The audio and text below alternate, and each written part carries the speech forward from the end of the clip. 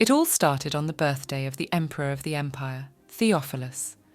Maribel committed an impulsive act that no one expected her to do. She walked up to His Majesty, a man known as a tyrant, and stole a kiss from him in front of all the guests present. Touching his lips, the Emperor asks Maribel why she kissed him. With a glimpse of her sister standing in the distance, the girl explains to the Emperor that her sister loves His Majesty. The man, after looking at the trembling pink-haired girl, asks Maribel to open her mouth and kiss him properly. Kissing the tyrant was part of her revenge to the one she loved and valued most, her beautiful cousin Arinel. Maribel Edinburgh, the only daughter of the Duke of Edinburgh. When Maribel's parents passed away, she was only 7 years old. At the funeral, her cousin Arinel came up to her and asked her sister not to cry, as she still had her and her mom and dad, which meant she would definitely not be alone.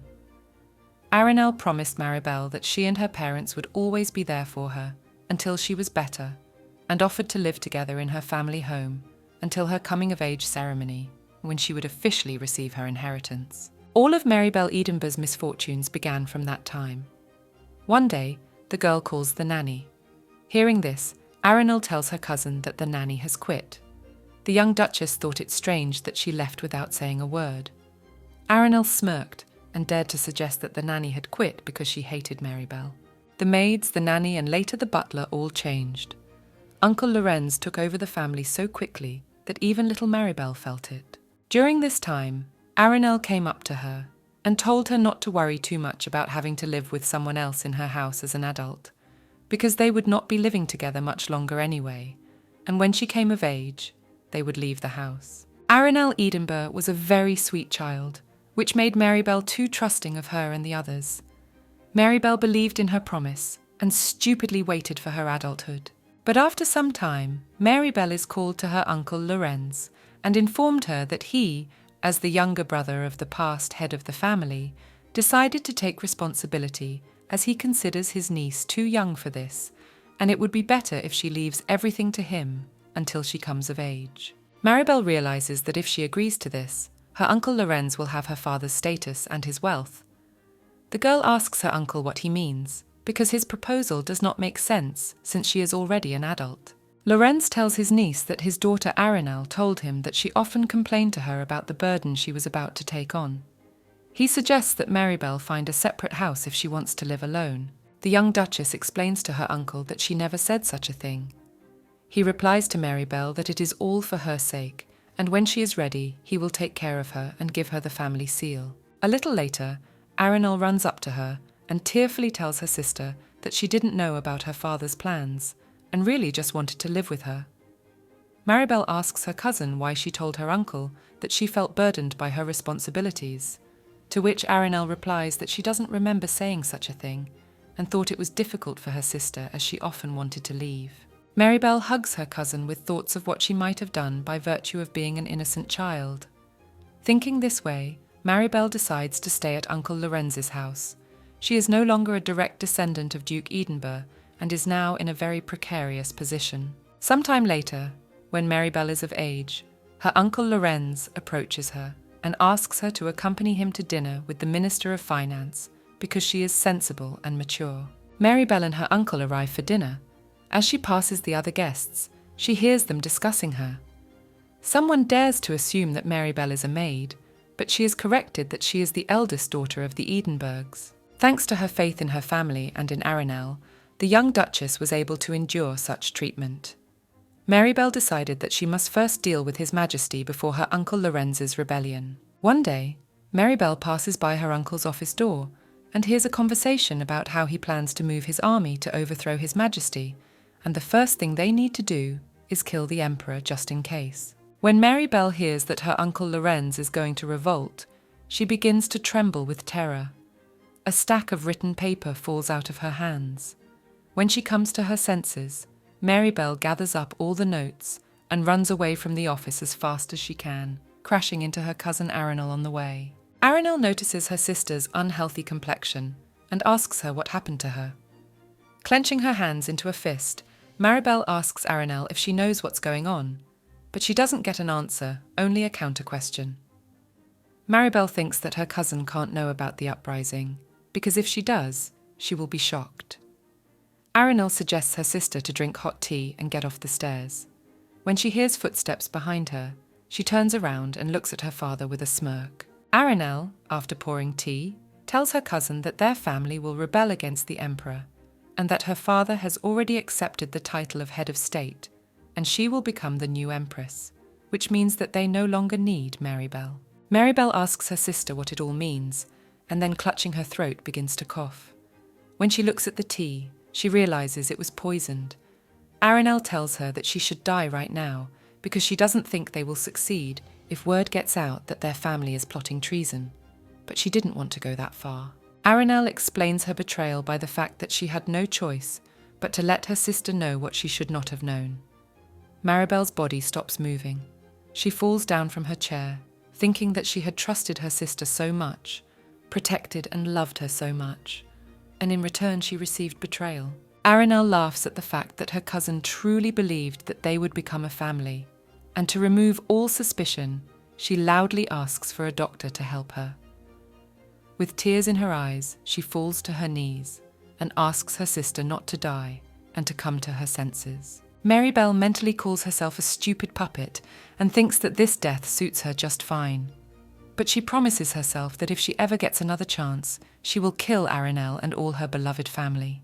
Aranel wakes up her sister and asks her why she has been asleep for so long, and asks her to get up quickly because her mother is terribly angry. Without listening to her sister's words, Maribel clenches her hands into fists out of anger and thinks about why she survived. She is distracted from her musings by her cousin telling her that her mum is now figuring out who cut all the flower stems from the vase, and admits that she really just wanted to try out the new garden shears. So she needs her sister to go with her and keep quiet. Maribel gets out of bed and asks her sister to go and apologize for what she has done without implicating her. Aranel is perplexed and asks her sister why she has changed so suddenly. Maribel crosses her arms on her chest and explains her position by saying that Aranel should learn to take responsibility for what she has done. Aranel begins to cry. She asks Maribel why she's doing this to her, since she has always fawned over her sister, giving her clothes and introducing her to friends, and helping her every time she gets in trouble. Maribel smirks and tells Aranel that she only gave her clothes that she didn't want to wear because they were out of fashion, and she bought new ones. Since she doesn't remember it, Maribel offers to remind her, and takes a nearby vase in her hand, and throws it at the wall. Aranel starts yelling at her sister, calling her by name, and asking her what she is doing, and if she knows how much the vase is worth. Maribel replies to Aranel that it's already so much better than calling her ostentatiously sister every time, and why not just stop pretending and call her what she does behind her back? When Aranel gets angry, she swings her hand and hits Maribel on the cheek. At that moment, the door to the room opens, and Aranel's mum comes in and asks her to explain what is going on. A woman with dark hair and bright violet eyes tells Maribel that she heard that she cut all her flowers, and that's why she asked her daughter to bring her. So why make such a fuss? Holding her sore, reddened cheek, Maribel explains to her aunt that it wasn't her but Aranel who did it. She said she wanted to try out her new garden shears and said she didn't want to be scolded. Aranel starts making excuses, saying that her sister is lying and she didn't do it. Her mother demands that her daughter clean her room with her own hands as punishment, and in addition, she is now under house arrest. The door closes, and Aranel, with all her accumulated anger, calls Maribel a crazy bitch and doesn't know what she was thinking when she said that to her mother. Maribel replies that it's rude to address her older sister that way. Aranel grabs her sister's hand, but gets a punch on the cheek in return. Maribel calls it self-defense and is not going to suffer anymore. No more of the kind sister she knew. This time she promises to take everything from her. The next day the whole family gathers for dinner. Aranel tells her father that her sister has told her that she will not go to the emperor's birthday party and that they do not have enough carriages. Maribel enters the conversation and explains to her uncle that she did not say that and that she actually wants to go because she is feeling better. She thought she should go to the party to widen her circle of acquaintances and find a husband. Maribel remembers before dinner how Aranel suggested that she skip the party and rest at home, as she knows her sister likes crowds. Maribel decides to lie to her sister and agrees to stay home. After she finishes reminiscing, She tells her uncle that if they don't have enough carriages, why not just go twice because she might be a little late? Uncle Lorenz agrees to do it that way. Arinelle starts to resent it, but her father asks her not to make any noise during the meal, and she'd better not think about partying, but concentrate on her manners. Finished talking to his daughter, he asks Marybelle to come into his office after dinner. Sitting in his study, Lorenz tells his niece that she is known in society as his adopted daughter, and if she goes out too infrequently, unwanted rumours will start to spread, so it would be good to show up at least once. That is why he has accepted her request. Marybelle asks her uncle why he is telling her this. He explains to his niece that he wanted to tell her not to say too much when going to such a big celebration. Even His Majesty the Emperor will be there. Lorenz promises Marybelle that he will find her a husband himself, so she will just have to sit quietly on the terrace. Marybelle doesn't understand why she has to sit quietly on the sidelines. It's not hard for her to do what her uncle wants, but when she arrives at the party, she will find the Emperor and ask him to talk to her. If necessary, Marybelle will sell Duke Edenber's name. She thought she would no longer fear insults and deceit. Arriving at the palace, Marybelle was frightened by the sheer number of people. As she makes her way through the crowd, the young Duchess wonders if she will be able to meet the Emperor. Everyone is discussing where the Emperor has gone, since they haven't seen His Majesty since the toast.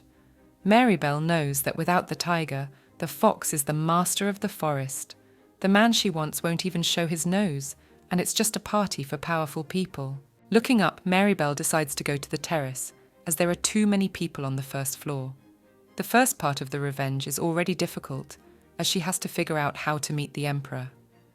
Marybelle opens the terrace door, and seeing two men tries to eavesdrop on them to see who it is.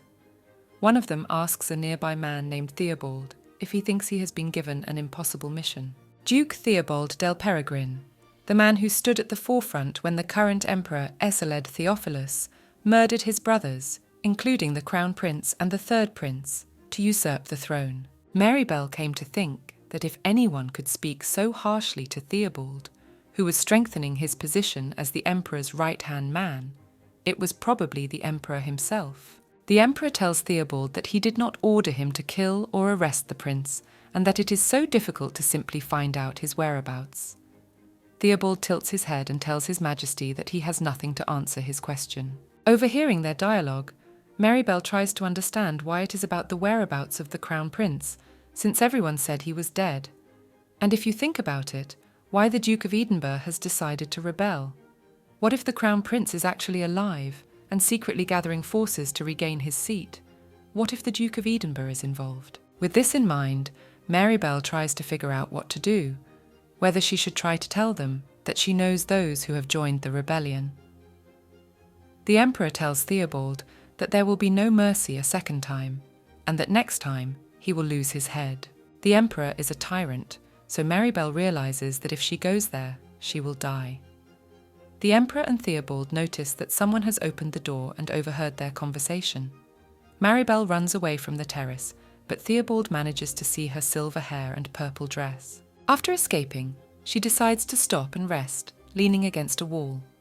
Marybelle is spotted by her sister, daughter of the Vinconta Ephra and daughter of Count Serafina. Marybelle remembers the party prepared by her uncle, Duke Edinburgh, where she met her sister's friends. Ephra arrives at the party and tells Arinelle that everything is so beautiful and she is honoured to be invited to the party. Arinelle modestly replies that they praise her too much, as her sister Marybelle has helped her a lot. Serafina decides that one unpalatable dish on the table was prepared by Marybelle's hands.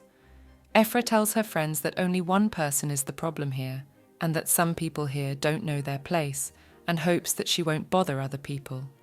The girls start laughing, and that includes Arinelle. Marybelle just can't forget the humiliation she felt that day, and thinks it would be a shame to let them go this time. Ephra, the Viscount's daughter, comes up to her and says that it has been a long time since she last saw Marybelle at the mansion. Ephra covers her mouth with her hand and says that this is a public place, but that she has been so disrespectful, and that it is normal to be addressed by name in privacy, and decides to ask Marybelle if she should call her Lady Edinburgh or something else. Serafina grinningly reminds her friend that Lady Edinburgh is actually here. With some sarcasm, Aoife apologizes to Maribel for such a reckless mistake. Aranel asks Lady Ephra to lift her head, as it was not her fault, and she is not hurt, as it is true that her sister's title is questionable, and in many ways it is very embarrassing, so it is best to call her by her first name. Maribel asks them if they've ever been close enough to call each other by their first names in this spacious party room, and unless there was a title to call her by, it was best not to address her at all, especially if there was no partnership or friendship between them. But to her younger sister Aranel, Maribel would give special permission. Aranel gets angry and explains to her sister that her friends are just trying to be friendly, and she doesn't understand why she talks to them like that. Maribel replies that she doesn't think her friends treat her with dignity, and how can she socialise with people who are ignorant enough to call a person by their first name in public? Aranel responds by rebuking her sister for making a scene in the middle of the party, which is not in keeping with the etiquette she has been taught. Maribel chuckles at the fact that this is the first time she has seen how Aranel values etiquette, although her tutor says that manners are difficult to teach her, and if she values etiquette so much, she should know not to shout in public. Maribel thinks the warning is enough, and now she really wants to rest. Duke Lorenz comes up to them and asks what they are doing here, if they are disgracing the Edinburgh family. Maribel realises that nothing has worked. There is no point in arguing now, and decides to get away, disappearing into the crowd. But she does not have time to leave as the Emperor comes to her from behind, and grabbing the girl by the shoulders tells her that if she wanted to hide, she should have done better, and thinks that she has something to tell him. Maribel accepts that she is doomed, and the Emperor is definitely thinking of killing her. The Emperor is spotted by Duke Edinburgh. Maribel thinks that her uncle Lorenz must be surprised by the sudden appearance of the Emperor, the uncle in the back and the Tyrant in the front. Maribel takes a second to approach the Emperor, putting her hand on his chest and asking if he's looking for the man who interrupted his secret conversation with Lord Peregrine. And then she tells him that she's going to kiss him right now, so he better not look back if he needs any clues as to the prince's whereabouts. The Emperor asks Maribel if she really wants to die so badly, but without answering, she kisses a man in the hope that it will work. The other guests are horrified. Maribel realises that this scandal will be a sure insurance policy. If she doesn't lose her head, Aranel and her uncle won't be able to confront her. The Emperor holds the girl close to him and asks her why she did it. Maribel looks at Aranel and replies that the reason is that her cousin loves him. At that moment, she thinks that this is a fancy excuse. But how else could she stand in front of the Emperor and use him as a shield? In this case, the man asks the stranger to open her mouth, and if he's going to do it again, he'd better do it right. And they kiss again, which makes Aranel even more furious as she watches. Maribel reflects on the fact that it's a double-edged sword. Even if she doesn't think it's that bad, she's still in trouble. The Emperor snaps his fingers, summoning a servant and asking him to prepare the palace for the Calende. They say this palace, beautiful all year round, is only given by the Emperor to the one he loves most. In fact, until now, the palace has been used only by the princess, the Emperor's favourite, and for Maribel, neither Empress nor princess, to prepare a palace for a Calende is something shocking. Maribel realised that now all bypasses were definitely blocked. When Aranel sees the Emperor taking her sister away, she runs up to her and grabs her arm, asking if she's really going to leave. The Emperor orders the pink-haired stranger to get her filthy hands off Maribel if she doesn't want to lose her head. This made Aranel feel betrayed. Arriving at the Palace Calonde and sitting in silence opposite the girl, the Emperor is drinking his tea. Maribel decides to break the silence and asks the Emperor why he does not ask any questions. To which he replies that it bothers him that she can't tell him without leading questions, and assuming that the stranger must have been curious about what he does not ask her, and decides to tell everything himself. And the reason is that he can't trust her. Maribel explains to the Emperor that she was on the terrace unintentionally and overheard. It was just a coincidence. The man tells her that her saying that she overheard their conversation by accident is the most perfect excuse for a spy, and that if she wants to prove her innocence, she will have to give him the information he needs. Maribel tells the Emperor that even if she does so, he will think she is a spy, and she will lose her head as soon as she gives him all the information he needs. But in her defense, She explains that killing her right now would be a hassle because many people saw the emperor bring her to the palace. Maribel adds that he must have brought her here to assess how useful she could be, because wouldn't it be a shame to just kill her? And even if the emperor doubts it, it's a good chance to catch those who are going to rebel. The emperor replies to the girl that she may not be too nervous now, but he has not decided whether to get rid of her yet, and how much she can take useful to him is another question. He definitely thought of killing her, but decides to postpone this question for the time being. Maribel asks the emperor if he believes she is not a spy, to which the man replies that he wants her around for now. Maribel realizes that he still doesn't believe her, but at least that's enough for now.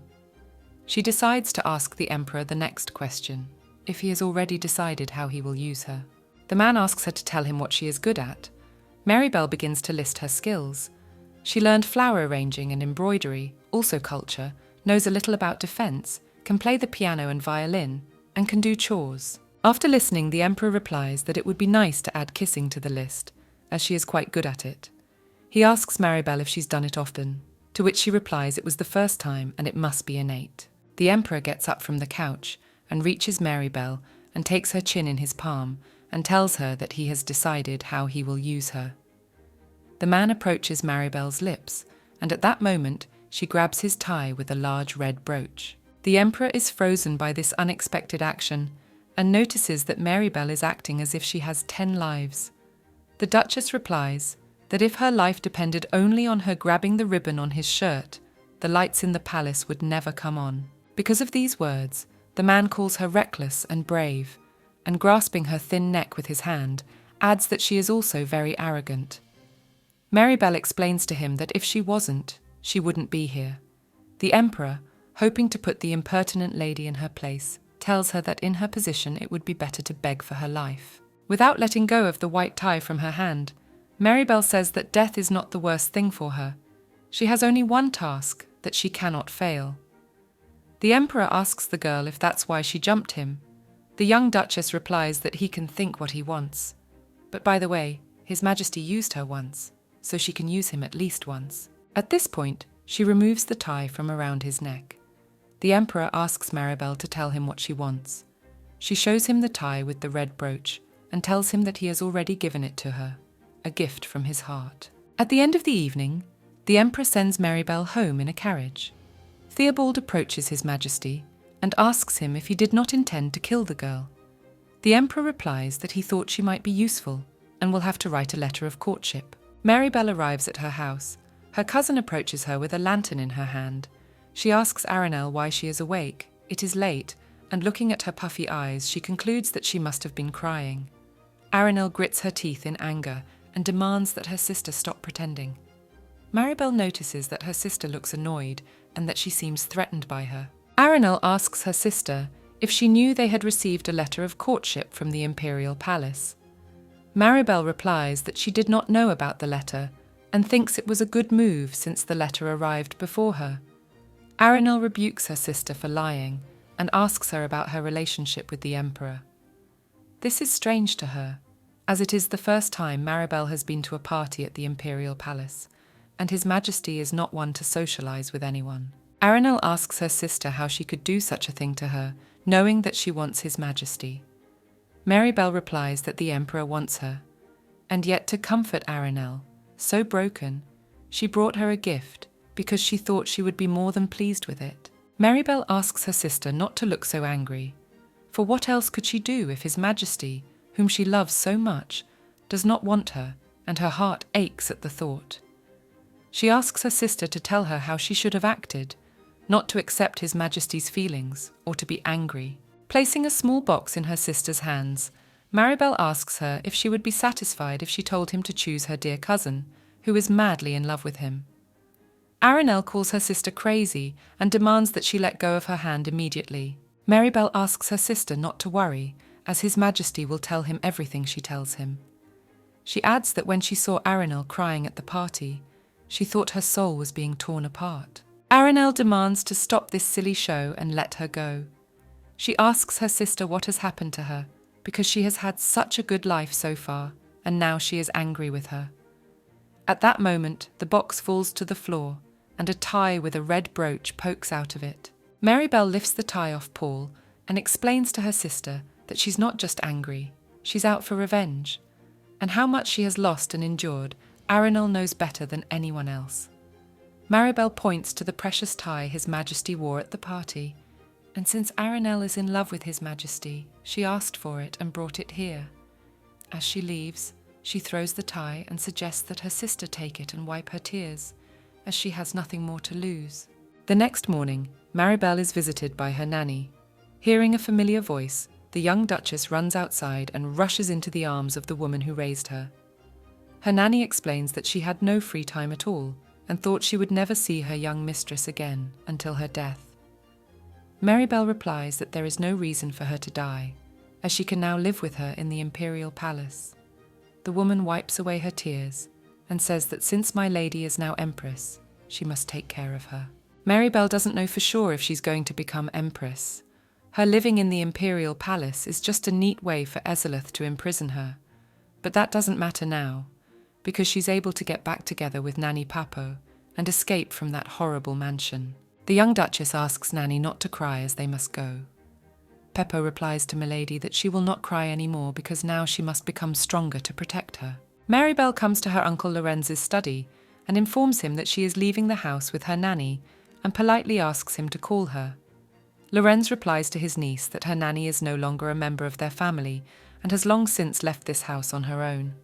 Maribel asks her uncle not to be so mean, for she knows that he has sent away all the servants. Looking at the house she has lived in up to this point, Maribel promises she will never come back here again. Papo notices that Milady doesn't have as many things as she thought. They get into a white carriage and leave the estate. Maribel and her nanny arrive at the Calende Palace. Peppo marvels at how beautiful it is inside, as it is the first time she has seen it in her life.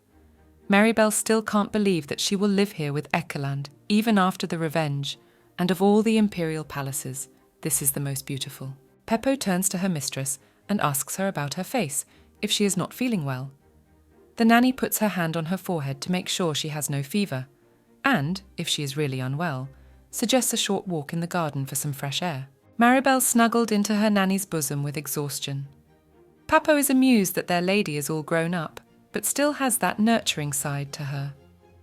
Nanny throws her shawl over Maribel as it is cold today, and asks her to return to the house soon after the walk.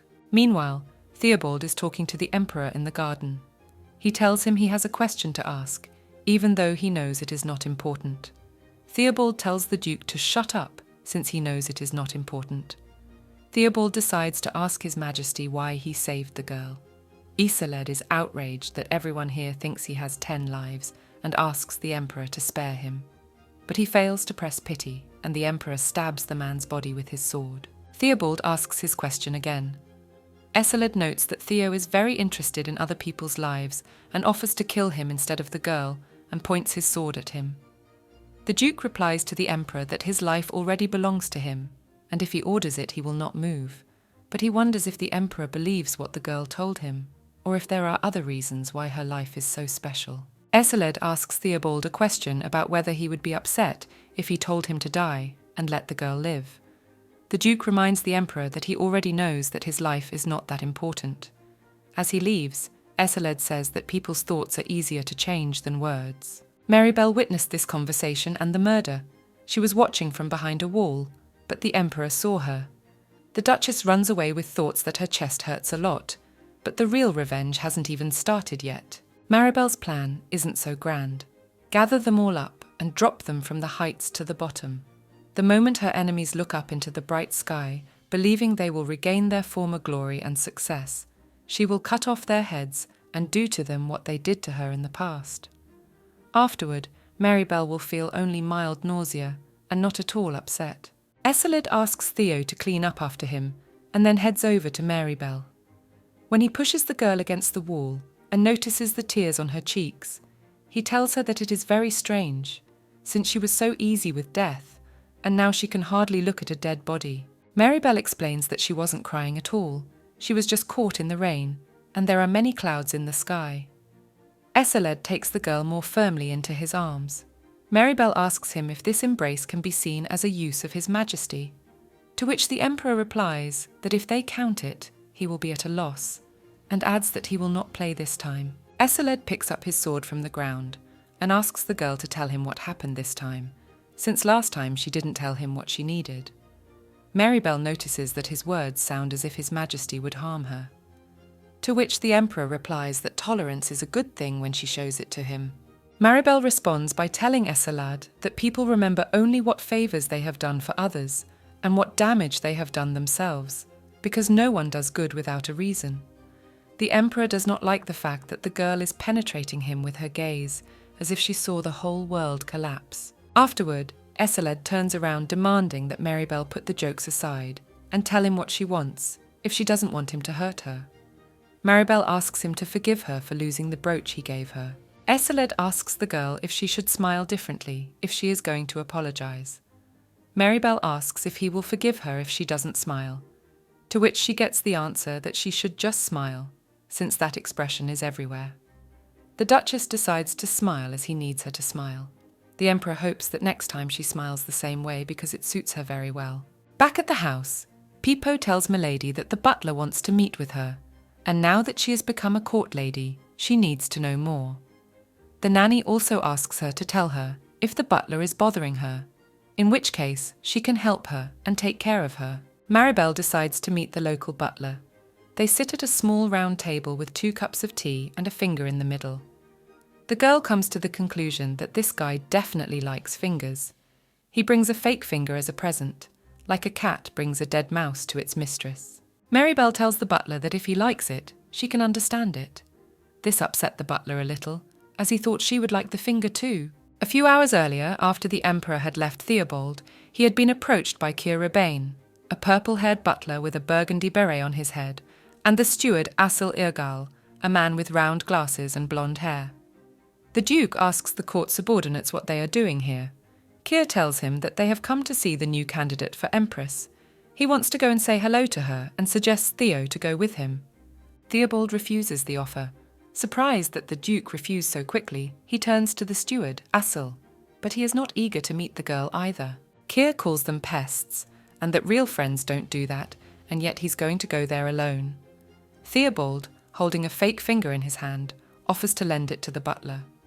Kyr calls this gift strange, and considers his friend crazy, but after a slight manipulation, he agrees to take it. Back to the present, Kyr is talking to the girl sitting across from him about how he's unlucky Theo isn't helping him, and there's nothing to see here but Gan's ass. Maribel doesn't understand why this man has come to her, and is talking about such strange things. She asks the butler if he really came to talk to her about ass. Cyrus replies to my lady that this is not the case at all, and after giving his name, says that it is his job to help and train Maribel to adapt to life in the imperial palace, and asks her to remember that he is also here to prevent abuse of power. But the reason he has come here is not to study or to introduce himself, but to ask about what happened between her and His Majesty. And no matter how much the butler thought about it, His Majesty had no reason to keep some girl alive, and so he formulated 3 hypotheses. 1. It's time for His Majesty's imminent death. Kyr thinks that this version is the most likely, because they say that people who are about to die dramatically change their behaviour. 2. Maribel made a very favourable offer to His Majesty. They spent very little time together at the party, so we can assume that she threatened the Emperor. Placing the teacup on the table, Maribel replies to the butler that it could have happened. Kyr voices a 3rd hypothesis, that His Majesty fell in love with her at first sight, but looking at the Emperor's chosen one, he doesn't even have to think about it. Maribel replies to the butler that she is glad that he has now learned that His Majesty's taste is peculiar. The butler tells the girl that he thinks she really hates him, but that he came here anyway, because he thought it would be quicker to ask the person concerned. Maribel asks the butler if he would believe her if she said she didn't know why the Emperor kept her alive. Cyrus answers her that if she doesn't know, it's definitely hypothesis number 1 or number 3, although the former is more likely, and asks the girl if she has anything to say about number 3. Maribel replies to the butler that she has never heard His Majesty speak of love and thinks she never will. Running his finger over the cup, the butler says that the courtship was only on a formal level, and that in fact opinions are still divided as to whether she will become empress. Marybelle asks Cyrus if he is then inclined to hypothesis number 1, to which the butler replies that it can't be number 1. He also notes that my lady can lie, but he wishes she would do so intelligently. Marybelle, looking down at the floor, tells Keir that to get the answer he wants to hear, it would be better for him to confess everything at once. The butler tells her that nothing is more important than getting to know each other, so he prepared and brought her this finger-shaped gift to befriend her and thought she would like it. Looking at the shrunken butler, Marybelle compares him to a battered kitten and a severed finger. She tells Keir that she understands why he has no friends. Angry, the butler cries out that he has a friend, but it seems he has no real friends and suggests that Marybelle become his friend if she feels sorry for him, and then she can tell him about her relationship with His Majesty. To which the Duchess replies that it will only be in the next life. A tense atmosphere hangs in the air. The Emperor enters the room and crosses his arms over his chest, asking the butler why he is here. Before that, Theobald had told Cyrus to try to keep himself alive, because it was hard to survive for long in the palace. The butler replied that he had spent his whole life close to His Majesty, so he would not beat him so easily. Seeing the Emperor in front of him, Keir realised how wrong he had been, and it was a great mistake not to heed Theo's advice. Eseled grabs the butler by the throat and holds him down, asking him again why he is here. Keir replies to His Majesty that if he wants to hear the answer, he must first let go of his throat. Looking at Marybelle, the butler does not understand that she is now suddenly quiet, even though she has been talking to him recently, and with tears in her eyes mentally asks him to help her, instead of just watching. Marybelle calls out to the Emperor, at which point Cyrus thought she would stand up for him, but unfortunately she said that the butler had called her ugly. Eseled clutches his throat harder, but drops him to the floor after the Duchess says that the butler didn't lie and didn't do anything to her, so she asks him to let him go. Cyrus is pleased that he has survived, and that Marybelle has had a taste of power. Pointing his sword at the butler with the words that now he can answer him, the Emperor asks him if he belongs here now, or if he told him to start training Marybelle today. And as far as he could remember, the order was to start training next week. Marybelle ponders whether or not Eseled will really kill the butler. Cyrus looks at her as if she can help him in some way. If he suddenly thinks that the Emperor loves her, he is mistaken, as he knows nothing about their deal. Marybelle's finger is clear, but what about the finger? It's not known if it's an index finger or a ring finger, but it looks like a man's. Kira's fingers are much thinner by comparison. The butler had told my lady that it had been days since Theo had been out of the business. This leads Marybelle to think that Cyrus wanted to warn her in this way, and if so, it really upsets her. She decides that it would be better to ask about it in person. Accolade plunges his sword into the butler's shoulder.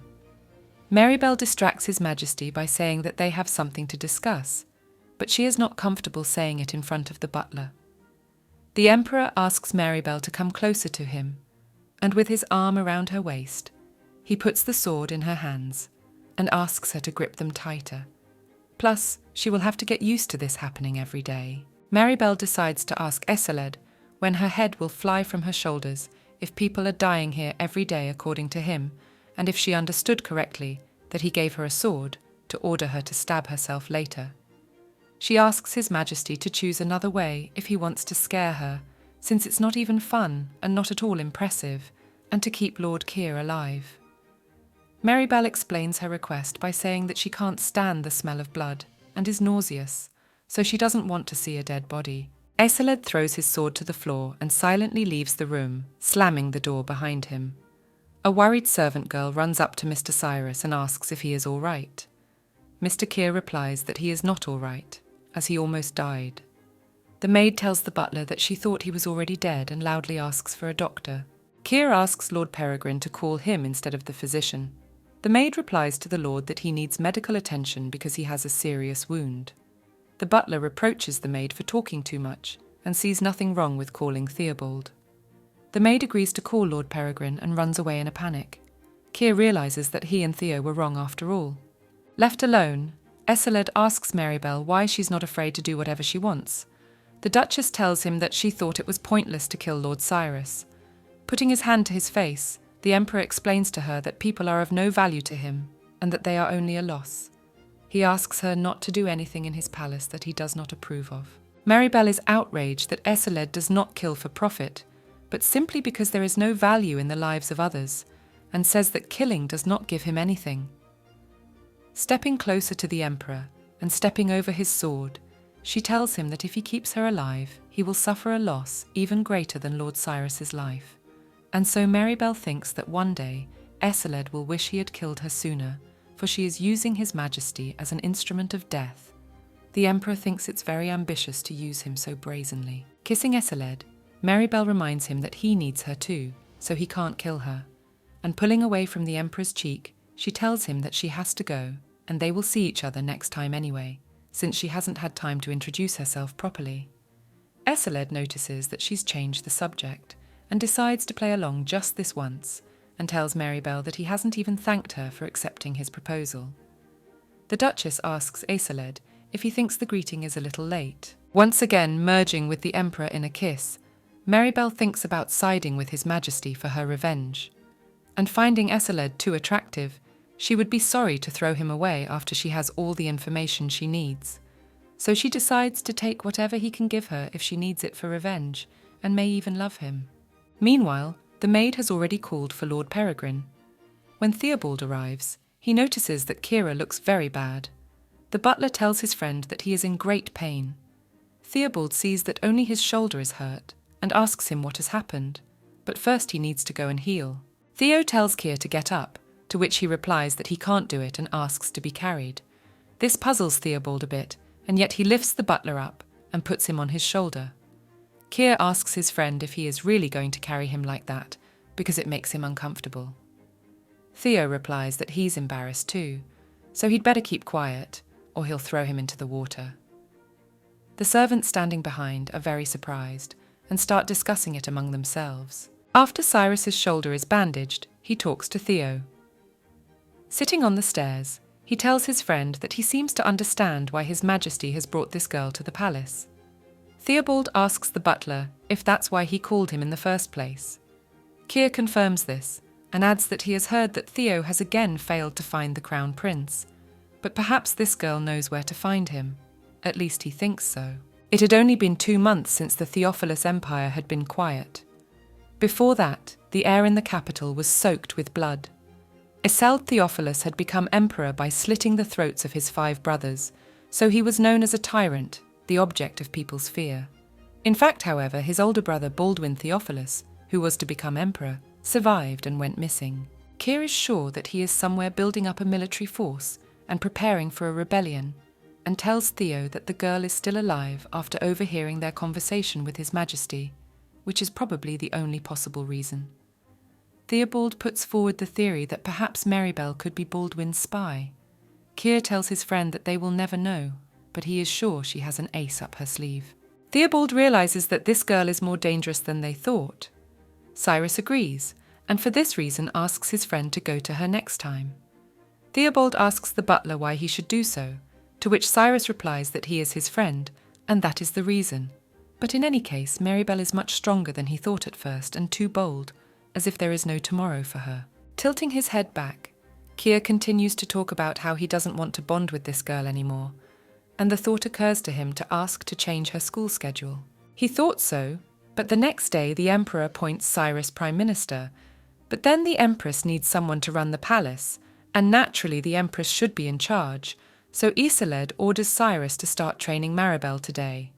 After hearing the order, the former butler thinks that he should have died that time. Cyrus begins the training of the future Imiraratnira. He lists all the duties and tells her that some of them can be delegated to a valet or entrusted to him. Maribel finds this easier than she thought and asks Cyrus if these are all of them. He tells her it's all internal affairs and asks if she thinks it's too much. Maribel gets up from her chair and says that she thought it would be more, and notes that even though Cyrus has been promoted, he is still in a bad mood. The minister tells her that this is a good point and asks if she is happy that he is in a bad mood because of her. Putting the books back in their place, Keir suggests Lady Edinburgh take a walk, and he will show her how the palace works. Maribel asks to be called by her first name, as Lady Edinburgh calls her cousin.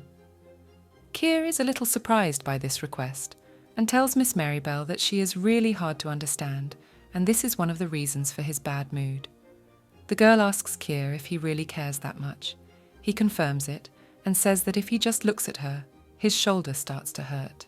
If so, Marybelle replies that they should see each other more often. Cyrus asks Milady if she often hears that she has a bad temper. Walking across the bridge that separates the palaces, Keir tells us that the imperial palace is divided into a main and a small palace.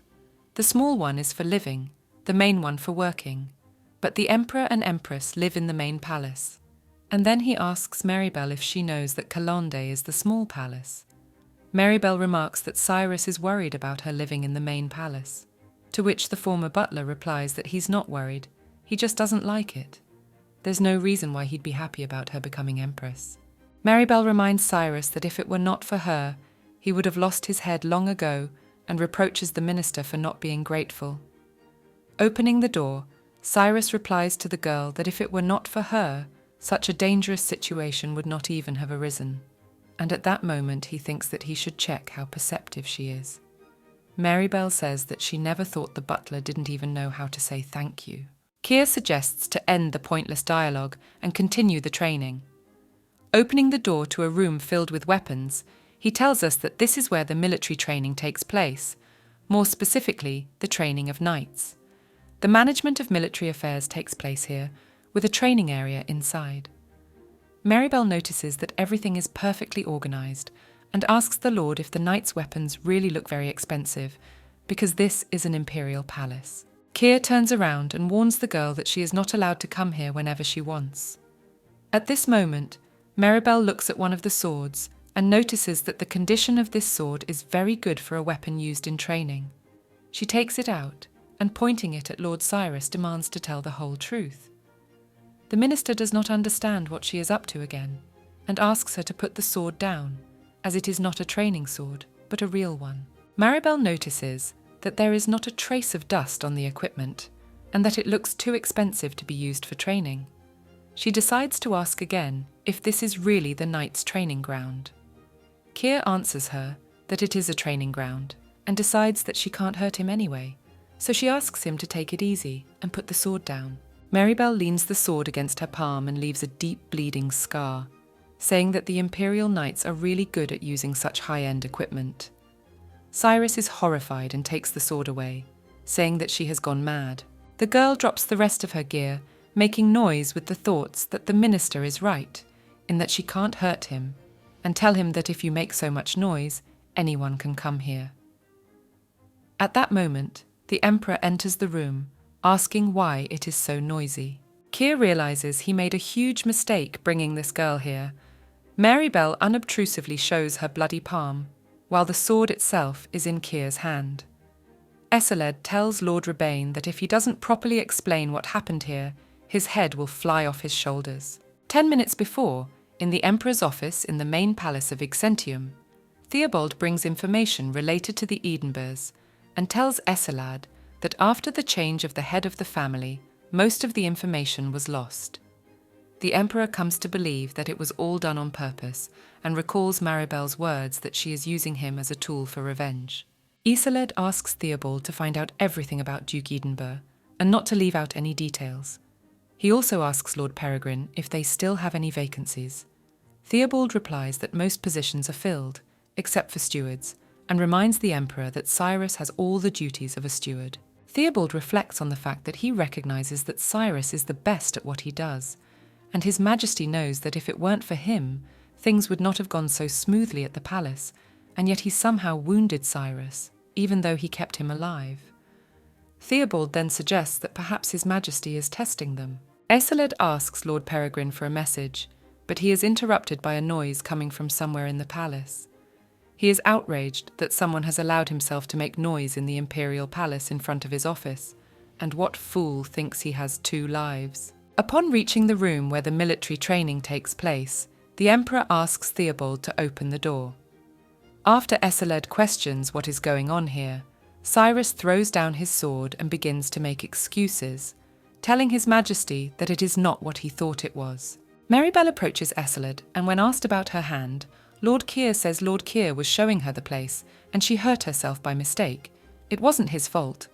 She asks what she should do, since she has made such a mess. The Emperor turns to Kira and looks at him with a look of rage, and then grabs him by the tie. The Prime Minister thought he was going to die like that, but Maribel saves him again by distracting him by grabbing his tie. The Emperor suggests she go with him to the doctor or call him here. Maribel answers him that she would rather go alone, and since she is fine, she asks His Majesty not to make such a menacing face. At that moment, she glances at the frightened Lord Keir and realizes that now she will not have to fight him anymore. The Emperor then asks Theobald to escort Maribel to the doctor. Theo asks if he is the one to whom His Majesty is referring. Theobald confirms, as he has already been refused, so he is the only one left. Maribel is pleased that everything has turned out this way, so she has something to ask. Theobald and Maribel head to the doctor's house along a road surrounded by many trees. The lady asks Lord Peregrine if all the court physicians are really deep in the forest. Theobald answers her that the court physicians are always busy, so they go to a man who will see her instead of the physician. Maribel asks Theobald if he has any questions for her, and if he does, he can ask her anything he wants. Lord Peregrine asks what Cyrus has done. Maribel replies that the Prime Minister was just being stubborn. Theobald apologizes for his friend's rudeness and explains that he seems like an open person, but is completely blind to what is going on around him. Maribel notices that Lord Peregrine is very close to Lord Keir, but for some reason she speaks so coldly of him. Theo replies that it can't be helped if that is the truth. Maribel reminds the Duke that Lord Keir hurt his shoulder and explains that it was her fault, so she wonders why he won't say anything about it. Theobald explains that he doesn't blame her at all and is sure she had a reason to do it, and that Cyrus is still alive. Maribel asks the Duke if he would have blamed her if Cyrus had died. Theobald tells her that he does not blame her because what happened was the result of his actions. Maribel senses a strange atmosphere, as it doesn't seem as if Lord Peregrine really doesn't blame her, rather tries not to. She says that she is sorry that Lord Keir had to go through this, and yet believes that it is not her fault that the object he brought her shocked her. After Theobald asks if Keir gave her the finger, Maribel is convinced that it was he who gave it to her, and asks what such things are used for. Lord Peregrine explains that the finger is usually used for threats. Maribel asks the Duke why he should have threatened her. At that moment, a large branch falls from the tree. Frightened, the girl falls right into Theobald's arms. Maribel thanks Lord Peregrine for catching her. Theo calls the girl too dangerous. Maribel asks him why he thinks so, whether it is because she knows the secret that he and His Majesty wanted to keep secret, or because of the scandalous rumours about her and His Majesty, because she's about to become Empress. Theobald notes that Maribel is very clever and attractive, and because she knows his weaknesses, and because of her wit, His Majesty has decided to keep her around. So from now on, the Lord will keep an eye on her. Maribel tells the departing Lord Peregrine that His Majesty can rest easy now that he has such a fine knight, and thinks that such pure loyalty is astonishing, but he may be a hindrance to her plan. Meanwhile, Cyrus sits in the Emperor's study. Esseled tells the butler that he had to restrain himself from killing him and thanks him for his work. Keir reflects on the fact that it is not in the Emperor's character to control his emotions, and not so long ago he was ready to kill him on the spot. So why did he change his mind? He assumed that it was because without him things would not go well, so he could be proud of himself. Esseled asks Cyrus to explain in detail what happened between him and Maribel. The butler explains that he thought he was going to talk about the palace, but the girl was interested in weapons, so he wanted to make a joke and said it was a training room. But she didn't believe him, and it hurt his pride. The Emperor is interested in the fact that Maribel immediately realised that Cyrus was deceiving her and made a fuss. The butler, gritting his teeth in anger, tells His Majesty that this woman is incredibly dangerous. Esseled puts his teacup on the table and demands to speak properly. Cyrus goes on to say that, apart from the steward Asil, he has never seen anyone so good at psychological attack, and it is extremely dangerous for them. The butler suggests that His Majesty should then end their relationship. The Emperor agrees with him and ponders that Cyrus is right. If you think about it, Maribel is constantly throwing him off balance. The butler advises the Emperor to stay out of danger, Eseled agrees with him again, but for some reason he does not want to do so, even knowing the danger he cannot let her go. Cyrus suggests that His Majesty write a formal letter to end the relationship as soon as possible. But Eseled does not let the butler finish and says that in that case he must make Maribel his as soon as possible. Cyrus is very shocked by this decision. Meanwhile, Lord Peregrine and Maribel reach the steward's office. Assel sees Theo and reminds him that he has told him more than once to stop coming here wounded. Theobald replies that this time it was the Emperor's girlfriend, not him, who was injured. Looking around the room, Maribel wonders if wounds are really treated in the library's annex building. She glances at the man with the round glasses and wonders who he is. The man stands up from behind and introduces himself as Assel Irgal. Maribel responds by saying his name, and assessing Assel assumes he's very powerful. The manager asks the girl to sit down so he can examine her wound. Maribel shows Assel her palm. After carefully examining the wound, the man tells her that fortunately it is not deep and asks the girl if it hurts. Maribel replies that it seems fine. In that case, Assel suggests getting rid of the extra people in the room first. The manager asks Theo to bring him a tart, assuming that the cooks must have already prepared it. Theobald agrees and leaves the library, saying that it is a long walk to the kitchen. Assel then tells Maribel that they have plenty of time as the tart is still in the oven, and suggests that they start by dealing with her wound. The lady reproaches Assel for addressing her by her name, as she did not authorize him to do so. The steward asks her if it is necessary to be so proud, for there is no danger in calling her by her name when they are alone. Maribel notices that the man is not very polite. Assel explains that he is a bastard child, and asks her to forgive him generously for that, and rinsing the rag asks the girl how she managed to hurt herself with the sword. Maribel tells Assel that he must not have good eyesight since she cut herself with the paper. The manager thinks it's time for him to buy new glasses. Reminding Maribel that she has lost a lot of blood, he asks her if she is really in no pain at all. The Duchess replies that at first it did hurt, but then it went away. She does not understand why the steward behaves so unceremoniously and why time passes so slowly. Assel puts the wet rag on the girl's arm. It makes her feel very painful. The manager concludes that Maribel is troubled by something, because she is hurt very badly, but has not noticed any pain until now. He adds that pain is proof that a person is alive. Maribel asks Assel not to speak as if she were dead. The man asks her if a man hanging over a cliff will feel pain, and then asks her not to tense up because they are the only ones in the room. Maribel does not like the fact that Assel keeps finding her weaknesses, and then caresses and comforts her. The manager advises the girl to do some introspection from time to time, as he finds it useful, and then informs her that the treatment is over, and in 2 days, everything will be healed. Maribel cannot believe that there is such a person in the palace. She asks Assel how it's possible for everything to heal completely in 2 days. The manager replies that this is a professional secret, and offers to wait a while to eat a piece of tart tatin. Maribel refuses the offer and says goodbye to the manager. Cyrus, meanwhile, is still in the Emperor's study. He asks His Majesty what he is going to do with Maribel. Looking out the window, Eseled reflects on the fact that he said he wanted to make this girl his, but doesn't know how best to do it. The Prime Minister reminds the Emperor that she is already in his hands. The Prime Minister reminds the Emperor that he already has her in his hands, and that it's not enough to keep her close without restricting her freedom. Cyrus asks His Majesty what he is going to do in that case. Eseled replies that he will go and find out at the palace of the Calende.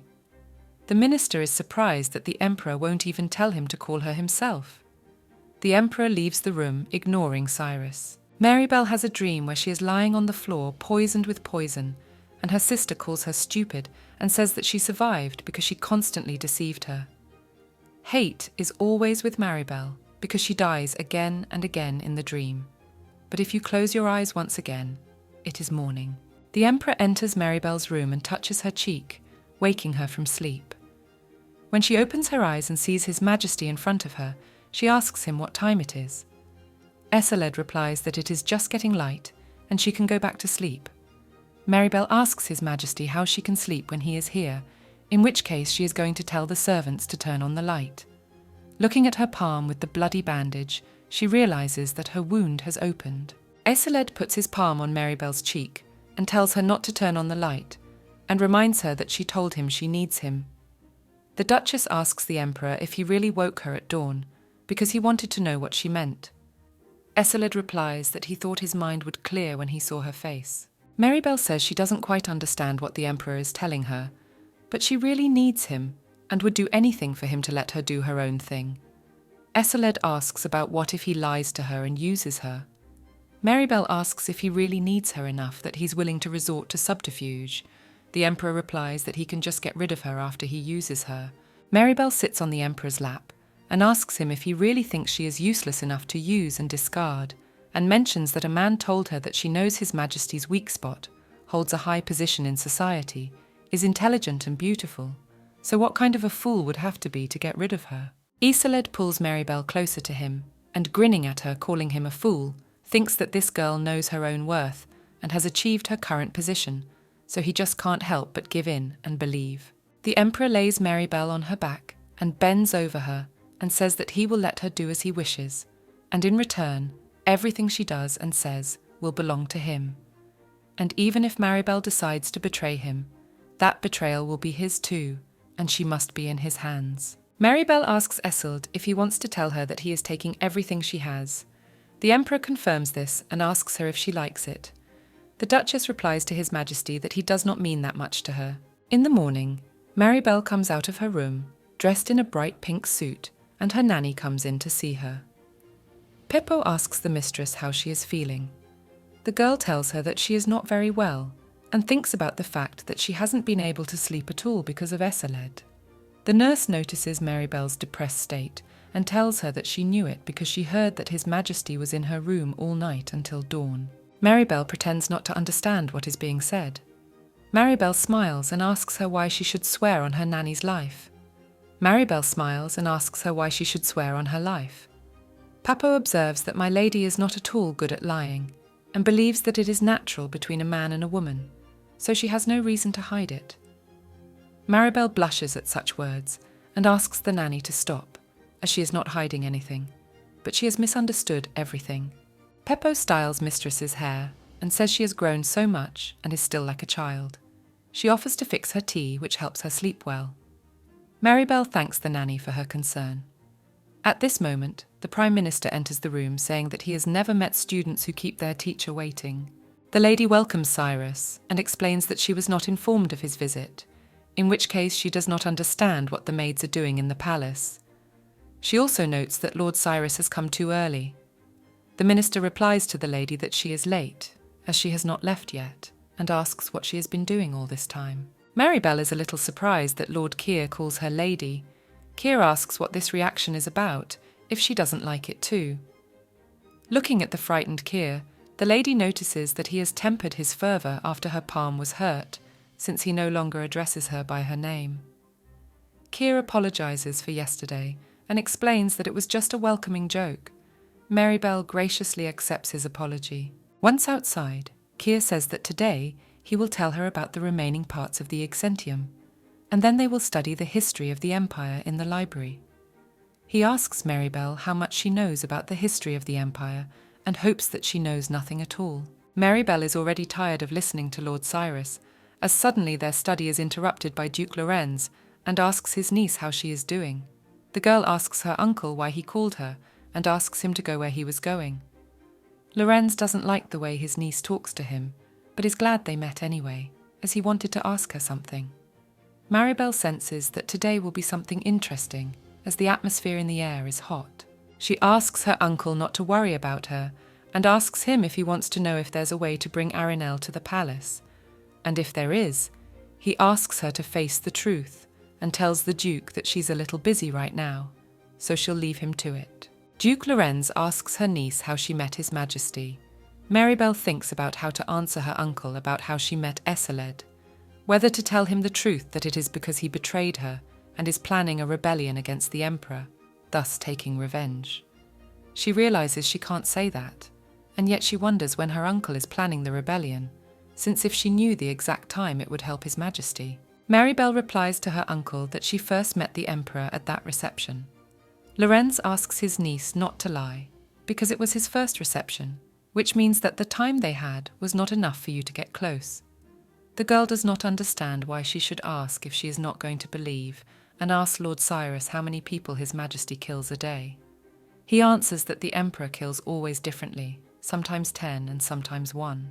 Maribel sarcastically says that in that case it won't be a problem if she personally kills one person. She walks over to the knight and draws her sword from its sheath and points it at her uncle. Lorenz is horrified. The knight behind him wants to stop the lady, but Keir asks them to leave. Maribel asks her uncle why he came here. The Duke replies that he only came to say hello. The girl does not believe it, as she is a candidate for Empress, and asks him if he really thought she would be happy to see him. Lorenz confirms this because he is her uncle after all. Maribel tells him that this is the reason why he is still alive, and asks him again what he wants from her.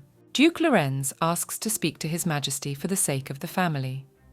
As Maribel expected, her uncle sees her only as a tool to achieve his goals, and thinks about why the sword is so heavy, and that it is necessary to be a little more patient. At that moment, the Emperor comes to them.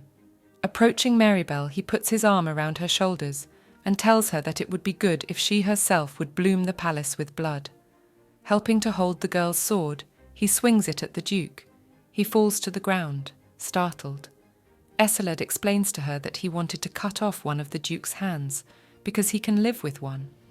Maribel explains to His Majesty that Lorenz is her adoptive father, the brother of her biological father. The girl reminds Eseled that last time he plunged a sword into Lord Cyrus's body, so she wonders why the hand is suddenly in his hand this time.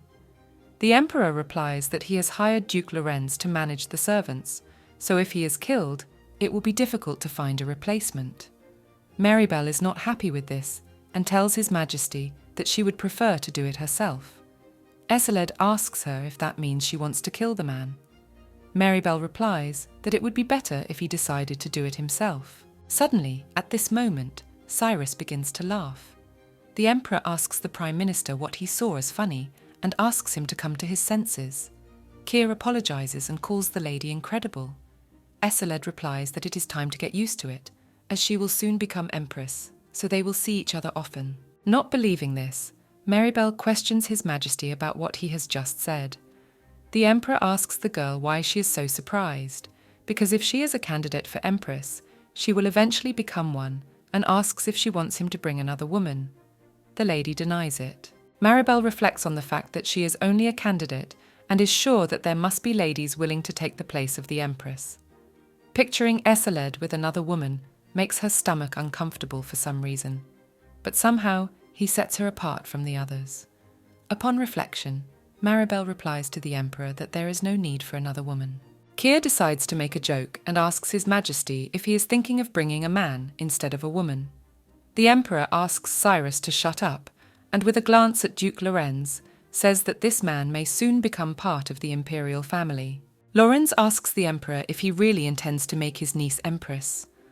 At that moment, Eseled swings his sword, leaving a deep wound on the Duke's leg, saying that he did not allow him to speak, and asking Lord Cyrus to take him away. The Emperor then asks Maribel why she is so hostile to her uncle. She doesn't answer anything, so he decides not to ask any more and tells her that Duke Lorenz will be hiring servants. They will encounter each other many times, so don't draw your sword every time. Eseled asks Maribel to learn swordsmanship or defense because she can't fight if she can't hold a sword. The Duchess asks the Emperor if he really wants her to stab her uncle with a sword.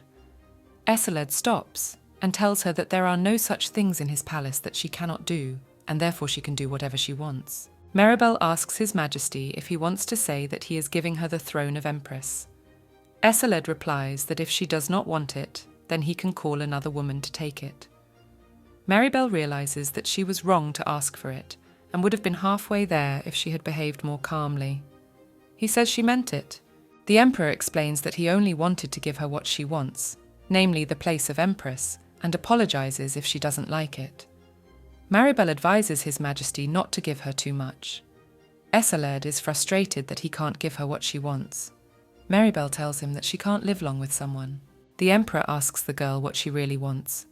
She approaches him with thoughts that she actually hopes their relationship is special, and that she's not the only one who thinks so, whether it's friendship or loyalty. Maribel's approaching the Emperor made him embarrassed and blush. She asks His Majesty if she is really special to him. Eseled asks her why she can't realize her own worth. He can't understand it. And coming close to her lips, Maribel tells her that someone might have thought she was the one who caught him at the party. But unfortunately, he is not so easy to catch. So the opposite is true. Sitting in the library, Maribel is deep in her own thoughts about the Emperor's last words and still can't believe that His Majesty said so, as he was a tyrant. And if she doesn't accept his help now, she will need a good reason to punish her uncle so that no one can challenge her. Lord Keir is sitting next to her. He asks the girl if she is listening to him. Distracted from her thoughts, Maribel asks what he said. Keir answers that he told her about the first Emperor Theophilus, and taking a candy in a box lying on the table notes that today the lady cannot concentrate on the lesson, so will leave after eating everything. Maribel reminds the Prime Minister that it's her candy.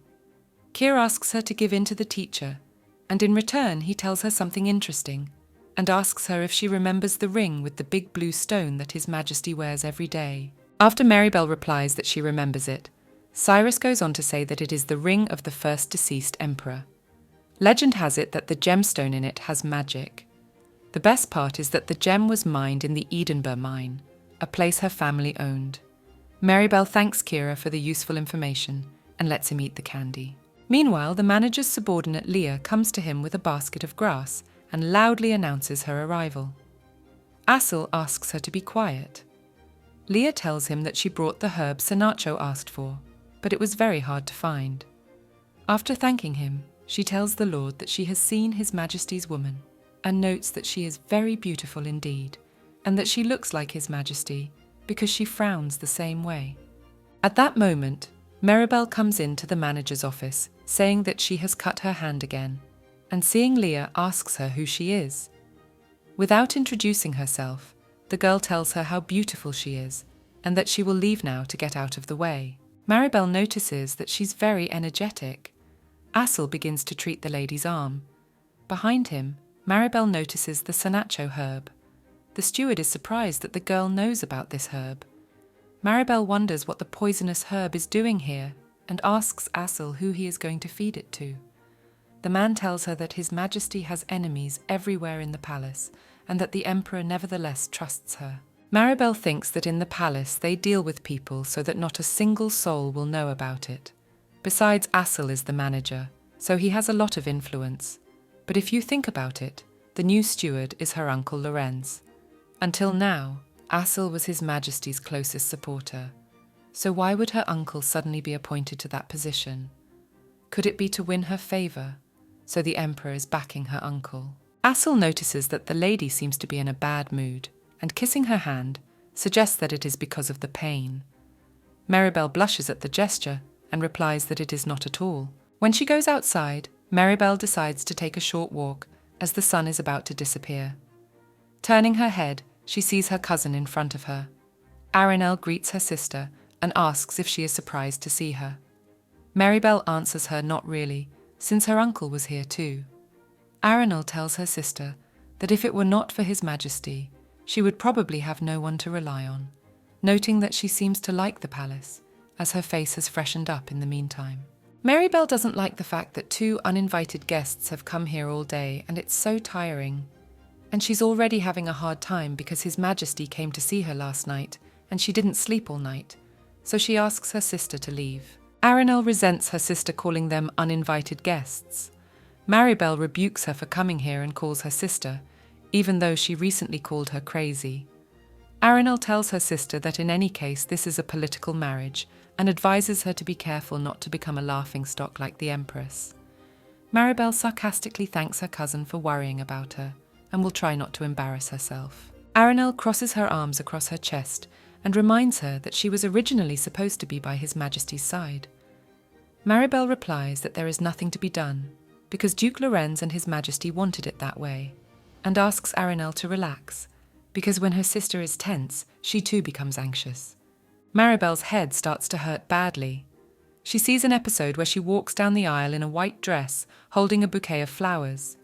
Trying not to lose consciousness, she explains to Arinel that this marriage is only for the sake of the family, because they are aristocrats, and for aristocrats, political marriage is a common thing. Arenal asks her sister if it is true that she feels nothing for His Majesty, even if it is a political marriage, and reminds her that she is in love with the Emperor. Marybelle replies that she knows that she loves His Majesty, and she likes good-hearted men, and tyrants frighten her. Marybelle falls to the ground, clutching her head, trying to understand what these sudden memories are.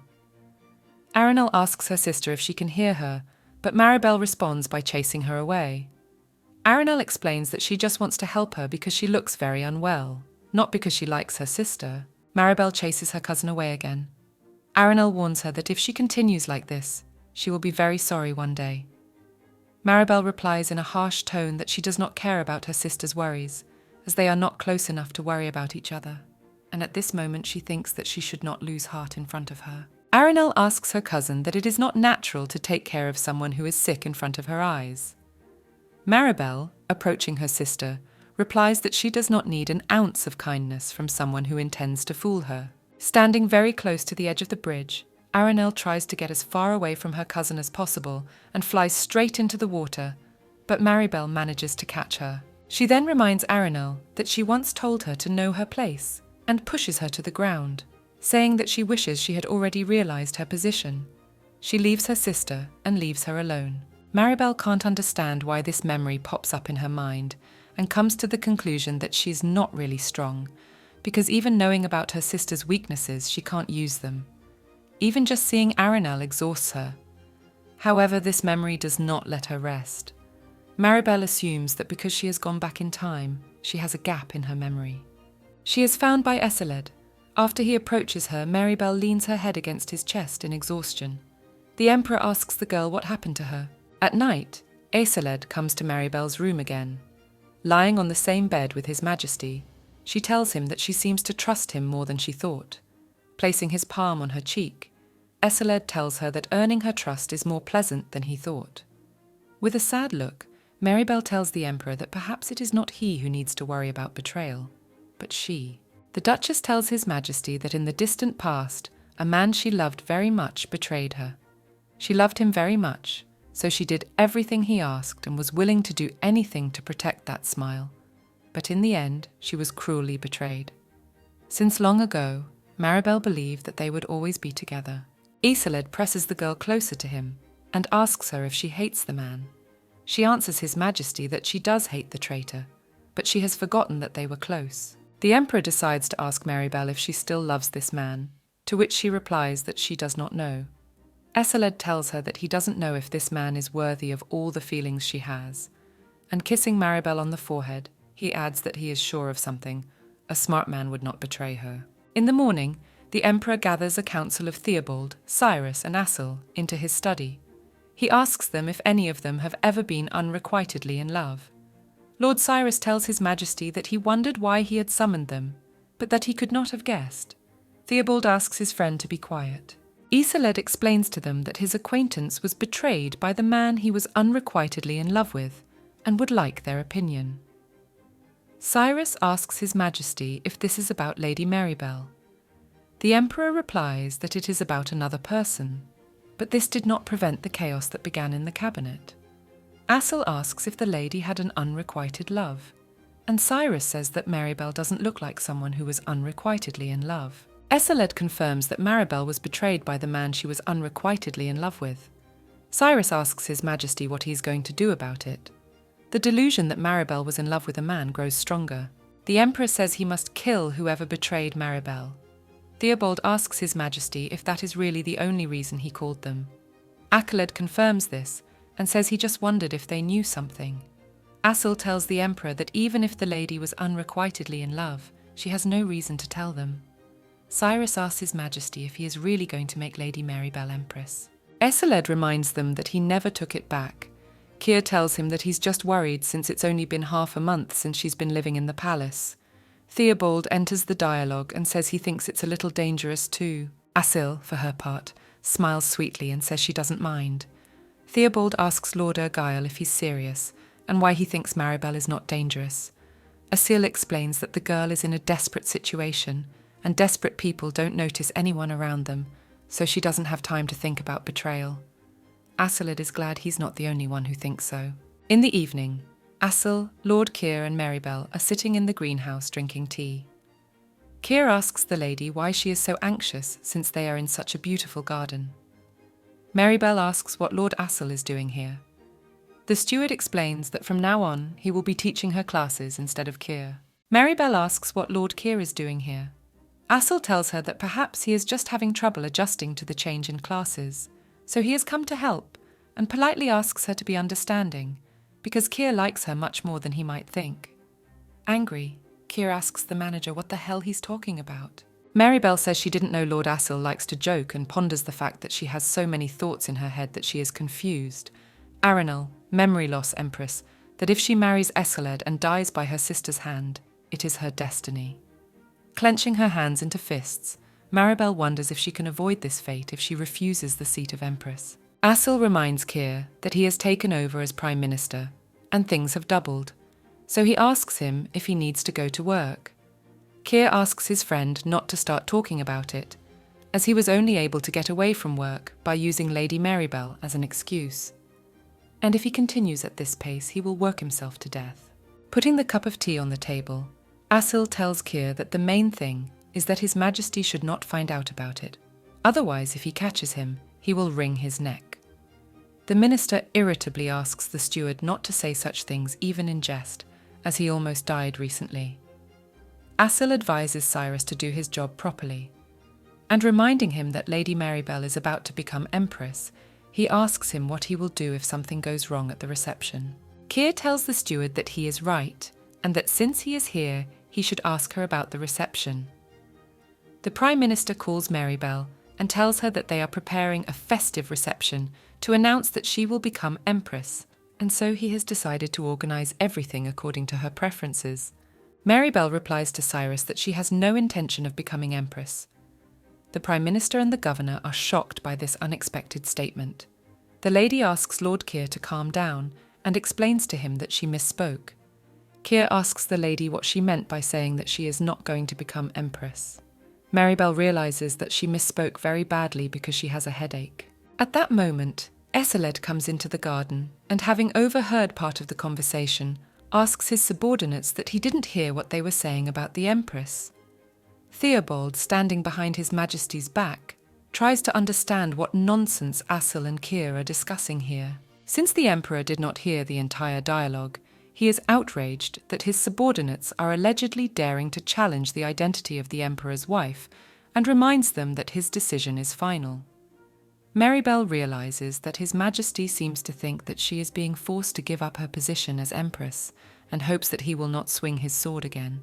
Cyrus looks at Marybelle, mentally asking her what they should do since they are all going to die. As if reading his thoughts, Marybelle looks at him and tells him that she didn't know this would happen. Keir hopes the lady will take some action. Aceled draws his sword from Theobald's sheath and tells his subordinates that they cannot behave like this with the future empress and that they are overstepping their bounds. Asel tries to correct the situation and tells His Majesty that he has misunderstood. The emperor grits his teeth in anger and blames himself for coddling them too much. Keir mentally replies to the emperor that if he continues to coddle them like this, he will soon be putting them to sleep in their graves. And wiping away his tears, he remembers that he hasn't even prepared a list of his accomplishments to write about them on his tombstone. Marybelle gets up from the table thinking that they can't all die now. Dropping her teacup on the ground, the girl tells the emperor that it doesn't make any difference because soon this event will turn into a tea party with the dead, and reminds His Majesty that she told him she doesn't want to see people die anymore. Aceled notes that it is in her nature to threaten him and asks the girl to explain what they have just been talking about. Marybelle replies to His Majesty that she has heard that there will be a feast soon and would like to know if it can be cancelled. Cyrus is outraged at what nonsense the lady is making up. Aceled asks her why she wants to cancel the reception. Marybelle explains to His Majesty that it would be burdensome for her, as it is her first reception since they met. The Emperor says that the preparations have already begun and it will be difficult to cancel everything, but if she wants to, he is willing to do it. Marybelle thanks Aceled for his understanding and thinks that he seems to have calmed down. but she needs to bring up the question of the Empress's position. Aiceled kisses the girl's hand, and noting that her hands are cold, tells her that she will catch cold at this rate. Maribel decides to say so later, and notes that it is the first time she has seen the four of them together. Afterwards, Asil returns to his office. He meets Leia inside, who tells him that the 2 poisons are ready. The girl notices that the gentleman is very red, and assumes that it is because he has been testing the poison on himself again. Asil tells her that this is not the case, and lets Leia go. The manager is left alone. He is immersed in reflection on the fact that he told Maribel not to despair. So since when has he himself become so, and finds it very indecent? Aiceled and Maribel continue to sit in the garden. The Emperor tells the lady that because of him, their tea party has been disrupted. Maribel replies that she is glad it is quieter, and remembering that Lord Asil has left them urgently because of some important business, she asks His Majesty if he is well. The Emperor suggests not to talk about Asil, and would rather hear about Maribel, as he realizes he knows almost nothing about her. The girl asks him if it is because she has not told him anything about the betrayal, and asks His Majesty not to worry about the reception, as such events are frequent and she should get used to it. At that moment, a frightened servant girl runs up to him and stammeringly tells His Majesty that everything has been turned upside down in the courtyard of the Exentium, and that they are looking for him. Aiceled gets up from the table and apologizes to the lady for having to leave. Maribel concludes that whoever has come to the palace is clearly not afraid of death. When he enters his office, Aiceled sees papers scattered on the floor and broken lamps. He notices his aunt and asks her what brings her here. Inaisa Rodain replies that it is very difficult to see her nephew. The Emperor suggests that his aunt missed the guillotine so much that she came to the Exentium and made a mess of things. Covering her face with a fan, Inaisa asks her nephew why so much cruelty. Just those idiot subordinates did not tell where he is. The second person in the Empire, the one feared by everyone, and the only one besides the Emperor, the representative of the ruling family, Aiceled's mother, Regina Theophilus. Inaisa is outraged that the servants didn't tell her anything. Aiceled reminds her that they are not on good terms enough to visit each other, and asks her why she came here. He also threatened her aunt that she would be very lucky to leave here on her own 2 feet. The woman tells the Emperor she was wondering where the hope for his bright future had gone, and suggests that she died with his mother. Aiceled smirks, suggesting that you must have missed her to talk about the dead, and offers to arrange a meeting. Inaisa notices that even though her nephew has grown up, he is still acting like a child, and asks him to stop, since she didn't come all this way to quarrel with him. Aiceled says to him that she heard that he had brought a candidate for Empress to the palace, and there were scandalous rumours, so she decided to come here to see what kind of beauty charmed her nephew. Aiceled removes his aunt's hand and says that she does not need to see the candidate, and that since she has come in vain, she will borrow a carriage. Inaisa asks her nephew what the reason for the refusal is, and assumes that he is afraid that she will gift her. Besides, she is just curious, because they are the last ones left in the imperial family, and she must see the bride of her only nephew, and promises that she will not harm her. The case with his mother will not be repeated. As she approaches her aunt's ear, Aiceled tells her that her only nephew wants to slit her throat. So why is she so cheerful? Inaisa reminds her nephew that she is a member of the imperial family, so even he can kill her. Aiceled asks her aunt if she will really think that way until the moment she dies. Inaisa replies that a wise emperor does not allow himself to regret the past. Aiceled remembers the day his mother died. Weeping over her body, he asks her to come to her senses and be patient until the doctor he promises to call. A boy runs down the corridor and loudly asks for help as his mum is dying. But no one comes to help. There is no one in the palace at all. Only then does Aiceled realize that his mother's death was planned by Aunt Aeneas. The emperor asks her aunt to leave the palace immediately, and if she does not obey, he will no longer be so lenient. With a smirk, Inaisa still leaves the palace at His Majesty's request. Late at night, Maribel strolls through the garden and picks red tulips, wondering if His Majesty will like them. At that moment, Aiceled approaches her from behind and rests his head on her shoulder. When he sees the bouquet in her hand, he asks her who it is for. Maribel replies that it is a bribe for His Majesty. Esseled says that he thought she would stay by his side without any bribe. The Emperor turns the girl around to face him and tells her that first he wants to hear who is behind the rebellion, as he wants to trust her completely.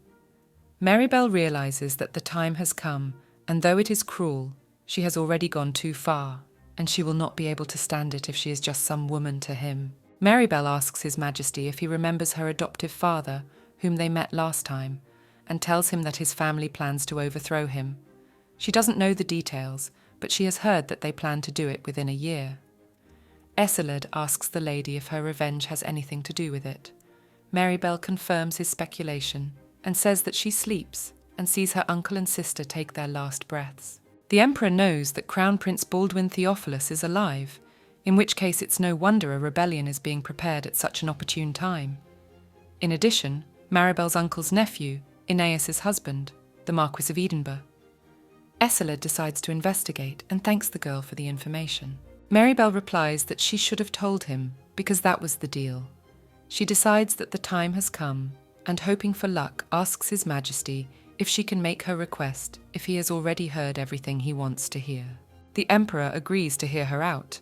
Maribel clarifies that her request is for the position of Empress. She feels she is unworthy of such an honor. The Empress is the mother of the state. She cannot handle such a responsibility. Eskeled clenches his hands in anger and says that there are no better candidates than her. But they would sit on the throne without delay, so why should he go so far? Maribel explains her position by saying that she is not a good person to be Empress. Esseled reminds her that he has been called a tyrant from the beginning, so whether she is a bad or good person is irrelevant. He asks her to tell him her real reason for refusing to become Empress. The Duchess replies that there are no other reasons. The Emperor concludes that he has given insufficient grounds for confidence, and, on Maribel's objection that this is not at all true, replies that if she so desires, she will hold a reception for the Empress candidates. The flowers that Maribel was holding in her hand fall to the ground. She thinks about how she should have said it, and decides that she should prepare 2 coffins for the traitors, for her enemy and for herself. The girl was sure she'd said the right thing, so what happened? After the Emperor has left the garden, Lord Assil comes after him. When he sees the flowers on the ground, he says that the bouquet is spoiled, but it's no big deal, as he can make a new one. He wonders what he should do with such a restless lady. Noticing that Maribel is clutching her hands tightly, Assil warns that no matter how strong the medicine is, if she does, the wound will reopen, and since she recently had the bandage removed, she needs to be careful. He feels like the lady can't do it without him because every time they meet she looks desperate. Maribel, wiping away her tears, calls the manager a trickster. Assil agrees and says it is his forte. He also notices that it is quickly getting dark, but although the moon is shining, he cannot see the Duchess's face. Assil asks the lady to give him her hand so he can examine the wound before the moon disappears behind the clouds. Maribel realizes it is dangerous to get so close to a man she doesn't know, but for some reason she wants to believe his words. Assil warns her that he will not treat her if the wound reopens. Checking Maribel's wound, the manager thinks about the fact that he promised to stay away from her only until the wound heals. Afterward, Assil kisses the girl gently on the forehead. The next morning, Theobald summons Lord Peregrine to his office and asks him to find out all about the Rodanes and whether Baldwin is connected to them. Theobald promises to find out, but warns him that it will take about 2 weeks, so he won't be able to attend. The Emperor says that he has already summoned a replacement and that Jaelin will arrive at the palace today. Meanwhile, Keir resents Lady Maribel's insistence on a gold-coloured tapestry, given that all the decorations are red. The girl explains again that she doesn't like red and wants gold. Lord Keir asks her how much it would cost to change it, and the gold tapestry is made of molten gold. Maribel asks how much it will cost. Keir tells her that to decorate the palace hall, the estate will have to be sold. The Duchess suggests that in that case she take money from her family, as they don't count money, and will give her the necessary amount if she says it will be spent in the palace. Having finished speaking, Maribel turns and defiantly walks past the newly arrived Lord Theobald. Keir is furious. He doesn't understand what is happening to Lady Maribel as she says some nonsense changing the purpose of the reception. Theobald asks his friend what he means by saying the purpose of the reception has changed. Keir explains that their lady has given up the position of empress, so Artem will be held to introduce all the candidates to take her place, so the invitations had to be redone. Theobald promises to persuade Marybelle and tells his friend to do as planned in red. Keir asks Theo if he's sure he can talk her into it, and he says he trusts him. Marybelle sits in the garden pondering why she takes her anger out on innocent people like a little child. Lord Theobald comes to her saying that he has heard that yesterday she told His Majesty something about the rebellion. Marybelle confirms this and remembers that the Emperor took her place as Empress in return. Theobald notices that Marybelle is in a bad mood and asks if His Majesty threatened her to get information, and suggesting that perhaps the Emperor did not torture her, but that she must have been psychologically traumatized. Marybelle assumes that because of her behavior, the slow-witted man thought she was under stress and that she had been tortured and threatened. The lady tells Theobald that he has misunderstood and reminds him that, as she said earlier, she should be witty, cunning and cold-blooded, but unfortunately she has failed in this task. Theobald assures Lady that everything will succeed if she strives for her goal and asks her why she is so hard on herself. He promises her that everything will be all right if she relaxes a little, as she has already worked hard enough. The Duke comes to think that Marybelle is afraid of something else, and the golden tapestry is not so beautiful, it only blinds his eyes. Assel calls the Prime Minister to his place. Keir asks his friend what the problem is and why he is avoiding people, and the invitations need to be rewritten, and they will go crazy with the reception. Assel answers Keir that he will rewrite the invitations and prepare for the reception himself, and he can go to Lady Marybelle's classes as before. Keir asks his friend why he is avoiding their lady, and contentedly asks if they have had a fight. Assel replies to Keir that it is only him who has a bad relationship with her. The Prime Minister denies this, saying that he has a good relationship with Lady Marybelle. Assel puts his hand to his friend's face and pushes him away from him, interrupting him to remind him that he is the one who most upsets the lady, so why bother with him all of a sudden? Cyrus explains that he has no dislike for the lady, but is against her becoming empress, because he is sure she will talk trash behind their backs. Assel asks Cyrus about this reception, if it's possible that the lady won't become empress. Lord Keir calls the steward a loon, and was about to give a suggestion as to why he was asking this, but Assel asks him to shut up and trembles, because he feels that his friend has revealed his feelings for the lady. But the Prime Minister does finish the question, whether he really hates their Lady Marybelle that much. A man in a black tuxedo enters the room and informs Lord Keir and Lord Assel that an order has come from His Majesty. Meanwhile, a woman in armour and long red hair, the commander of the 1st Division, Jaelin Mudd, bursts into the Emperor's office with a clatter and reports to His Majesty that she has returned. Jaelin Mudd, a knight who has emerged victorious from all battles, an outstanding warrior and a pleasant conversationalist. But such a flawless man has one flaw, and it's an obsession with war. Jaelin tells His Majesty that it's been a long time since they've seen each other, but he's as attractive as ever. Eseled asks the knight to stop talking nonsense and sit down. Jaelin puts her helmet on the table and asks the Emperor why he summoned her to the palace in the middle of a sea battle. Taking a seat next to Keir, she asks if the butler knows the reason. Lord Keir sullenly replies to the knight that he is no longer the butler. Eseled orders Jaelin to return to the capital. She asks His Majesty if he wants a temporary truce, or if the reason is that he is dismissing her. Jaelin is shocked by this news, and in a depressed state, she tells His Majesty that she understands, and that the dismissed disgrace of all mankind will go home, take a shower, and go to bed. Theobald asks the knight to listen to the end, and informs her that from today she is the commander of the guard. As she signs the document, Eseled adds that her main task now is to ensure security in the western palace of the Callans. The Emperor releases them with the words that Theobald will tell her the rest. At this time, Marybelle is picking gypsophila and hydrangeas in the garden with the hope that His Majesty will like it. The girl thinks about the fact that this is her first time going to him by herself, but to ask him to see her from time to time, for sometimes it would be necessary to be about straightforward. When Jaelin enters the garden, she is outraged that her body is already soaked in salt, and that His Majesty has brought her to tears, suggesting that the Emperor is going to make pickles out of her. Theobald slaps the knight on the back and tells her that it's unlikely and that it's good that she wasn't fired anyway.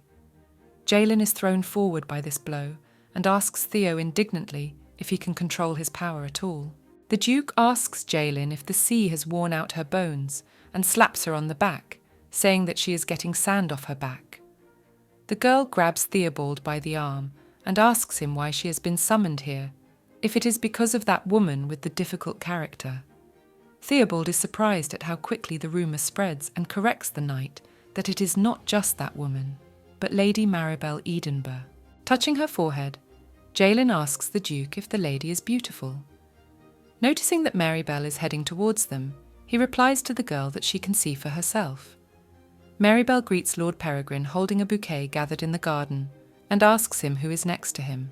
The girl bows to Jaelin Mudd, the new commander of the guards. Theobald explains that he is going in search of Crown Prince Baldwin, so from now on she will be accompanied by someone else. Maribel asks the Duke who it will be and notices that he is very excited. With an embarrassed smile on his face, Theobald replies that she will be guarded by a somewhat easygoing but honest and friendly man. So he asks not to worry as he thinks they will get along. Maribel notes that he seems to like the man very much. Theobald casually replies that he does like him, and realizing that he has spoken, blushes and covers his mouth with his hand. Laughing, the lady tells Lord Peregrine that he seemed very happy to tell him about this man, and realizes that it seems to be unrequited love. Maribel tells Lady Mudd that it is a pleasure to meet her, and that Lord Peregrine has told her a lot about her, but did not know that Jaelin is a woman. The knight asks the lady where she heard about it. Grabbing Theo by the collar, she asks him if he told Lady Maribel that she is a woman. Lord Peregrine denies it and asks Jaelin to let him go. Lady Mudd demands it again, looking her straight in the eye. Maribel realizes that it was a secret, and excusing Lord Peregrine tells the knight that it seemed obvious to her that she was a woman once she returned to the capital, and apologizes if she had offended her. Jaelin tells her that she's not offended at all, just thought it was Theo who blabbed, and, with permission to introduce herself normally, tells Lady Mudd that Jaelin is at her service. Maribel tells Lady Mudd that she is happy to meet her too, and hopes they get along. She asks Theo and Jaelin if they know where His Majesty is at the moment. Theobald tells Maribel that the Emperor is at a meeting with the ministers and advises her not to go there, as the fact is that there are rumours about them, so it is not a pleasant situation. Maribel remembers that she became the Emperor's woman only because of the scandal, and asks Lord Peregrine to show her the way. On the way to His Majesty's house, Theobald and Jaelin argue over who will open the door.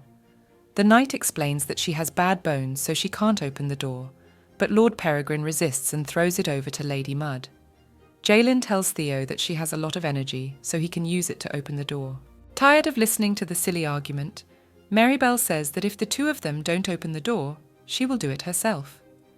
Jaelin, startled, replies to the lady that they will do it themselves right now and asks Theo to open the door. Without any objection, Theobald does as he is shown. The door creaks open. Maribel enters the office, noting that even in the conference room there is a chandelier hanging. Aicelid asks Theobald and Jaelin what happened.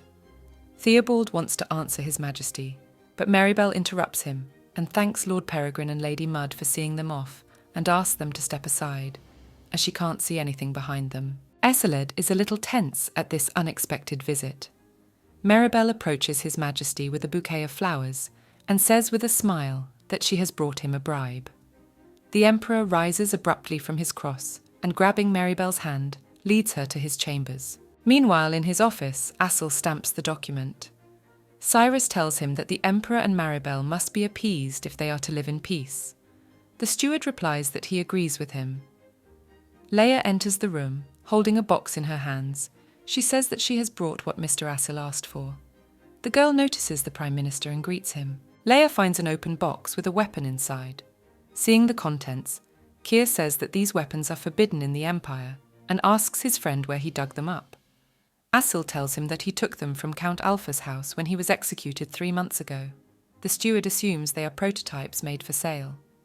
Keir takes one crossbow in hand and wonders what they might be used for. Asil suggests that perhaps Count Alpha was preparing for war. Keir asks him indignantly if he knows what he's talking about. Asil replies to the Prime Minister that he naturally understands, and it is his job to get rid of His Majesty's enemies. The governor praises Leia for her excellent work and says he will send the weapon to His Majesty. Heading to his chambers, Eseled warns Maribel that his aunt will be at the reception and asks her not to listen to anything she says. The lady replies to His Majesty that she should not worry about her, as she only listens to him. The Emperor tells Belle that he knows this, as she cannot lie. Maribel looks down at the floor and assures His Majesty that it is not a lie. Coming closer to Lady Maribel, Eseled asks her why she refused to be Empress since she trusts him so much. He doesn't want to push, but he still needs to know the reason for her refusal. Maribel replies that she is just afraid of him. Everything about him scares her. Eseled is so distant from her, and it makes it seem that one day he will just drive her away. The man known as a tyrant puts the lady in awe. She fears his concern will break her. Eseled asks Maribel to give him the flowers and says that there is no difference. The flowers from her and his gifts are equally valuable to her, and it is all for her sake. Kissing the Emperor on the lips, Maribel replies that it will be profitable to dedicate her life to him, for she thinks she is also a valuable gift. On the day of the reception, His Majesty Emperor Theophilus and the first daughter of the Edinburghs arrive at the event. One of the women arrives and starts to discuss whether the girl next to him is really the candidate, as they think she is not that beautiful. One of them asks the lady next to her if she knows why the reception was organised, if this girl will not be the Empress. She is told that if she had refused, she would not have come to the reception, and she is even walking under the arm of His Majesty. As she passes by these ladies, Maribel compares them to chirping sparrows. Eseled asks permission to ask Lady Edinburgh to dance. Maribel gladly agrees. As she dances, she notices that there are more than 300 people here, but there were 250 invitations. The Emperor explains that he rarely attends receptions, and some of them had to use all their connections to get here. He adds that the Rodins rarely come as well. Maribel asks His Majesty if she is the reason for their arrival. Eseled replies that he doesn't know the answer to that question, so he will figure it out later. As she continues to dance with Eseled, Maribel reflects on the fact that no matter what they talk about, flowers seem to grow around them. Their conversations are more interesting than any novel, and she hopes that these flowers will bloom for a long time and that it will never rain. Left alone, Maribel accidentally bumps into Inesa Rodaine and spills wine on her dress. Someone behind her is outraged that she would dare do such a thing to His Majesty's aunt. Grinning, Inesa says that now she has a man in her life who dares to spill wine on her dress. Maribel apologises for the misunderstanding and promises to tell the maid to prepare a new dress. Inesa replies to the lady that she doesn't need to ask anyone to do that, as she has a change of clothes with her, so she offers to go with her. Maribel agrees to keep the woman company. She realises that she can't go wrong, as this viper bites. During the conversation while Inesa was changing into a new dress, she learns that the girl who ruined her dress is the same Maribel Edinburgh and tells the lady that she wanted to meet her. She was very curious about the woman who was caught in a scandal with her only nephew. Maribel replies that this is true of itself, for she is also of the Edinburgh family. She realises that the lady is laughing at her because of the scandal. Putting her glass on the table, Inesa says that she wonders what Maribel likes about the Emperor, and although she is his aunt, she decides to say frankly that His Majesty has no outstanding qualities, so she asks her if she can be his support in life. Inesa also mentions that she thinks his cronies are worthless, and that he refuses to talk to her because he is so arrogant. Maribel replies to Lady Rodaine that she doesn't really know what she's getting at. Inesa asks the girl if she really didn't know that there was a rumour that Aseled had killed his brothers and taken over everything. Meanwhile, Lord Asil escapes from the reception from the girls surrounding him and from the silver-haired one he is obsessed with, namely Maribel. At the reception, one of the invited girls approaches the steward and asks Lord Argyle if he likes Lady Edinburgh's dress and whether he thinks it would suit her. Asil doesn't listen to her at all. He apologises to the lady as he has an urgent matter to attend to, so he has to leave for a while. Asil decides that he needs to get rid of this unnecessary attachment. Turning around, the steward sees Lady Marybelle with His Majesty's aunt. He reflects on the fact that it was expected that Aeneas would try to get close to her, but things have taken a serious turn since they left the ballroom, especially since Lady Marybelle is now being discussed throughout the Empire. Even though she knows that Aeneas won't hurt her, Assel wants to grab her arm and stop her, but she doesn't dare and just does what she has to do. Lord Assel reports to His Majesty that the lady and the Marquis's wife, Rodaine, have gone to the common room and asks why Aeneas is taking her there. Esseled assumes that his aunt wants to find out his weakness or to get Marybelle on his side, or both. He hopes his aunt doesn't say anything stupid. The Emperor calls Lady Mudd to him. When he sees her with a glass of wine, he reminds her that he has forbidden her to drink alcohol. Jalin replies to His Majesty that she is allowed to drink a little. Akeled rises from his throne and asks her to stay here while he is away. Marybelle asks Madame Rodaine if she knew about the rumour that the current emperor killed the previous emperor. Inaisa replies that of course she knows about it, because how could she not? The emperor died on the battlefield. Jalin Mudd was also in that war. Death in war is commonplace, however this is different. In that devastating war, the emperor died, and Battalion Commander Jalin became Esseld's loyal right hand. In short, Esseled could order his followers to kill the emperor. Of course Aeneas doesn't want to believe these rumours and asks Lady Edinburgh what she thinks about it. Marybelle says that she doesn't even know what to say. She wonders why these rumours have spread. It's scary, but what can she do?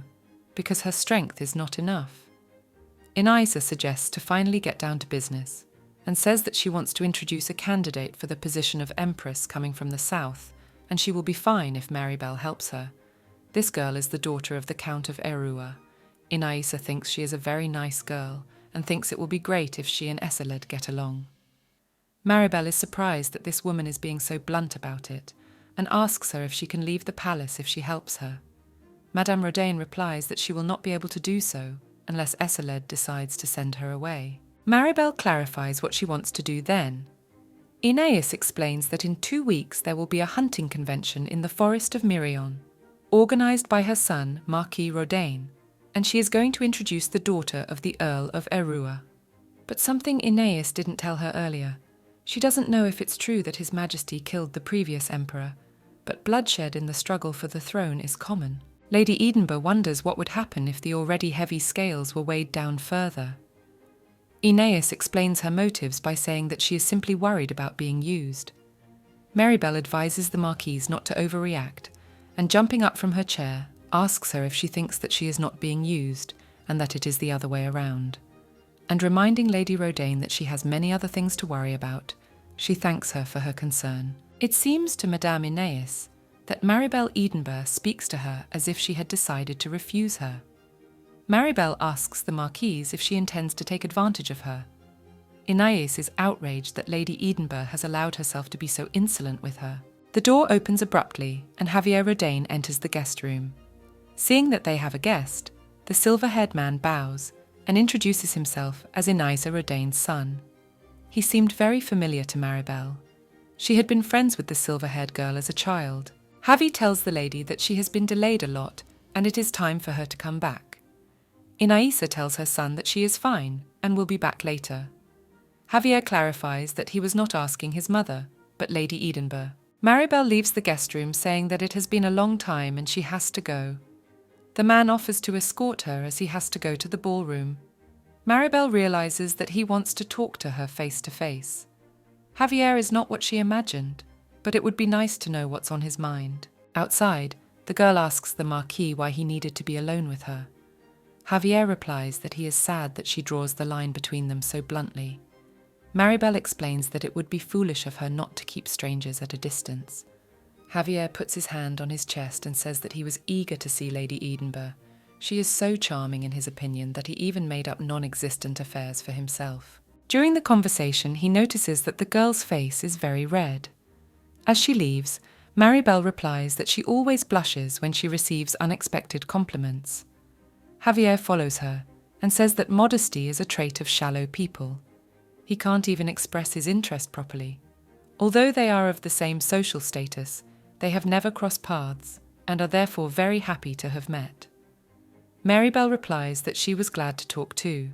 Javier says that he hopes she will remember him.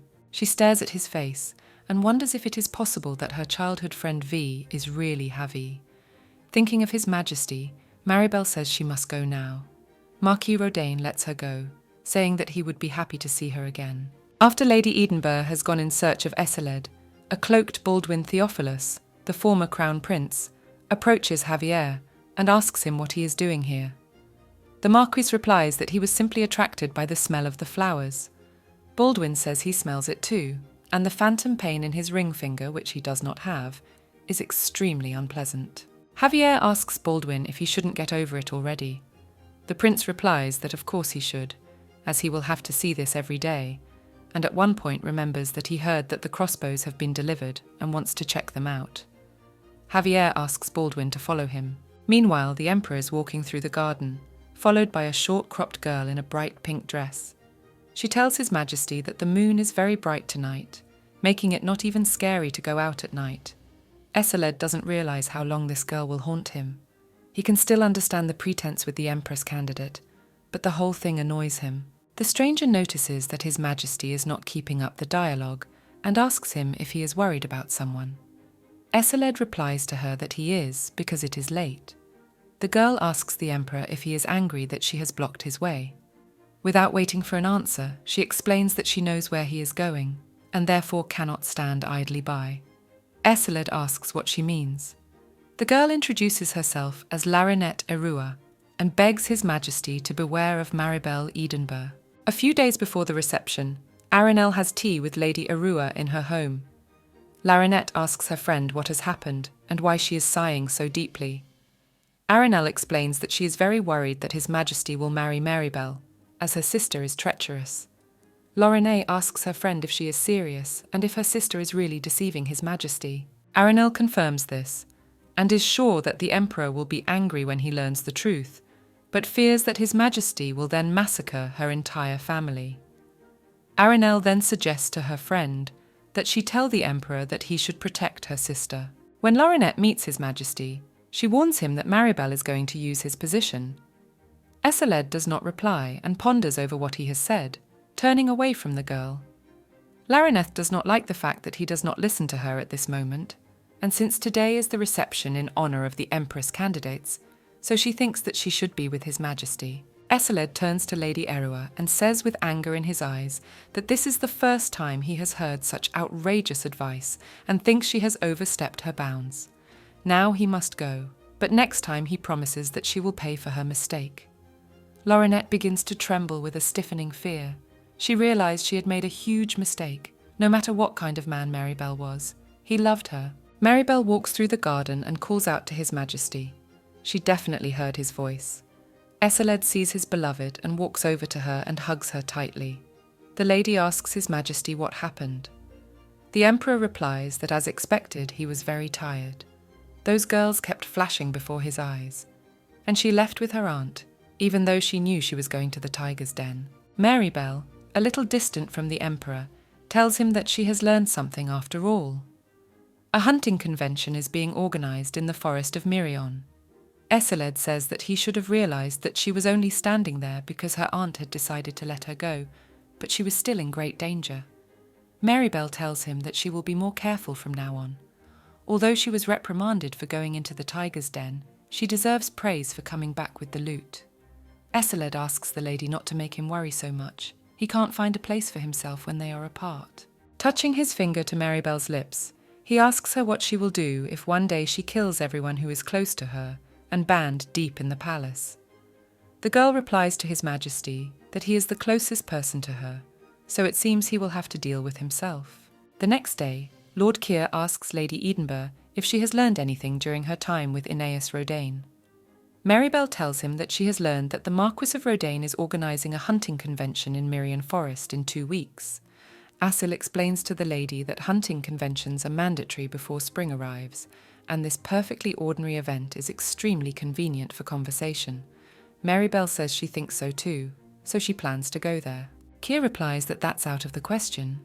If she wants to go, she has to be accompanied by at least 2 people, but they're short-handed at the moment. Placing her teacup on the table, Maribel says that Peregrine and Lord Mudd can go with her. The Prime Minister replies that Jaelin won't go, and besides they have to go to a meeting with His Majesty. Assel denies that they need to go there right now since they have plenty of time. Keir takes the steward away, explaining that as subordinates they should already be sitting there when His Majesty is affected. Assel asks his friend to stop and chill out because he's not himself right now. Keir asks the steward if he's serious and doesn't understand why he left so quickly. He reminds him that Jaelin almost died once while accompanying His Majesty. Hunting is dangerous. It's not hard to kill once and make it look like an accident. There's no guarantee the lady won't find herself in the same situation. Assel tells his friend that he fears it himself, but he didn't think he'd worry about it. Keir explains that he is not such a heartless man and is already better than him. Duke Lorenz interrupts their argument, and bowing says that he didn't expect to see them here. Casual meetings are rare in the palace, but he is glad to see Lord Rebane and Lord Argyle. Raising the Duke's hand, Keir replies that he too is pleased to see them and has heard that he is the new personnel manager and asks if he is doing a good job. Lorenz replies that he doesn't like being with them, but he is trying for His Majesty Theophilus. Cyrus notices that the Duke is in a good mood and threateningly warns that His Majesty values hard work over loyalty, so it will be hard for him to please the Emperor. In the background, Assel starts laughing but tries hard to hold back. As they leave, Cyrus sarcastically says that he will wait for their next meeting. Duke Lorenz gets nervous and thinks that the Prime Minister obviously hates him. Keir asks his friend why he's laughing like a horse. Assel explains his reaction by saying that he thought it was funny the way he was talking to Duke Edinburgh and asks him why he disliked him so much. He has not seen Keir dislike someone so much in a long time. The Prime Minister decides to keep silent, and remembering the day when Maribel drew her sword on Duke Lorenz, he thinks that he doesn't know what happened between them before, but the lady is clearly hostile to her uncle. Cyrus asks Assel not to laugh as it annoys him. One day, Larinel's family is visited by a tax inspection. The girl's father is furious. He thinks that the king has gone mad from old age. It's obvious to him that the Erua are up to something with Theophilus. His wife is angry that the government is going to send their eldest son Rakilt to the front line. If he dies there, what will happen to them? The man wondered why the Emperor had become so ruthless. Larinel, sitting on the floor and clutching her hands, thinks about how this is her fault. She decides to visit her friend. Arenal asks Larry why she is so late in coming to see her. Larinel asks Lady Edinburgh what she should do, as she told her she had advised His Majesty to be careful with Miss Maribel, but he said he would punish her. Arenal coldly replies that he who has sinned must be punished. Biting her nails from stress, Laurinette realizes that her friend has abandoned her, but going to beg His Majesty for mercy is too scary. She thinks of doing the same to Miss Maribel. The next morning, Maribel heads to Esseled, accompanied by Jaelin Mudd. On the way, they meet Lord Keir with a large stack of documents. He asks Jaelin to take some of the documents and go with him. Lady Mudd replies that she is not a footman and calls Keir a weakling.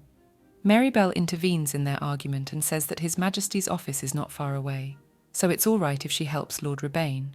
In that case, Jaelin says goodbye to the lady. Maribel peeks into the Emperor's study. Esseled is signing some documents. He notices that she never comes in first without a reason, and asks her what is wrong. Maribel comes closer to His Majesty's table and tells him she wants to ask him something. Esseled kisses her hand and asks her to voice her question.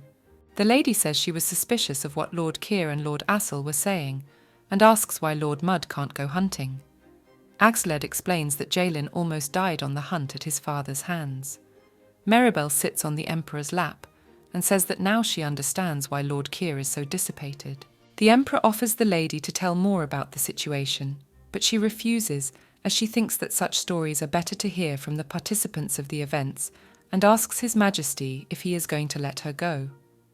Esseled lets the girl go, saying that he has work to do too. Maribel says she will come back to spend more time with him. Jaelin tells the lady that the Mudd family are adherents to the idea, rare even in the Empire, that men are superior to women. Jaelin's father condemned everything she did as a girl. As if he wanted to get rid of the burden that blistered his eyes, he sent his daughter to the Order of Knights. It was there that Jaelin first met His Majesty. Esseld was looking for supporters to back him, and she caught his eye.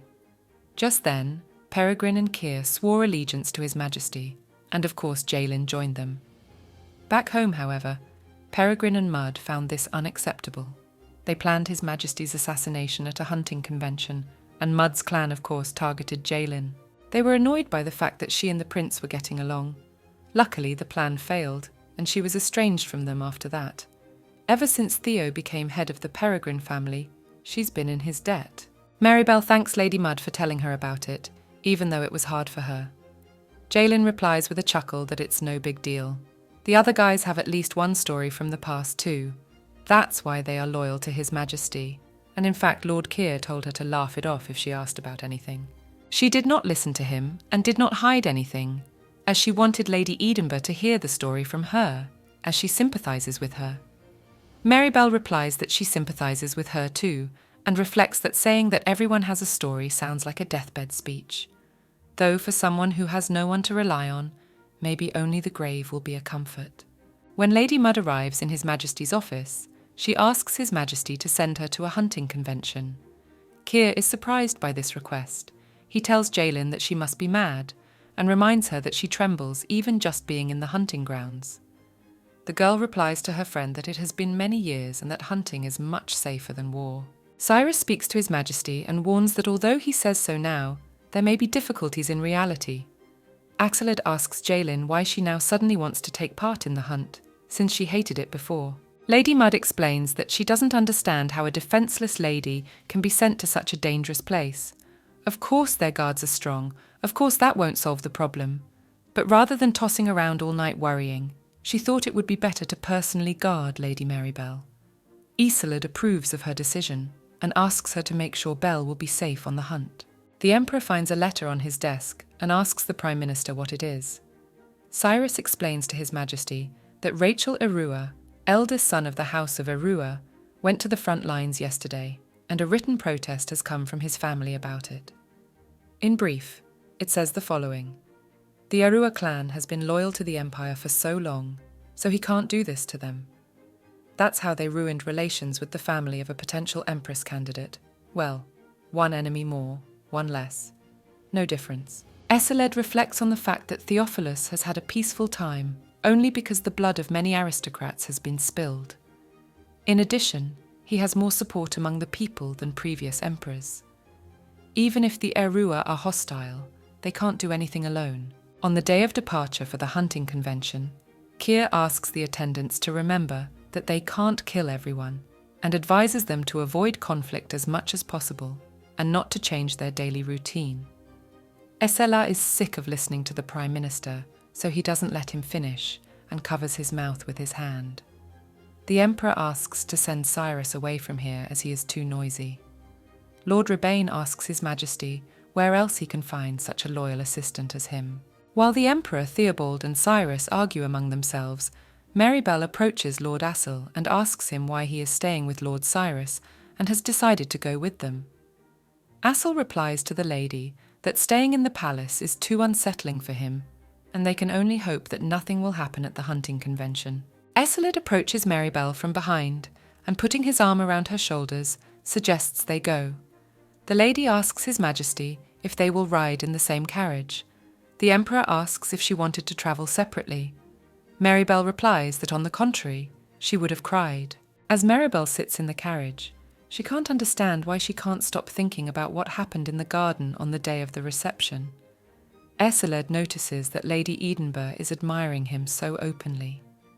Blushing with embarrassment, Maribel excuses herself from looking at him. In that case, the Emperor asks to see him now. Maribel replies to His Majesty that she will not look at it for the reason that she will sleep. Since last night, Pipo asked him to help her pick out a scented oil, so she hardly slept at all. Eseled asks the lady if she has decided to leave him and go to sleep, and kisses her on the cheek. Maribel calls His Majesty a scoundrel. The Emperor confirms this and reminds her that he is actually called a tyrant. The girl replies that perhaps the most unbearable thing about him is his appearance. Eseled thanks the lady for the compliment and says he doesn't know how she got Jaelin to do it, but she's a model, because Lady Mud doesn't listen to orders at all, and the forest of Miraeon is very dangerous, so she asks her to always be there for her. Maribel is surprised, since Lord Mudd doesn't look like someone who doesn't follow orders. Esseled explains that she just doesn't know Jaelin yet, because if she is sent to the battlefield, she has to rethink her military strategy. She just destroys everything around her without even looking at who's on whose side. It was the same situation this time with the chase. Maribel asks what kind of chase she's talking about. Esseled replies that the chase was for the bloody crown prince, Baldwin Theophilus. That day, Theobald finds Jaelin in the woods in the pouring rain, with blood on her face and sword. Lord Peregrine asks her to pull herself together, and asks what kind of desertion she has arranged. Esseled asks Theobald to step aside and gives Jaelin one chance to justify herself and explain what happened here. Lady Mudd replies to His Majesty that she was after the Crown Prince. Placing his sword on her shoulder, the Emperor gives her one chance to prove her innocence and asks where Baldwin's head is and wants him to bring discipline to the army, valuing her life. Jaelin shows His Majesty the finger with the ring of the first Emperor. Esseled is surprised that they brought him a finger instead of a head, but praises Lady Mudd for bringing him the ring and allows her to return to the capital. Esseled and Maribel arrive at Lord Rodaine's estate. The Emperor meets Javier at the entrance and remarks that he has picked up a beautiful decoration. Rodaine replies to His Majesty that this is mere flattery, and he is embarrassed that the Emperor has come to such an unkempt place. As he leaves, Esseled warns that he does not like to be worshipped, and if he understands this, he will figure out how to keep himself alive. Javier stops His Majesty by saying that the Empress candidates who were at the last reception are here. Maribel wonders if Lord Rodaine means that they should not enter together. Taking the hint, the Emperor enters first. Javier tells His Majesty that he hopes they have a good time. After the Emperor and his subordinates have left them alone, Maribel asks Lord Rodaine if he really wanted to be alone with her this time. Javier explains to the lady that she has misunderstood, but he is glad that they have the opportunity to spend some time together and holds out his hand to invite the miss to take her inside. Maribel walks in and notices her cousin Aranel and His Majesty's aunt, Inaisa Rodaine, nearby. The lady decides not to worry about it, as it is a waste of emotions. Maribel comes to the table and takes a glass of green-coloured liquor from the table. Javier takes the glass from her hand, saying that it is too strong for a lady, and reproaches her for not knowing anything about alcohol. Maribel recalls that her friend Vi said a similar phrase to her as a child. She told young Maribel that what was in the mug was too bitter for her, and also reproached her for not knowing anything about tea. Maribel asks Lord Rodaine if he is the friend from her childhood. Javier is pleased that she finally recognises him, and asks if she wonders why he left his mother and came to her. Maribel asks Lord Rodaine why he has been hiding his identity all this time. Javier explains that no one should know about their liaison, and says he was very surprised to hear about her and her becoming Tyrant's bride. He reproached himself for never having made contact. Javier finally tells Lady Edinburgh that she can do as she pleases, but asks her not to trust the people in the palace too much. Maribel asks what he means, but Rodaine only replies that he feels that if he spends even a second with her, his mother might notice them, so he says goodbye to the lady. Maribel tries to stop him to explain a little, but she fails, and Javier hides in the crowd. Her head starts to hurt badly, so she decides to lean on the edge of the table to keep from falling. At that moment, Larinette is watching her from around the corner. Maribel sees a flashback from a past life again. An angry Lord Rodaine comes to her and tells the lady that Aranel is hurling insults at her behind her back. The lady replies to the Lord that she knows this because her sister is angry with her because she wants to marry His Majesty, but she ended up being a candidate for Empress instead. Javier says that Aranel herself knows that it was not her plan to become Empress, and yet she dares to spread dirty rumours. He asks Lady Edinburgh if she knows how dangerous this position is, since Larinette Erua, who was a candidate, is dead. Maribel replies with a smile that she knows that, but she is still alive, and Aranel will be fine once she calms down too. Until then, she just needs to keep a low profile. Javi sighs, asking the lady what she plans to do while Aranel is angry. Maribel replies that she doesn't know that, but there's a hunting convention coming up, so lurks in the palace and asks Javier if he'll visit her to save her from boredom. Lord Rodaine says he heard about her giving up everything to live here, but didn't know it was that bad. He asks the lady to rest and promises to visit her later. Then Maribel was very upset at how rude Javier was about Aranel, and 3 months later she killed her. The girl comes to shock after the memories are over and ponders that in the past she was an empress. Because of that, she and Arenelle quarreled, but she is still curious to know why this time Javier warned her to beware not of her sister, but of the people in the palace. She tries to remember if Arenelle killed Larinette. At this point, Lady Arua comes up to Maribel and asks her if she's all right, as she doesn't look well, and offers to go out for some fresh air. Maribel thanks Larinette for her concern and offers to keep her company. Walking around the grounds, Lady Arua asks Maribel if she has any chronic illnesses. She replies to Larinette that she has none, just a sudden dizzy spell. Noticing how nervous Lady Arua is, Maribel seems to have something to say to her. She decides to encourage her to do so. Maribel thanks Larinette for her help, but now she has to go back. Lady Arua asks her to wait as she has something to tell her. Maribel agrees to listen. At this time, Lord Astle is strolling through the garden. Maribel hears someone's footsteps and comes out of the bushes to see who it is. This startles Astle, who sees Lady Edinburgh in front of him. He blushes and asks her why she has come out of there. Maribel explains that this place is unfamiliar to her, and that is why she was lost. Shaking off her dress, she tells the steward that she is glad she met him. Astle notices that the lady is in a good mood. Maribel asks if it's really that noticeable and explains that her mood is really great. The problem is that it shouldn't be. After Maribel gave up the position of Empress, His Majesty met with the candidates. She thought it didn't bother her, but it seems she was mistaken.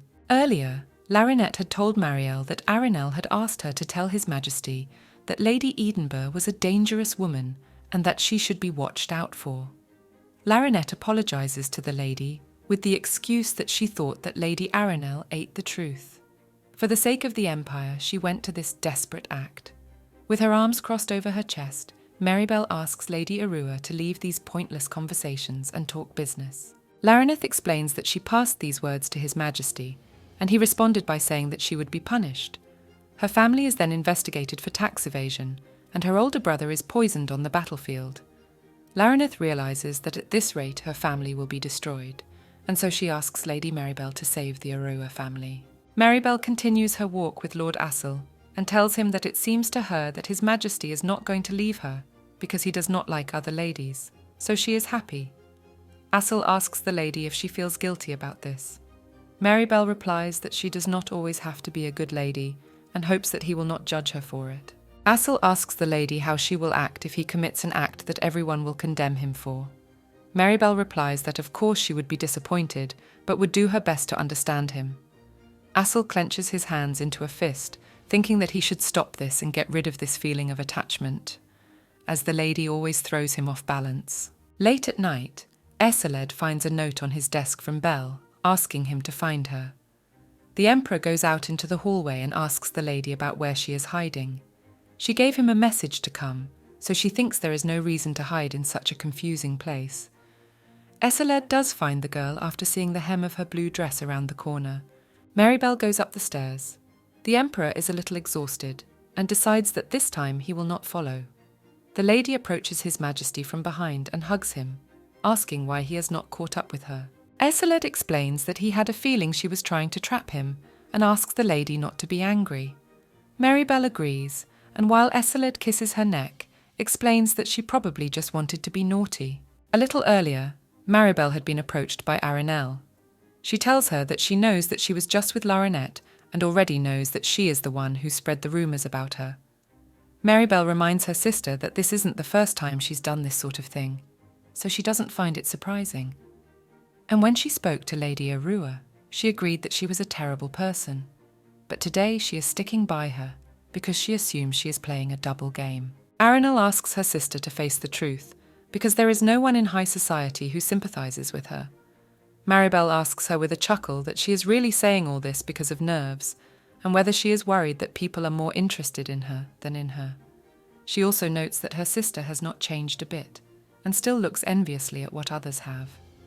Maribel explains that she doesn't care what people think of her, but she assumes that Arenelle is involved in such unpleasant matters. Arenelle asks her sister why she is so kind and caring if she doesn't care about other people. She doesn't say anything about His Majesty and other people, but says it doesn't matter so Maribel can't trust others anyway.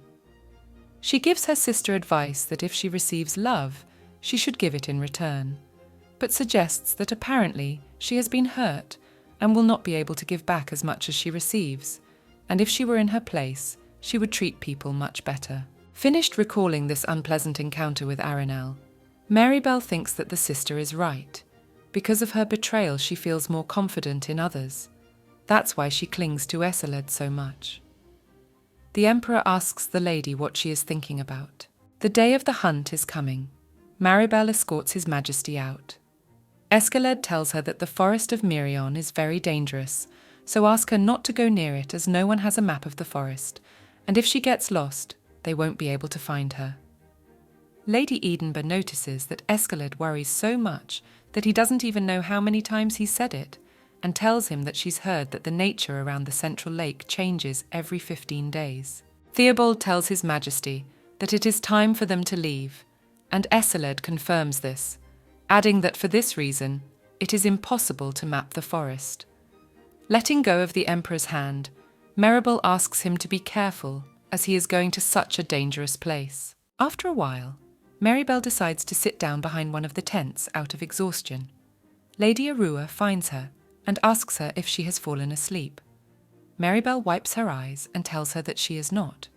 It is just that the weather is so nice that she decided to cover her eyes for a while and asks the lady why she is here. Larinette replies that she too thought it was a nice day for a walk together. Maribel asks her if she knows where Lord Mudd has gone. Larinette replies that they are together with Lord Argyle picking berries. In that case, Maribel suggests that Lady Arua go for a walk together. While walking, Aranel asks Lady Edinburgh if this is the first time she has been to the Riederil lands, and after her reply that it is indeed her first time here, she says that she has never been here before either, as hunting conventions are not usually held in the Mirion forest. Maribel assumes there must be some reason for this. Lady Arua asks Lady Edinburgh if she knows that after the scandal with her and His Majesty, the Edinburgh household held daily receptions exclusively for the most noble aristocrats, and that the Edinburgh family holds secret meetings. Maribel finds it suspicious that secret meetings are taking place in her family's home at a time like this. The connection between the rebellion and the Edinburghs grows stronger. Maribel decides to ask Lady Urca if she knows who has been invited. At that moment, Aranel comes out of the trees and crosses her arms over her chest, asking the girls what the two of them are doing here. The night before the hunt, Aranel walks into Lord Rodin's office and asks him if he is writing a letter to her father by any chance. Javier replies that His Majesty is here, so nothing can be done, and asks her if she is doing a good job. Aranel reports that she met Maribel in the banquet hall and said what he asked her to say, namely that she could never trust other people, but heard nothing back. Javier calls it cruel behaviour. Aranel explains that her sister is even worse, so it's okay, plus Maribel knows she loves His Majesty, but does it anyway. Lord Rodin pulls a ruby ring from his jewellery box and throws it to the girl as a thank you for her help in the future. Aranel says she is doing a good job and asks him not to make any mistakes in return. The next day, Aranel calls Larinette and her sisters walk a fox meeting and asks them what they are planning this time. Maribel asks her sister a counter-question about what she is here for. Aranel explains that she is here at Javi's request, checking to see if their guests are doing well. Seeing her former friend, Aranel tells Larry that she knew she was shameless, but not to this extent. Maribel finds it surprising that her sister attacks Larinette when she is around. Aranel asks Larry if she likes living like a rat, but she hates the thought of it. Maribel explains to her sister that she's being silly and that Lady Arua is free to choose what she wants to do. Aranel asks her sister why she is not behaving the way she used to because she has always had such a character.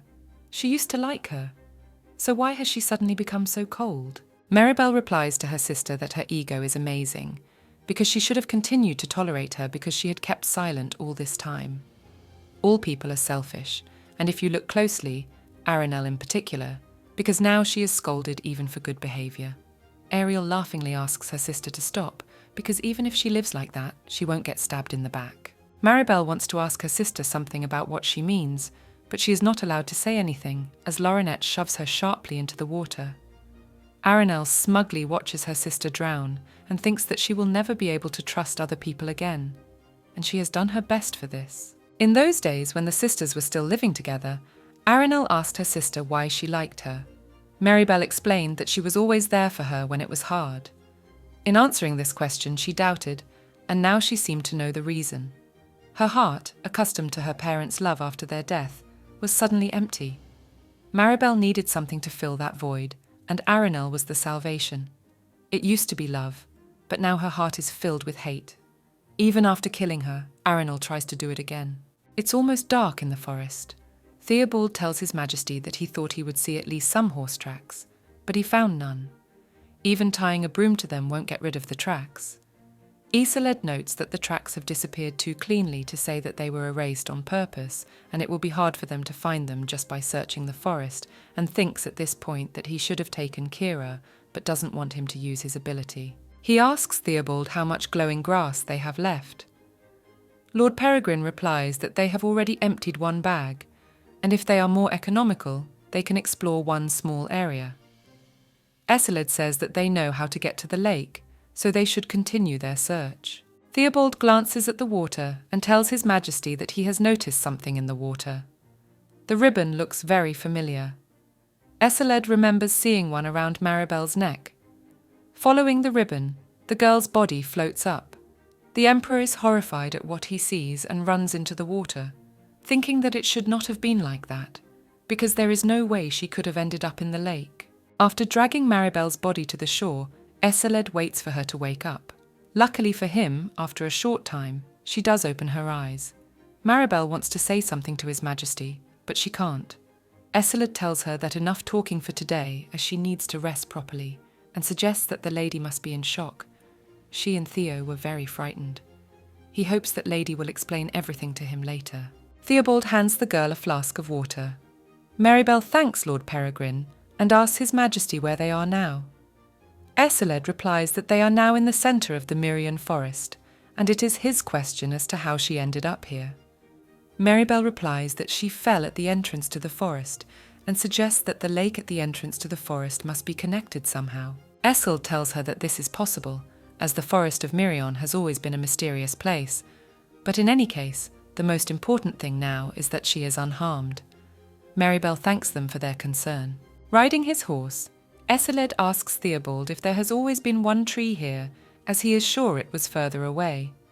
Realizing that the forest surroundings have begun to change rapidly, Theobald tells His Majesty to get on his horse. Isolde puts Maribel on the horse, saying that they must get out of the forest before sunset at all costs, for if the landscape changes, they will not be able to do so. The animals are scared too. They remember the way they came, so they have to gallop back. It's almost dark outside. Passing by the trees, Theobald warns His Majesty to be careful in certain places. Eskeld advises Maribel not to look down, or she will fall. Lord Peregrine reports to the Emperor that there is no more road, and asks which way to go next. Isolde orders a left turn, but on this road they encounter a trap, and an arrow flies past the Emperor's head, and luckily gets stuck in a tree. Isolde has time to react, and asks Maribel to come to his head. At that moment another arrow flies over their heads. Theobald tells His Majesty that these arrows are from crossbows. Isolde guesses that the crossbow fired when Theobald cut the branch and the shots were automatic. He asks Lord Peregrine if they can gallop around avoiding traps. Theobald explains that it will be difficult since Lady Maribel is with them. The girl admits that she is a burden to them. Theo excuses himself to her, saying that he did not say it out of bad intentions, and apologizes for it. Maribel replies to him that it is all right, because his main task is to protect His Majesty. Seeing Lord Peregrine's assembled bag, the lady decides to ask what is inside. Theobald opens the bag and shows her the glowing grass. Isolde explains that they use it to see the road at night. It was given to them by the Marquis of Rodaine. When Maribel hears the familiar name, she thinks about how many secrets there are. It seems as if everything is Javier's plan. Theobald tells His Majesty that the sun is setting and they must hurry. Maribel asks Lord Peregrine if there is a place to hide nearby. Isolde asks her what she is up to. The lady asks to be left here. Theobald again reminds His Majesty that it is almost dark, and it will be harder to avoid traps at night, and he approves of Lady Edenbane's idea to stay, as even alone it is hard to avoid arrows, but with her it will be doubly dangerous.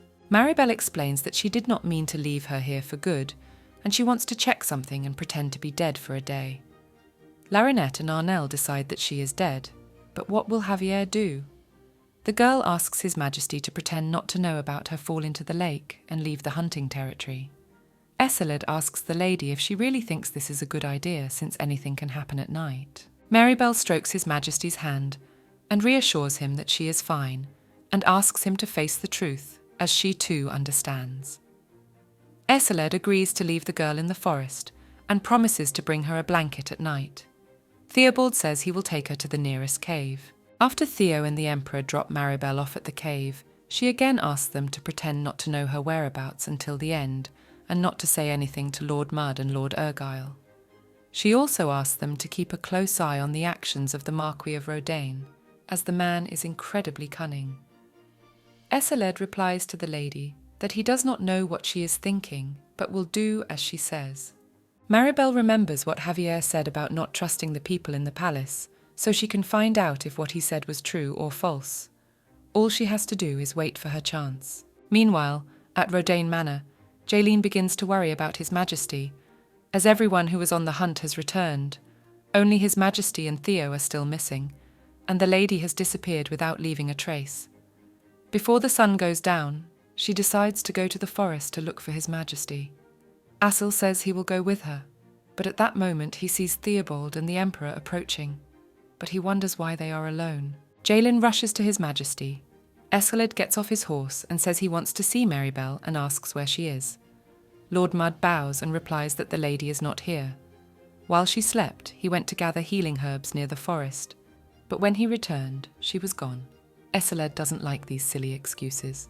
At that moment, Lord Rodaine comes out to them, saying that he wanted to send men after them, but that he was worried for nothing. Esseled notes that the Marquis is still as skilled in sweet talk as ever. Javier asks His Majesty if he has seen anyone else in the forest. The Emperor answers that it is difficult for him to answer this question, but he does not advise sending men there to look for someone, as he will be forced to stop them.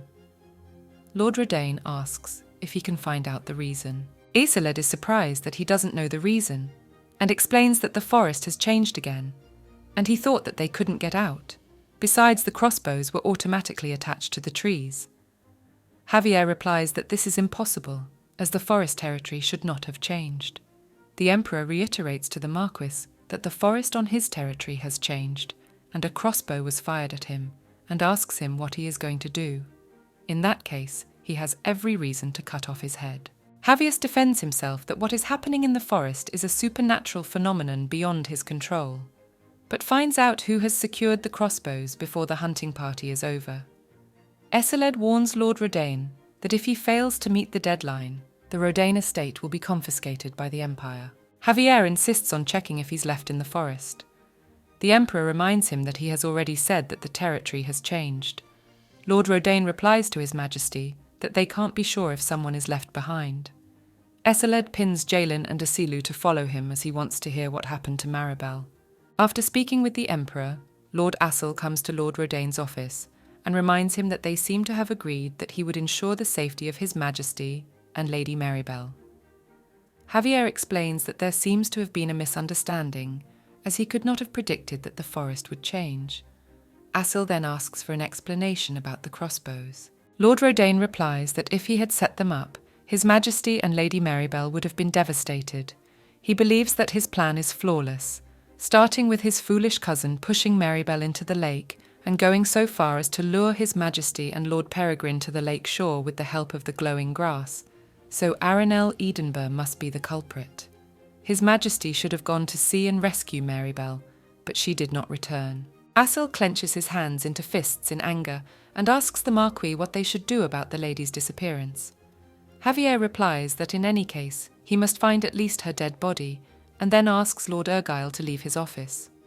Assel approaches Lord Rodaine and warns him of the severe punishment he will suffer if Lady Maribel does not return, not Rodaine.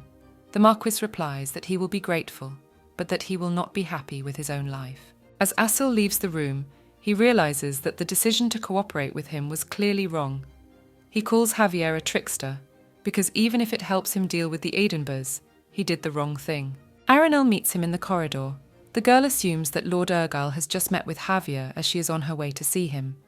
Assel confirms this and notes that Lady Edinburgh seems drunk. Aranel tells the steward that she was overjoyed when she heard that he had agreed to cooperate with them.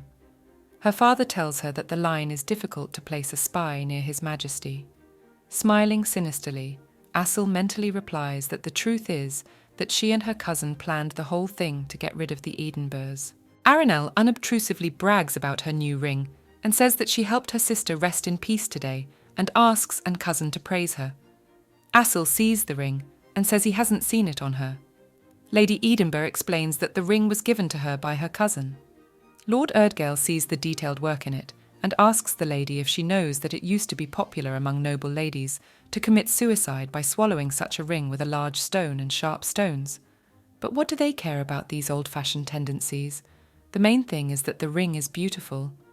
He asks the lady not to worry, because she doesn't think that her cousin gave her the ring to kill herself. Assel walks away from Aranel, and Theobald is waiting for him.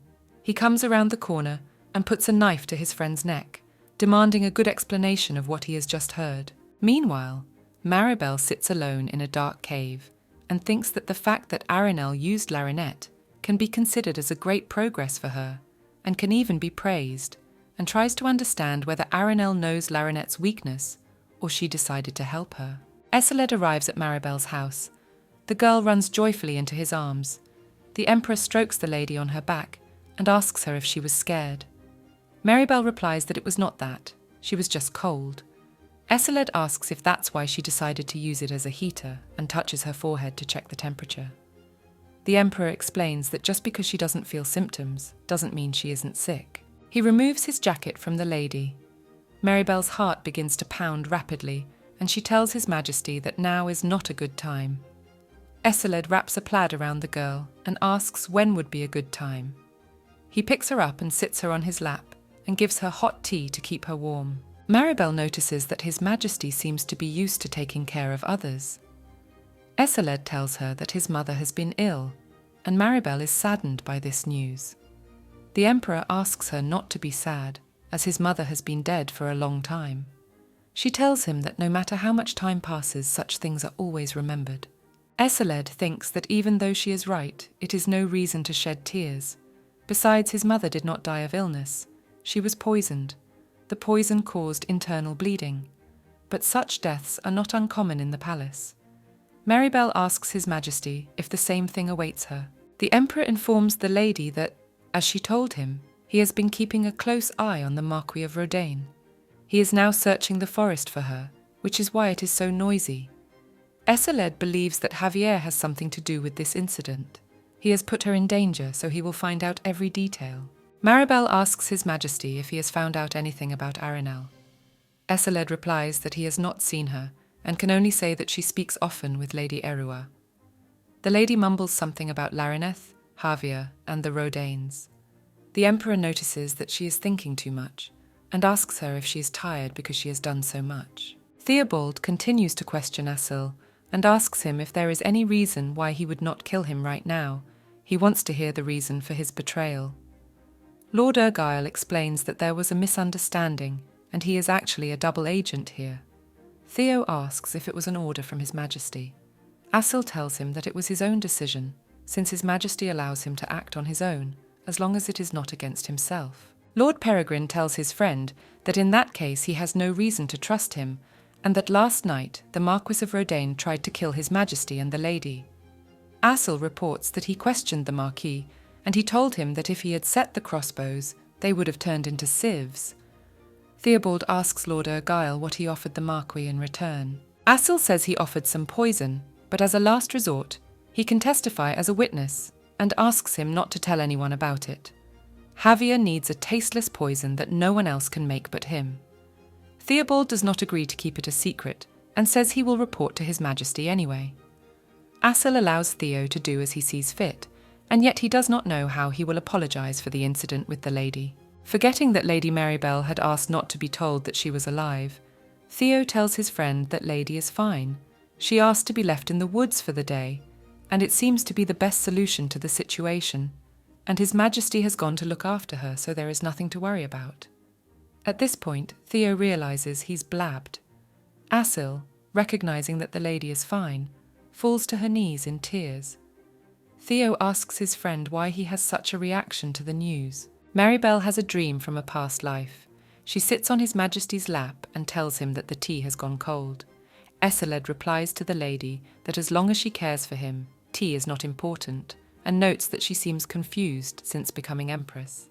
Maribel tells him that not even a month has passed and asks His Majesty what happened again today. Eseled tells them that Jaelin was upset about losing the naval battle and asked to be sent to the front line, and that this caused Cyrus to make a fuss.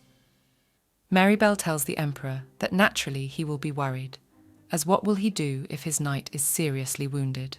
The lady asks His Majesty's permission to go home to her family for at least a day, as her cousin misses her very much. Eseled replies that there is nothing in this country that the Empress cannot do. He allows her to go, but to remember to show herself at least in her dreams, to her lonely husband. Maribel opens her eyes abruptly. She remembers that in her past life she had extracted information and passed it on to her uncle Lorenz. She regrets what she did then. That's why she became Empress. More than anyone, she was the one who encouraged the rebellion. It's absurd that a ruler called a tyrant would be so stupid. Javier used to be on the Empress's side, and now he's a spy. Her memories are slowly coming back to her. The lady gets up to go wash her face with cold water, but Eseled grabs her hand and tucks her in next to him in his arms. Maribel tells him that she was foolish in her past life, made many mistakes and got trapped.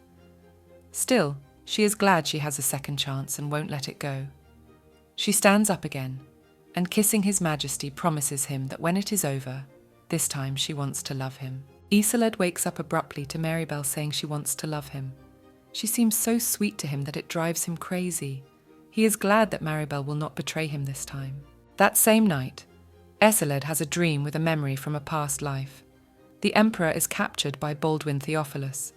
He tells Eselides that he really wanted to kill him. His knight ripped out his finger, so he thinks his brother owes him something in return. Looking at the ring of the first emperor, Baldwin reminds his brother that the throne did not originally belong to him, who also, when you want to take something from others, the end is very predictable. Eseled sits bound on his knees and notices that Baldwin has not changed at all, and that he is just as talkative as before. Baldwin grabs his brother by the face and tells him that he is still as rough as he was when he was a boy, and that he thinks he is praiseworthy for his constancy. He also rebukes Eseled for not completely forgetting to respect his older brother, and kicks his body with his feet. Eseled reproaches his brother for beating him like a madman. Baldwin explains the reason for his defeat to his foolish brother, and the reason is that he trusted the wrong people and ended up falling into a trap. He reminds him that in one generation, only one person can wear the imperial ring, two cannot sit on the throne. As he looks at the bloody ring, he notices how brightly it shines. The death of his brother would strengthen his position. That's how Eseled died. He was utterly helpless in the face of death, and then he went back in time. After his death, he was driven mad by the betrayal of those he trusted, and set up a bloody purge in the palace. After living like a man possessed for months, he suddenly came to his senses and realized that he remembered the past year. He put an end to his crazy behavior and fully immersed himself in the search for Baldwin, and Maribel came to him again. It seems memories are coming back. In the past, Maribel was a spy in the Edinburgh family. She went home to see her cousin and never came back. And then there are the memories of how much he loved her. A short time before, Theobald brings Asil into the room and notices after a while that he is feeling a little better. Lord Urgal replies that he wasn't sick at all. Theo rebukes him for sounding unconvincing after he had burst into tears. Asil thinks his joy is natural, since the lady is well. Lord Peregrine explains that in his opinion, one cries when one learns of a missing person, but he cried because she is alive. Asil reminds his friend of the state he was in when Jaelin ran away. Theo replies that it was a long time ago, and remembers that His Majesty has sent an urgent message. Asil takes the letter from his hand and sees that the recipient is Lord Keir. The letter says that because of the hunting convention, no one is in the capital, and that they need to make sure that nothing happens in their absence. The letter also lists the families that have been in contact with the Edenburys and Rodanes. They may be up to something. Assel tells Lord Peregrine that this is not enough, and they need proof. Theo reminds him that they can prove that the crossbowmen set up the Rodanes, and they are already one step ahead of him by looking for evidence. Lord Urgal realises that the guillotine will soon be occupied, and after all, the new personnel manager hasn't even had time to get down to business. Theo concludes that Assel will now be reinstated. Lord Urgal replies that the Emperor originally did not want to put anyone but him in charge of the staff. Assel seals the letter and sends it by pigeon to the palace. The Emperor and Lord Mudd enter the room. Eseled is pleased that Theo and Assel are together and asks them if they have done everything. Lord Peregrine reports to His Majesty that they have just sent a dove with a message. The Emperor tells all that he has ordered Jaelin to search the forest until she is exhausted. Maribel is sitting on the shore of the lake with her feet in it. She suggested that the lake at the entrance to the forest and the lake in the centre of the forest are connected. In that case, they should be U-shaped. She decides to go deeper into the lake to test this theory. At that moment she is found by Jaelin. The knight mistakes her for a ghost. Maribel slips in the water and begins to drown. Lord Mudd dives for the lady. All the way there, Jaelin roared from the stress of worrying about Lady Edinburgh's life. The girl wrings out her hair and once again tells the knight that she is fine. Jaelin hugs the lady tightly with the words that she is very glad she survived, as she thought she was dead, so she mistook her for a ghost. Maribel is happy to know that there are people who would grieve if she died. Eselle asks Jaelin to stop and come back, as she will have to come here again tomorrow. The next morning, Lady Edinburgh returns to the manor on a white horse with Jaelin. The people are pleased that the lady is safe and sound after all. Lord Mudd summons His Majesty to see that she has returned with Lady Edinburgh. Lord Rodane approaches Maribel and says that he is overjoyed that she has returned, as he has been worried sick. Maribel replies to Javier that of course he will be glad, for she has graciously accepted his invitation and as a result has almost drowned in the lake. She is surprised that the organiser of the event is now standing there safe and sound. Eseled walks over to them, saying he can't disagree, and hugging Maribel tells her that he thought she would never return to him and he couldn't find a place to be. The lady asks His Majesty not to be sad as she is here by his side. Eseled, playing along, asks what happened to her in the forest, since she disappeared for a whole day. Maribel, looking at her sister standing in the distance, tells His Majesty that something very strange has happened. She was pushed into the lake. Meanwhile, at the palace, Lord Keir reads a delivered letter from His Majesty, asking him to find out which family the crossbows belong to, a deadline before he returns to the palace.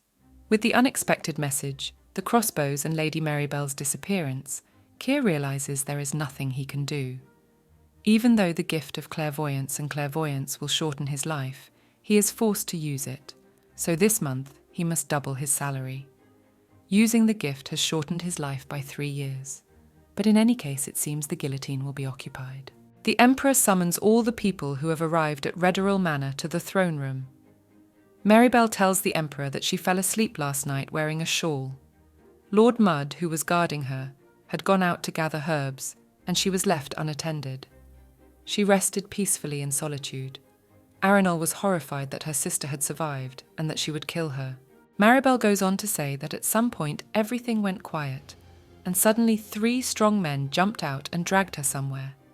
She was scared, so she followed them, and there was a man waiting for her. Ariel doesn't know what the hell she's talking about. Inais Rodet, tired of hearing this, asks who it was and asks Lady Edinburgh to speak soon, as her son cannot do business because of these proceedings. Eseled tells her aunt that Maribel is shocked, and it is hard for her to speak in front of so many people, and it is not necessary to look for the culprit. It is possible to kill everyone present. So if suddenly someone is busy, ask them to tell him and don't be shy. He will make sure to relieve them of their business. Maribel is thinking about how she can stall for time, since they have already killed in the essence of Madame Inais, but they haven't found out anything about Javier yet. The hall is in chaos, after a servant brings an urgent message from the capital to Viscount Canel and the others. Maribel is trying to figure out what's going on, but from the look on His Majesty's face, everything is going according to plan. Isolde claps his hands together to attract attention, and noting that everyone is busy saying that if they tell him what is going on, he can deal with it in the best way possible. Viscount Canel tells His Majesty that he cannot give all the details as it is a private family matter and hopes for understanding. Isolde notes that this does not sound very sincere and that it would be a shame if he were to lose his position. Canel insists that it is really important. The man doesn't have time to speak, and Jaylene's sword is pointed at him threateningly. The Viscount asks Lord Maud to lower his sword. Isolde says that even though Viscount Canel can't tell them anything, they'll have to postpone it, because it looks like everyone will have to leave because of a very important matter. Maribel asks His Majesty what happened, but instead of the Emperor Theobald answers her and explains that they sold her. The thing is that they used the fact of her disappearance to spread false rumours. Besides, there was a book of crossbow turnover and they forged the information thanks to Cyrus. Isolde adds that they forged a letter as if it had been written by a member of the Congress that she had died on the hunting grounds from a crossbow shot, and in a rage rushes to question everyone present. Maribel asks His Majesty if this is really possible, to which he replies that Cyrus is a master at it. She then asks about the turnover book. The Emperor replies that Assel is trying to find out if the crossbows were purchased domestically. They need to find out the identities of everyone involved in the incident. When she appeared to be alive, they realized they were walking into a trap. This is how His Majesty planned from the beginning to kill most of the people and cause a bloodbath. The next day, Maribel is walking along the lake. Lady Arua approaches her and apologizes for the incident. She understands if the lady will not forgive her and may even condemn her for her insolence.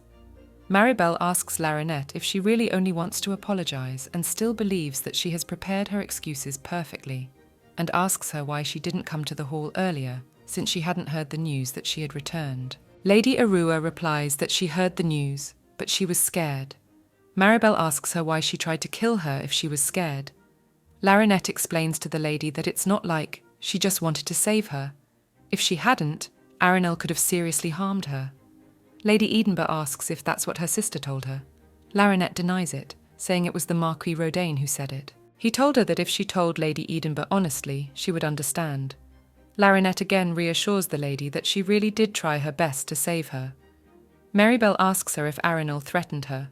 Larinette replies to the lady that her sister told her that if she helped Maribel, she would be barred from the high society. However, Arenelle did not realize that instead of killing her, it could be a way to save her. But Larinette did not tell her friend that. Pushing her into the lake to save her seems to Maribel a very contradictory truth. She thanks Larinette for her help, but it would have been nice if she had done her a small favor, and asks her to betray the letter. A short time later, Maribel is approached by her angry sister.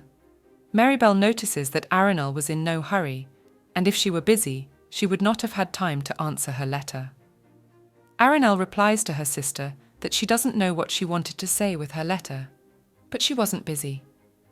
Maribel asks her sister why she is not interested in how she survived, and why she has not been accused of the attempt on her life, although of course her father is responsible for it. Arenelle decides to ask Maribel how she survived, as she watched her drowning until the last moment. Maribel answers that no one could have thought of the fact that underwater it is connected to the lake in the centre of the forest, and apparently the person who told her to push her into the lake did not inform her of this small detail, so no matter how much her sister hates her, she cannot kill her by relying only on her emotions. Arenelle asks her sister if she would kill her in that case. Maribel abruptly grabs her by the hair, saying that she didn't want to die either, and pushes her sister into the lake. As she watches her drown, she wonders if she looked the same when she fell into the lake. Lord Rodaine arrives at the noise. Maribel turns to ask him if he is going to help his cousin. Javier replies that he doesn't want an incident on his property. Maribel reminds the Lord that it didn't stop him from drowning her last time, and whether he realizes that she can't call him V as she did when she was a child. Javier replies that he knows it, because a lot of things have happened between them. Maribel says that she will not ask him anything about the incident because she thinks it is pointless, and they are no longer related. Javier lets her ask him about it, because it was on his initiative that Arinel wanted to kill her by pushing her into the lake, and he arranged it so that they would return from the forest together with His Majesty. Maribel replies that it doesn't matter anymore because she is alive, but if she wants to apologize, she will forgive. She asks Javier what he will do now. Lord Rodaine apologizes but explains that he did his best to save her. 10 years ago at the Ellenbeth residence, little Javi sitting alone complaining to himself that his mother has gone away again, leaving him in the care of another family. Since his father died, she has been having fun with lovers every day, and it's already too much. Behind him, he hears someone laughing. He turns around and sees Arinel happy that her sister ate her wreath. A strange girl with silver hair catches his attention. He calls her beautiful and thinks about how she can give love to others so sincerely, and whether he can get a piece of that love too. From that moment on, Javier decided to gain Maribel's trust in order to get closer to her. Instead of wearing pants, he put on a dress and pretended to be a girl. However, when he was about to achieve his goal, his mother returned and V's life ended there. Lord Rodaine sits by the bedside of the sleeping Arinel and tells her that he can't understand why he makes every effort but can't get the desired result. Often the best thing to do is to avoid the worst. Javier puts his hand on the girl's neck and thinks that he is sorry, but it seems that he's ready to do anything for Maribel, so he has to decide whether he should kill Arinel. At that moment, Inais Rodaine bursts into the room and asks her son about his cousin's condition. Javier replies to his mother that the lady is asleep at the moment. The woman sits down beside Arinel's bed and tells her son that Eseled is investigating the crossbow case, and thank goodness the Eden Bears were able to cover their tracks in time. Javier notes that they reacted quickly. Inais asks the Lord if he thinks that Lorenz is a duke in name only, and that he has been appointed head of staff at the palace, which means that now is the right time to act. Javier is pleased that things have worked out so well. Inais says that things are not so good, as Eseled does not sleep a wink. She asks Javier if he has told Maribel that he will deal with her. The Lord asks Inais if she doesn't believe him. The woman explains her distrust by saying that she knows that her son has a hard time with such things, and that this girl has it so easy. Javier asks his mother how many families are now out of suspicion. She replies that it seems about 6, and they need to contact Baldwin urgently. In that case, Lord Rodaine is going to send a letter to Cron with the prince's location. Last night in the Rodaine's reception room, the Emperor was negotiating with his subordinates. Asil lists to His Majesty the names of all the families involved in the crossbow business. Eslold thanks Lord Ergyle for his excellent work, but he thinks it all could have been found out with Kier's abilities. Jalin interjects and says that it sounds lame, because if they had really kept the crossbows in a prominent place in the armoury, they could have hidden them anywhere, and it would have made more sense. Maribel asks His Majesty if the Marquis of Rodaine has found the men who planted the crossbows. Eseled replies that he has not yet, but the culprit is surely among the families listed. The lady asks what about the testimonies, for they cry injustice, though they have been in contact more than once and not twice. Crossbows carelessly left behind, Javier promising to find the culprit, too suspicious that the puzzle is being put together so easily. Eseled asks Maribel what she's been thinking about. She replies to His Majesty that she thinks Peppo will scold her when they return to the palace. The Emperor asks her what she has done wrong, because she is not afraid of being punished by him. Maribel explains that he's a different matter, and that Peppo is like a mother to her, and reminds His Majesty that he also cares more when Lord Kier is displeased than when she is. Eseled replies that he only cares about Maribel, because when she cries he is scared, and when she smiles, when she is angry, when she is silent, when she talks, he is scared too. When once again she does something crazy, he is scared because she worries him a lot, and he is afraid that she might just disappear. He worries that she will be sad because she thinks about herself last. He wants to share Maribel's feelings and emotions with her. Heartbreaking screams are heard outside. The order is given to blow the head off. Maribel is surprised that the guillotine is now in operation. Eseled explains that the Earl of Milan and his family are being executed. The Count has increased the tax on his lands and provided them with a forged ledger. The Emperor believes this is a mockery of the imperial family, and they cannot take his punishment lightly. There are many people, so it can't be done in one day. The execution is slow and measured. Looking at the coffins on Marybelle's window, it seems there are indeed many of them. Recently, more and more families have been ignoring the absolute power of the emperor, and this is the influence of Baldwin Theophilus. Marybelle gets out of the carriage. His Majesty has already gone to his study, so she decides to rest for the time being. Her nanny rushes over to the lady. As she approaches the lady, she takes her face in her hands and notices that it is swollen. Peppo asks her if anyone is hurting her, as her heart aches for the lady. Marybelle tells Nanny that she is fine, and it is because she missed her. Peppo invites the lady to come inside. The woman knew she was coming back tonight, so she got everything ready, warmed her bathroom, and bought her a new scented oil, and also prepared her a beautiful nightgown petals on the bed. Marybelle asks Peppo what she is talking about now. The nanny reminds the lady of what usually happens between young people at night, especially since she is finally back, and so is His Majesty. Marybelle replies to Nanny that it is not that kind of relationship at all. The girl is called by her uncle Lorenz and asked to follow him because he wants to talk to her. Marybelle sees the horror in the nanny's eyes and remembers that her nanny was kicked out of the estate because of Uncle Lorenz. She replies to the Duke that they have nothing to talk to him about. One day, Lorenz visits Baldwin Theophilus. The Crown Prince tells the Duke that Aeneas has caused chaos at the hunting convention and that all the families involved have been arrested. He notes that his younger brother has a brain, and even Duke Lorenz will have trouble escaping this time. Baldwin asks him to be patient, because with the help of his aunt, they will be able to increase their strength. Lorenz replies to the prince that he is right and promises to do his best.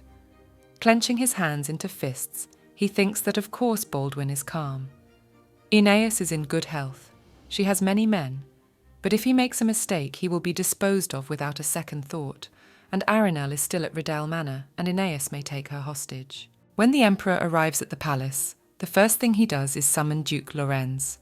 As he leaves His Majesty's office, the Duke tries to figure out how he got wind of it. Aiceled asks Lorenz if he used his official position to settle the problem with Ridderil. For this reason, the emperor informs him that he has been demoted from his position as steward from now on. Lorenz is pondering who might have reported it. His role was to scout and pass on information. Among those who could replace him, and who would have no problem showing up at the palace, is his niece Marybelle. The Duke decides to talk to her. Sitting opposite her uncle with a cup of tea in her hand, Marybelle tells him that she doesn't know why he has come, but that it is better to get straight to the point. Lorenz is outraged at the way his niece arrogantly bites the hand that fed her. He explains that he has a favour to ask of her regarding Arenelle. Marybelle finds it amusing that her uncle still thinks she's crazy about her sister. She asks him what happened to her cousin. The Duke explains that Arenelle is still at the Ridderil estate, and he needs to make sure she gets home safely. Marybelle asks her uncle about the Tory, that didn't everyone go home after the hunt was over. Lorenz rises abruptly from his chair and bangs his hands on the table, shouting that he would not lie about his own daughter. Marybelle rises from her seat and knocks over her cup, telling her uncle not to raise his voice at her. The maids stand outside the room and overhear the conversation. Marybelle asks her uncle why Arenelle is still there. Lorenz replies in a low voice that something has happened with the Rodanes. The lady asks if he means to say that the Rodanes are holding the Edinburgh's daughter, and asks him why they would do that. The Duke replies that they have a deal with them.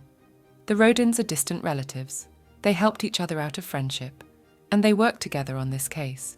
But the end didn't work out, and they took Arenelle away. Marybelle replies to her uncle that she does not know what business he is talking about, but that she will convey his request to His Majesty and suggests that their conversation should end there.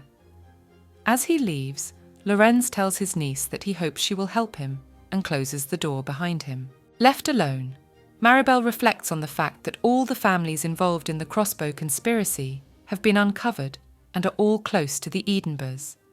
They've been following them too closely, and because of that, they've missed the actions of the kinfolk.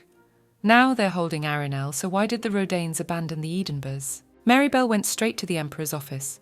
She reports to His Majesty what her uncle had told her, and as she realised the Rodanes had refused to cooperate, it seemed the Edinburghs were useless to them now. Keir suggests that maybe they just had a falling out, but there could be many reasons for that. Aiceled says that if you look at the result, They really just used the Edenberries and decided to get rid of them afterwards. He asked the lady if the reason for her visit was that she found the information interesting. Maribel confirms this and says that she is very curious about the ambiguous behaviour of Lorenz Edenber, but that they cannot be punished for the crossbow business alone. Keir tells her that it's only possible if the sins of the other families are pinned on them, but in any case the Edenbers are under pressure because he's her uncle. Whatever they do, they can't get away with it. Esselid says he would have long ago ordered the execution today or tomorrow, but they will act in secret to avoid Ariel Edenber's attention. Lord Curl suggests gathering allies. Maribel asks His Majesty if he wants to accidentally execute Aranel to get information out of her. The Emperor confirms her speculation and explains his decision by saying that her sister will tell everything about the lake and the crossbows under pressure, even if they have to resort to torture. Keir thinks it is not entirely rational to break the law to obtain testimony, since Aranel is just a pawn and may not know anything. Maribel asks the Prime Minister why her sister should be tortured. Keir explains that the reason is that Aranel has wronged her, and it would be natural to take revenge on her. A while later, they do take Aranel Edenbeth from Rodane Manor and put her in a cell. Jaelin shows Maribel where they are keeping her sister, and warns the lady that the sight of her may disgust her. But since she has seen a lot in the war, she doesn't care. But she may not be used to it. Maribel asks Lord Mudd not to delay and to open the door. Once inside, she sees Aranel with her eyes bound and chained to a wooden chair. Jaelin tells the lady that she will wait for her outside and that she can call her if anything happens. Maribel smells a strong odour of blood in the cell. Aranel starts screaming and asks who is here. She is furious and calls everyone crazy bastards. Hearing Maribel's voice, she suggests that her sister has probably come to watch her being tortured and laugh at her tortured appearance. Moving closer to her sister, Maribel tells her that she has been thinking about the best way to get revenge on her for a long time. Aranel asks her sister if she is now satisfied that her revenge has come to fruition. She tells her that she is not satisfied because revenge must be exquisite. It must be thought out to the smallest detail. It must cause as much pain as she has caused her. She suddenly wonders why she betrayed her. Maribel gradually unties her sister's hands and eyes and asks her to tell her everything. Aranel explains that her sister is disgusted when she looks at her, when she calls her by name, when she talks to her. When you hate someone, you don't need another reason. Maribel asks why they couldn't just distance themselves in such a case. Aranel answers her sister that she wants to destroy her. She is sickened by the thought that she is part of the Edenber family and walks around with her head held high, and if we could negotiate with their cook, everything would be perfect.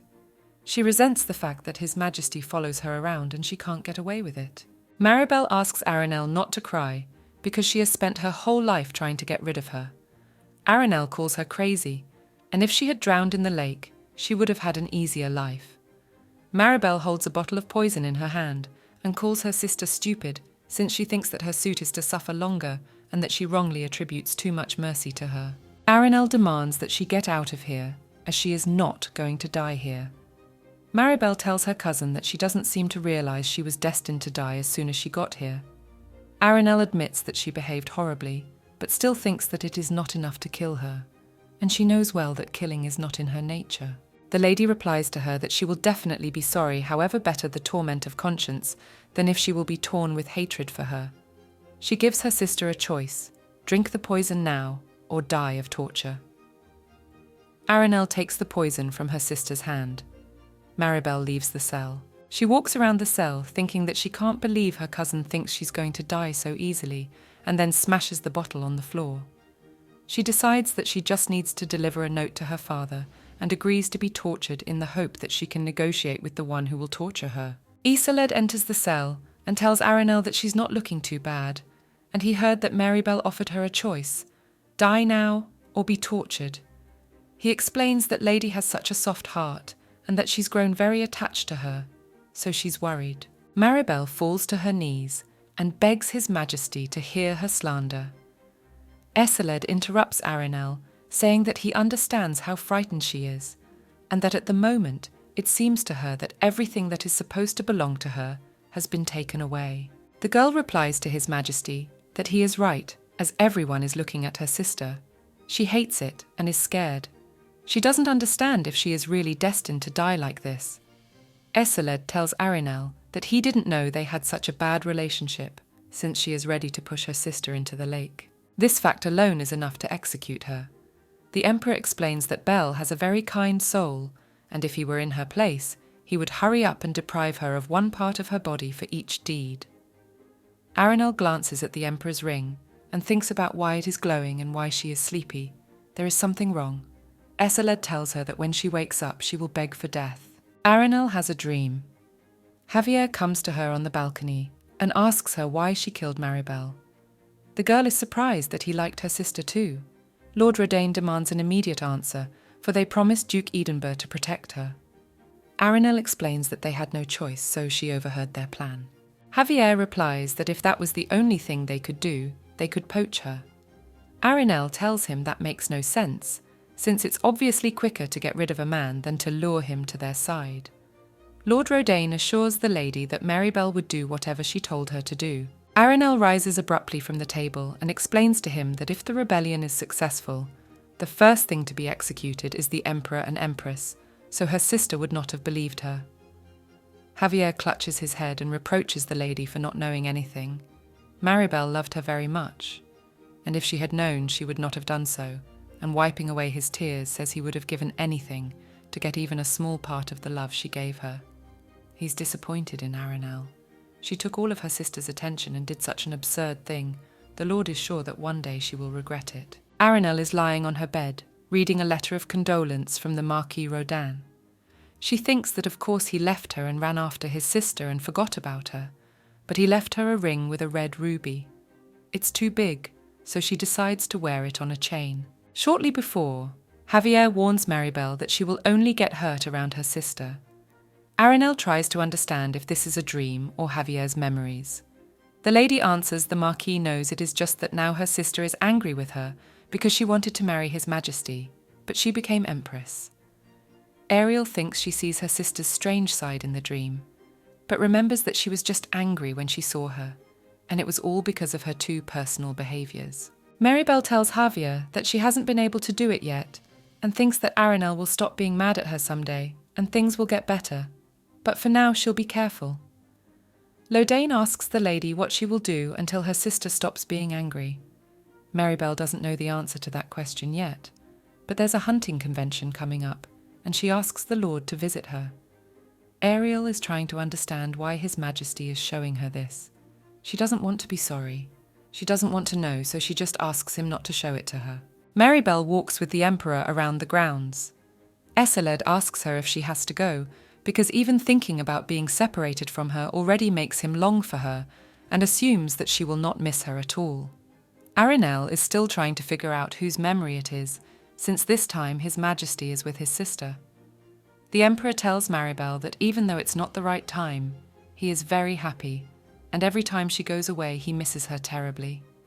Arinel wonders if it's possible that these are His Majesty's memories. The lady promises her husband that she will return quickly this time, and that Arinel wanted to meet her. Eseled asks her why she likes her so much that she runs to her at the first call. Even parents don't run after their children like that. Maribel tells the Emperor that she doesn't need a reason to love her little sister. She's just happy every time she sees Arinel. Eseled replies that he understands the feeling of doing anything for someone.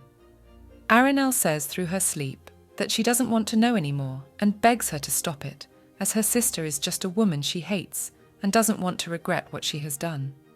She has never felt so much guilt and doesn't know what to do about it. Her sister didn't know how much His Majesty loved her, and she didn't know how much RNA loved her. Arinel didn't want to know that. She wakes up with tears in her eyes. The Emperor tells her everything she saw didn't really happen. It wasn't real, but it's all true for him and Maribel. Arinel tells His Majesty that she can't understand her sister and thinks she behaved abominably towards her, and she didn't even hate her. Eseled explains to her that that's the problem. If Maribel had hated her, they would have been together a lot longer. He picks up his sword and asks Arinel if she still wants to live. The girl replies that she does not, and begs him to kill her. Eseled swings and chops her up. She noticed the bottle of poison that she had broken, and only now realized that her sister had wanted her to die peacefully, and had been kind to her to the last. The Emperor comes out of the cell and informs them that Lady Edinburgh is dead and will need to be cleaned up. Theobald asks if she resisted. Isolde replies that she did not resist, and says that her double should be sent to prison, as it would be problematic if her death were known. At a late hour, Isolde comes to Maribel's room. She asks His Majesty what has happened. He tells the lady that Arenelle Edenier is dead, and that Lorenz Edinburgh is about to be executed, and that Larineth Urca has withdrawn her candidacy for Empress. The Emperor gets down on one knee and asks Maribel if she will marry him, as he is much more comfortable being with her than socializing with other girls.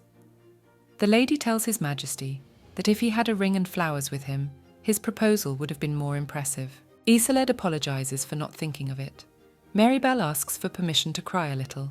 He replies to the lady that he has told her many times that there is nothing in this palace that is forbidden to her. Maribel throws herself into the arms of the Esselt man with tears in her eyes. The Emperor notices that in both her past and present lives she cries, so how many lives must he live before she stops doing so? And in her previous life, Maribel was short-tempered, cold, and seemingly indifferent. She expected nothing and was not disappointed in anything. She was indifferent to the Emperor. After becoming Empress, Maribel was criticized by the nobility, but nothing was demanded of her. It was a peaceful wedding night. That day, Arenelle came into Maribel's room and asked her sister how she was doing. Maribel said she was doing the same, and asked her sister what was new. Arenelle asked her to rate the new bracelet she wanted so badly. Maribel replied to her sister that it was far more beautiful than any piece of jewellery. Arenelle Edinburgh was the only one who managed to evoke any emotion on her face. However, it was a one-sided love between the older sister and the younger sister. Isolde doesn't remember how long he has wanted to be the object of Maribel's affection. The lady told him that she had been too cold to him and suggested that he spend more time together. She suddenly became friendlier, and he felt a hidden meaning in it, but he could not refuse her because he wanted to embrace her so much.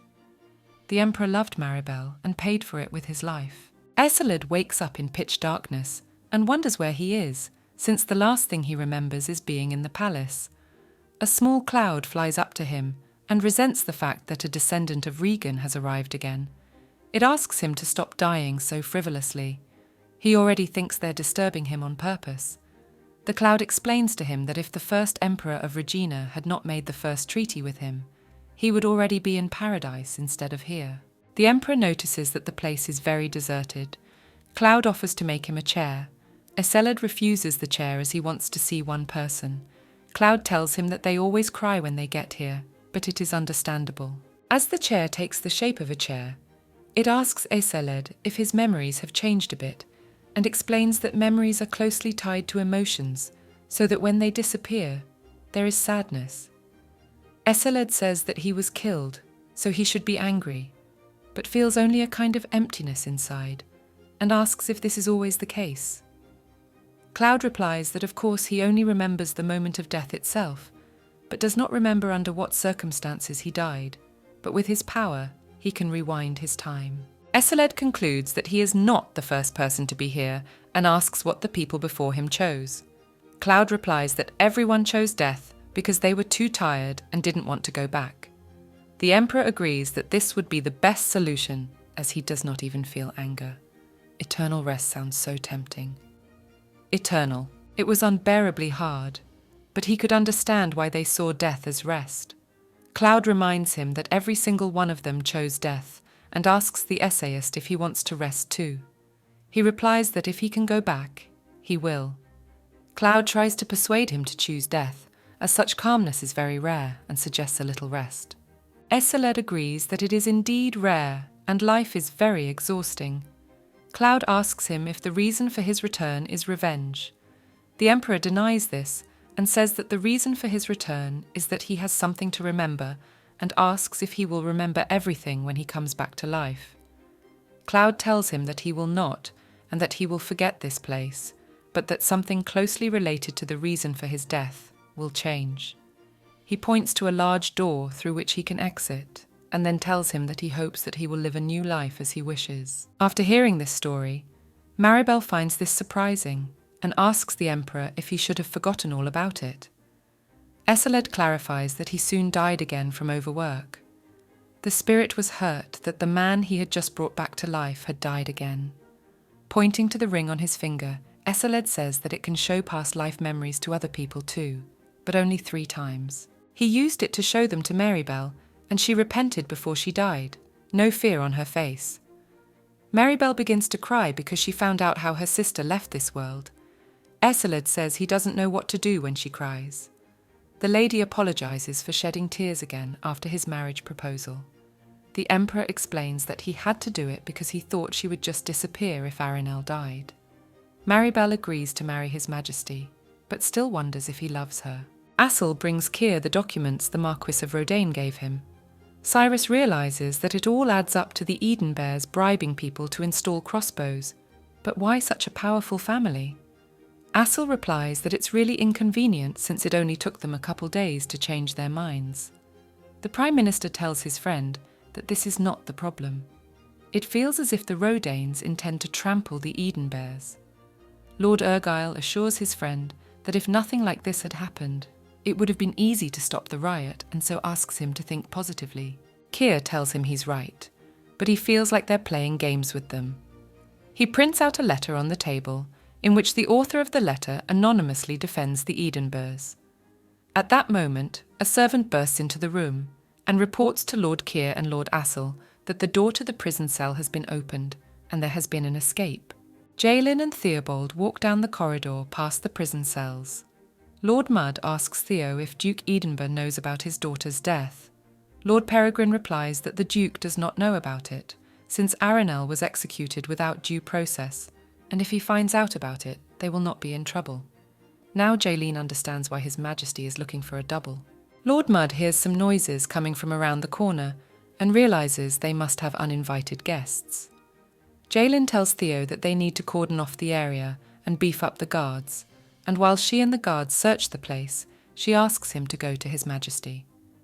Tebald tells Jaelin that she should go to His Majesty, as he is better at commanding, and the Emperor is more favourable to her. The Lord calls Theo clever, and that she would expect nothing less from him. Lord Peregrine slowly walks up the stairs and stops when he hears a sound. A man with a huge sledgehammer approaches him from behind and hits him on the head. Theobald falls to the floor, unconscious. Jaelin bursts into His Majesty's room and reports that the prison door is open, presumably an escape. The Emperor asks indignantly what the guards were doing at the time. Marybelle asks what their plan is. Lord Mudd says that Theo should cordon off the area and search the inside, and if they have not already escaped from the palace grounds, they can catch them in time. Escaping criminals at a time like this could be a distraction to do something else. She's asking where the others are. The Emperor replies that he will let Keir and Assel stay in the Exentium while he goes to deal with it, and asks Jaelin to stay in this room to protect Marybelle. Eseled doesn't want to put her in danger again, since even if the chance of her death is slim to none, Marybelle promises His Majesty that she will be safe for his sake. Marybelle asks her if she is all right. Marybelle replies that something is wrong. Theo should have given her some sign by now, and she has a bad feeling. Jaelin replies that something is wrong. Theo should have given her some sign by now, and she has a bad feeling about it. They descend into the dungeon and find Lord Peregrine passed out and covered in blood. Jaelin runs up to him in horror and asks him to wake up. Marybelle doesn't understand why the prison is so quiet and where all the guards have gone. The lady asks Lord Mudd to calm down as Theobald is alive and must be taken to Lord Assel. Jaelin takes Theobald's body in her arms and leads him out of the dungeon. Marybelle is glad that Lord Mudd is distracted, but it's bad enough that she's alone. But at least they don't have to argue. She first tries to find the guards, since they didn't meet them on the way here, and assumes they're probably farther away. Meanwhile, the Crown Prince is talking to Lord Rodion. Javier asks Badwin if he wants to tell him that he has chosen the wrong method. The Prince replies that this is not the case, as it is quicker to rebel with an army than to pull off cunning manoeuvres little by little. Javier explains that this is not the way to do it, as the palace officials are still unshakable, and to overthrow the Emperor, they must make it impossible for him to use his guards. Baldwin agrees with the Marquis and asks if the Emperor's subordinate has been poached. Lord Rodaine says that the hunting convention did not succeed, but he will join them soon. The prince asks where he gets his confidence from. Javier explains that man is driven by desire. Jalen walks down the corridor shouting to Lord Rebane and Lord Argyle that there is trouble in the prison. Keir looks at the table and sees a letter. He asks Assel to send the men to His Majesty while he goes and checks the prison. Lord Argyle orders us to begin. Keir asks him who he is talking to. At that moment, a man with a dagger in his hand walks towards him and gouges out the Prime Minister's eye. Assel explains that he knows that in order for magic to be used in his family, both eyes must be unharmed. He asks Cyrus not to hold a grudge against him, because it is better than death, and says that he had a lot of fun with them, but that he is still a bad man because he never answered their questions about his intention to betray His Majesty. Cyrus calls Assel a sick bastard, and now he knows that Jalen was right. When they chased the Emperor that time, he gave them wrong information, and their army suffered casualties. Lord Argyle gestures for the man with the dagger to come out and tells Keir that he is right. But he was chasing a career, and unlike the others, he is a commoner. The likes of him were nowhere near His Majesty, so he considers it a stroke of luck. Assel was always trying to please His Majesty and be helpful, even saving his worst enemy Baldwin. But His Majesty did not punish him for his false information, nor did he punish Jalen for missing an enemy in pursuit. It was then that he realized that the Emperor was lenient with his men. Then, as atonement, he swore to serve His Majesty faithfully. Isolde enters the room and asks Assel what the hell is going on here, why Keir is lying in blood on the floor. As she descends into the dungeon, Maribel stops in front of one of the doors with a lot of blood in front of it. She ponders the fact that Ariel was obviously not here. Then what is this place? The door creaks open. Inside she sees bloody Leia, Lord Argyle's assistant. She calls Maribel a beautiful sister and asks how she got here. Isolde asks Assel if he has given Keir medical attention. Lord Argyle replies that he stopped the bleeding. The Emperor takes Lord Keir in his arms and says he will take him to the doctor, and asks Assel not to stay here too long and to go to safety. Lord Argyle asks His Majesty if he really won't even ask about what happened. Isolde says it's not that important when a man is dying in his arms. He also tells him that there is an escape from the prison, and Maribel and Jalen are in the Palace Calendy. They are safer together. The Emperor brings Cyrus to the doctor and asks him if the wound can be cured. The doctor examines the patient and says that the wound is too deep and it seems to have been done on purpose. The doctor assures the Emperor that there is hope. Though the damage is severe, he is recovering very quickly. The Emperor asks that every effort be made because if the Keir loses an eye, he will be furious. He recalls that Assel was surprised that His Majesty would not even ask about what had happened. The Emperor ponders what Assel knows about Cyrus's peculiarity, the Siofan family's ability to use magic in exchange for a shortened lifespan. If even one eye is affected, the ability cannot be used. Outside the window, he notices an explosion in the palace. Isolde, thinking that there might be Maribel, picks out the doctor's office. Leah asks Maribel to be careful. Even though this is her place of work, it's not safe for her sister to be here. This girl doesn't just look familiar to her, she is Lord Argyle's assistant. In the human case, it seems very suspicious to her, and she must return to the palace. Maribel runs up the stairs and tells Leia that she promised His Majesty to stay safe. Leah tells the lady not to go in there as it is dangerous. Maribel asks to be let go as she can just walk out the other door. The girl insists that it is dangerous to go that way and she knows the secret passage. Maribel asks why it's dangerous to go that way, to which she gets the answer that there will be an explosion. After the explosion, the walls of the dungeon collapsed. Trying to escape from the debris, Maribel twists her ankle, but she gets up from the floor and grabs Argyle's assistant, asking if she planted the bomb. If so, she demands an explanation as to why she did it. Leia tells the lady that her master likes her, but first she must protect her. Maribel asks her if Lord Argyle knows about it. Leia replies that Assel knew everything. At this, she realizes that Javier is right, and the palace servants cannot be trusted. One he warned not about Lord Argyle, Leia has another master. The girl takes the lady outside and tells her she's glad her sister is okay, and she really doesn't like it when her master swears. The bomber appears to have escaped. He's had such a hard time running that he won't want to go back to that prison again. A worried Isolde runs up to Maribel a short time later. He had heard the explosion and was afraid for her. Maribel tells him that although it is not the Kalende's fault, she has kept her word and is safe. The Emperor kisses her on the lips after telling her that he cannot defeat her. In the morning, Maribel, dressed in a floral dress, comes to Lord Keir's room asking how he is feeling. He allows the lady to pass and replies that by her prayers he is doing well. Maribel asks the Prime Minister if he has heard the news that Lord Urgal is now very far away. Cyrus replies that he has heard the news and says that if this fool is serious, it will be hard to find him. Maribel reports to him that His Majesty is greatly concerned as Lord Urgal has disappeared, and Lord Cyrus lies here. Lord Mudd and Lord Peregrine cannot be entrusted with the paperwork.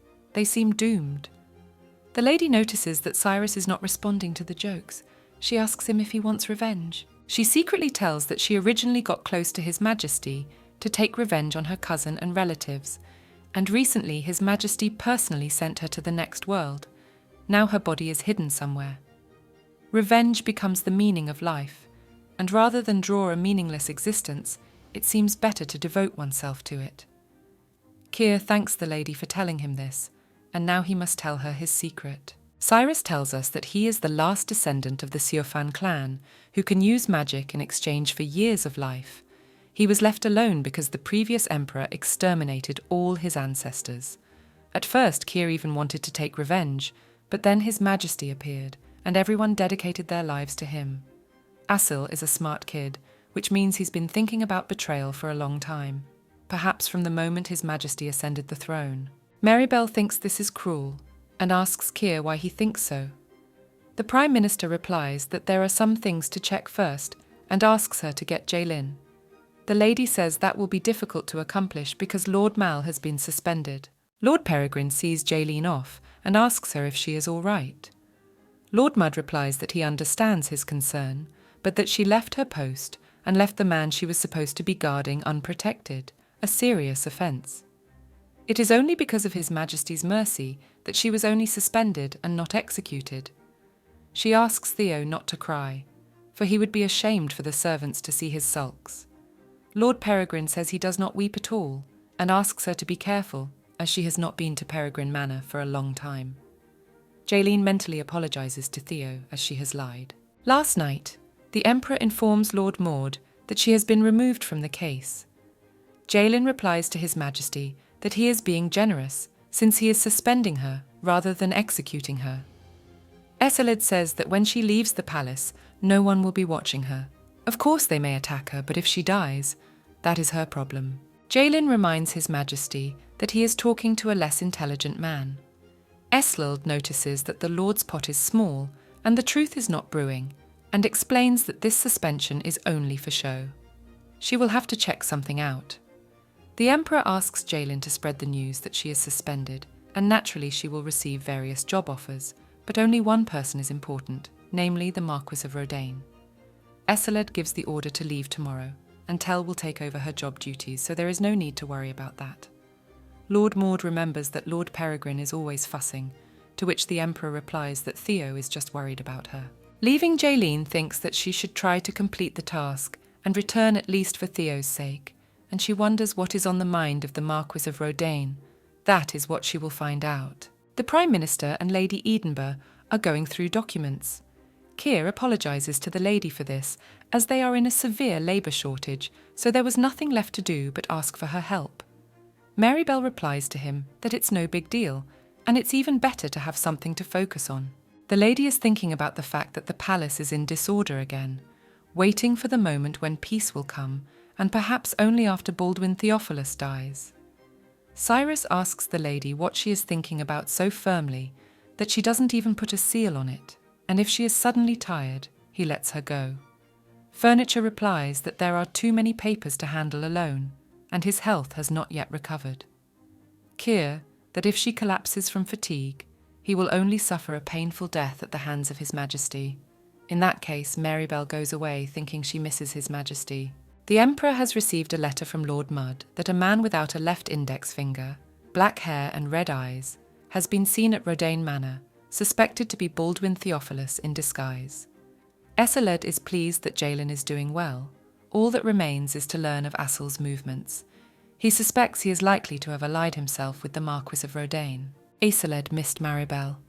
Arenil Edinburgh is dead. The Duke and his consort are about to be executed, and Maribel's revenge will soon be over. The Emperor wonders if she will stay with him afterward. At that moment, Maribel enters the study and asks if His Majesty is here. When she sees Aeseled, she says she knows he can't come in so late, but she hopes he's not too busy. The Emperor rises from the table and heads towards Maribel.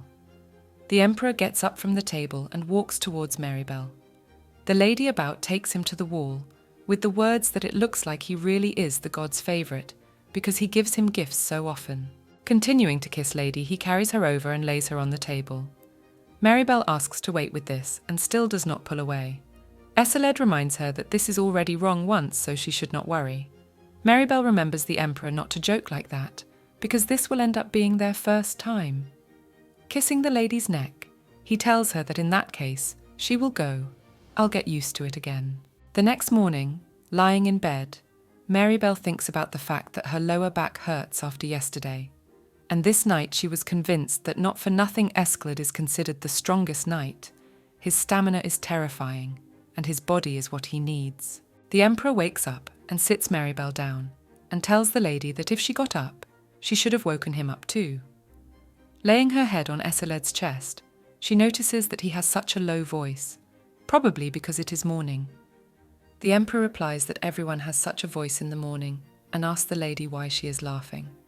Maribel replies that the laughter is from happiness. She reflects on the fact that even though she's tired and her lower back hurts, there's still something nice about it. She must really like this person. Of course, it's not a good time to build a love nest, but if it's just today, it's okay. Maribel is going to sort things out as soon as possible, and then they can get married and sleep in bed as much as they want. But she remembers that at that time, they will be busy, but not as much as they are now. In the morning, Maribel thought the day would go great, but there's obviously something going on. She sees Lord Peregrine with a bottle of wine and crying about something. The lady tells Theobald that he seems to have had enough to drink. He explains his sadness by the fact that they don't understand Jay at all, everyone around them pretending that Jaylene has been gone since the beginning. But not so long ago they were colleagues and had fun together. He doesn't understand how they can just chase Lord Mudd away and pretend it never happened. Theobald worries about Jaylin every day, but the others don't seem to care about her. Maribel remembers the day Lord Mal first arrived, and Theo blurted out that he liked her. She tries to figure out how she can win back that strong, simple-minded and sweet knight. The lady tells Lord Peregrine that Jaylin is not really retired. This morning, the Emperor warned Belle that Theo would not be himself at first, but that it would take some time for him to settle in, so it was best not to say anything. Maribel asks if it is necessary to make Theo worry. Aeseled explains that if Lord Peregrine finds out where Jaylin is, he'll rush there and write letters every day. The lady promises to keep the secret. Maribel wonders if anyone knows how problematic these brilliant people really are. Lord Keir, a whiner who thinks he's better than everyone else. Rude and impulsive drunk who can't be controlled. Lord Mudd. Lord Peregrine seems to be the most adequate of them all, but when Lord Mudd isn't around, he goes nuts. Then there's Lord Assel, who makes the biggest mess and successfully escapes. Theobald tells the lady that he recently asked for Keir, but he seems to have forgotten all about Jaylin too. What else would you expect from a man who almost lost an eye? Theo understands, but he's lonely, so he wonders if she misses Jaylin too. Maribel asks Peregrine's Lorrows how much he's had to drink. Theobald replies that not much, 2 bottles, but Jaylin doesn't even look at the bottles. She could drink a barrel. That much would make her stomach burst. But Lord Mudd has a big stomach, and she eats very well. Maribel offers to show Lord Peregrine the room where Lord Mal lived when she was guarding her. Theo jumps up from the couch and replies that of course he wants to see it. Leading him to Jaylin's room, she asks Theobald if he has been here before. The Lord replies that this is the first time he has been here, as this is a woman's room. Maribel notices that Theo is wiping away his tears, and tells him that if anyone sees him crying, they will think that Lord Mal is dead. Lady puts him on Jaylin's bed with the words that their love is so pure. She suggests that Theo sleep here. Lord Peregrine asks the lady if he will have the same dreams as Jaylin. Maribel confirms this, and Theo is excited to see Jay. Theobald fell asleep so quickly, probably because he was so drunk. Marybelle thinks it would be good to tell him the truth, but they can't let him go off and run to the Ridderil, and Lord Mudd had better come back as soon as possible. The next day, Jaelin bursts into the conference room, saying she has completed the mission and reports back. She asks Theo why he's been so quiet. Isn't he glad to see her? Jaelin resents Lord Peregrine for not saying a word and asks the lady if something happened while she was away. Marybelle replies that it was nothing like that, except that Lord Peregrine is the only one that she went to investigate secretly. Theo doesn't understand why everyone has such a reaction, and if they really knew all about it. Marybelle tells him that Jaelin asked him not to tell. Theobald resents that they kept it from him. Jaelin explains that if he had known she was going undercover, he would have asked to go in her place. Isolde adds that Theo would have sent her a carrier pigeon every day. Jaelin reminds him that when she was in the war, he used to send it to her all the time, and those pigeons almost ate all their provisions. Theobald justifies it by saying that he couldn't help but worry.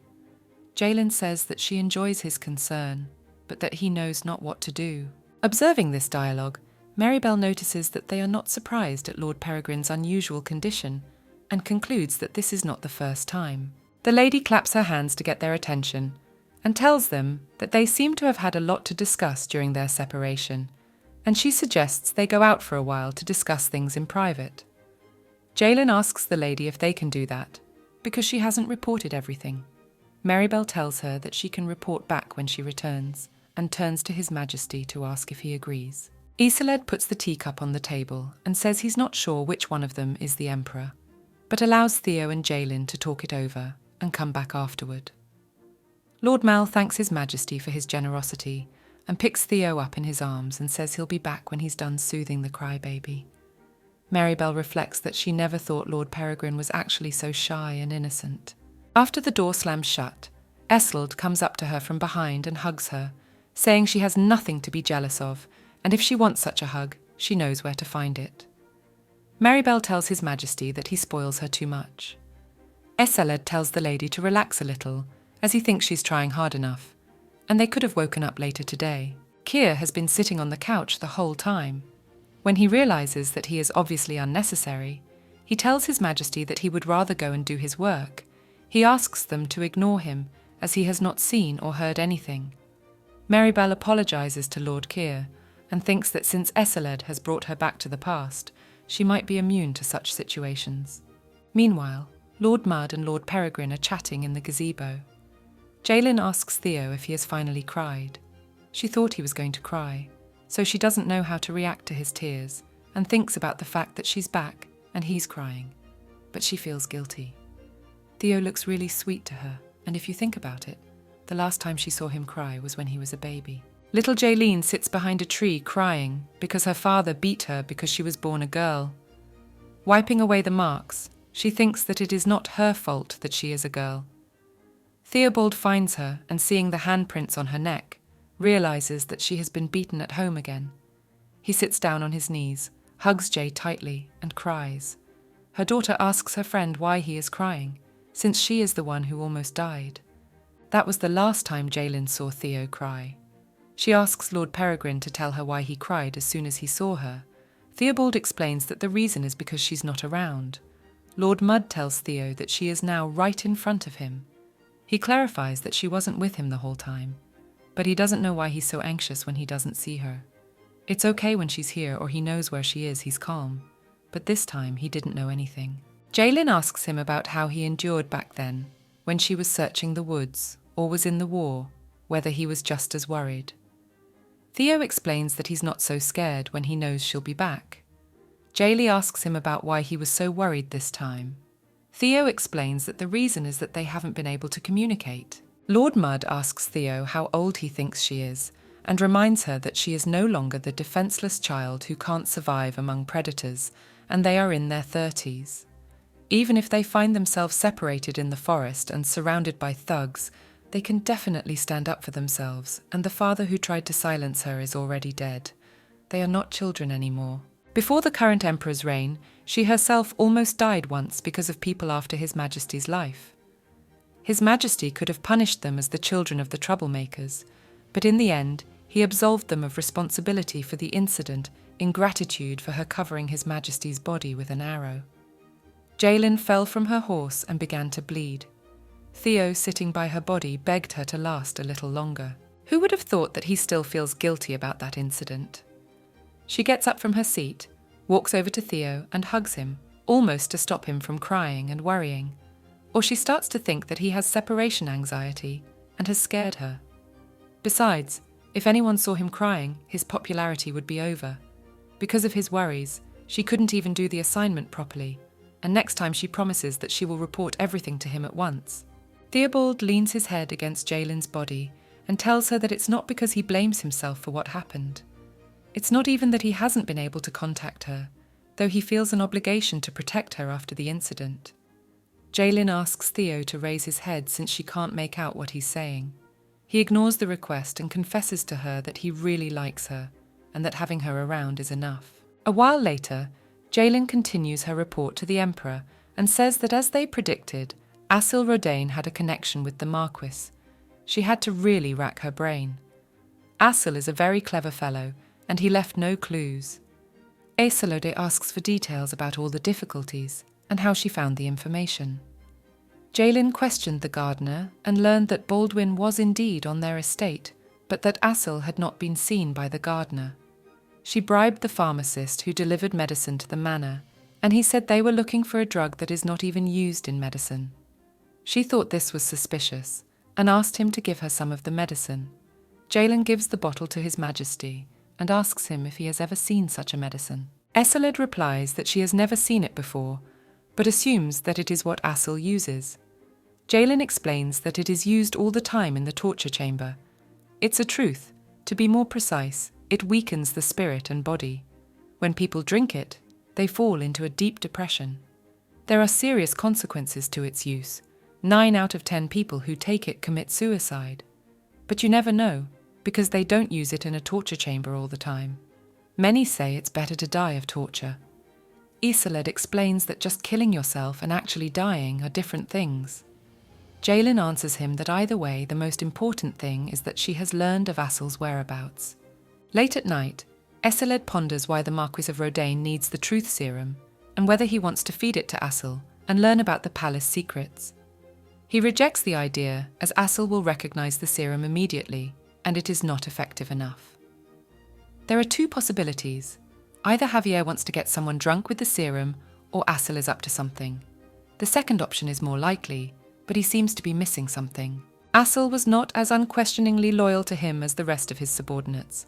He chose his own master and obeyed according to the reward he received. Lord Argyle had once told His Majesty that he could not be satisfied with obeying him forever. Accolade asked him if he meant that he had to stand above him to do so. Asil replied that if there was a roof on top, the tree would one day stop growing, but he didn't want to surpass His Majesty. He just wanted to be free of that roof, so he wondered if it would work. So Aisalode let Asil go, hoping that he would find the limit of his abilities as he wanted. But he realizes abruptly that the tree is not moving.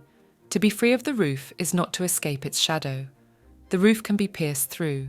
The Emperor's been overthrown once. There's no reason why it can't be done twice. Maribel comes in to see the Emperor and asks His Majesty why he is so sad, because he is so sad because they found out Asil's location. She suggests that he should go to bed if he is tired and help him finish his business. Accolade explains that he is not tired, but thinking about the information Jaelin has given him.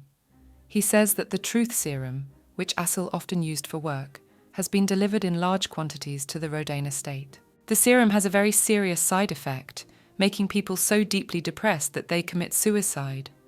But Aisalode can't figure out what use he can find for it at the Rodain estate. He's obviously missing something. He doesn't know who the Marquis of Rodain would want to extract a confession from, if he needs to find out. There are more effective means. But why this one? Maribel suggests that maybe they aren't going to use it to torture him. What if they need to force someone to commit suicide?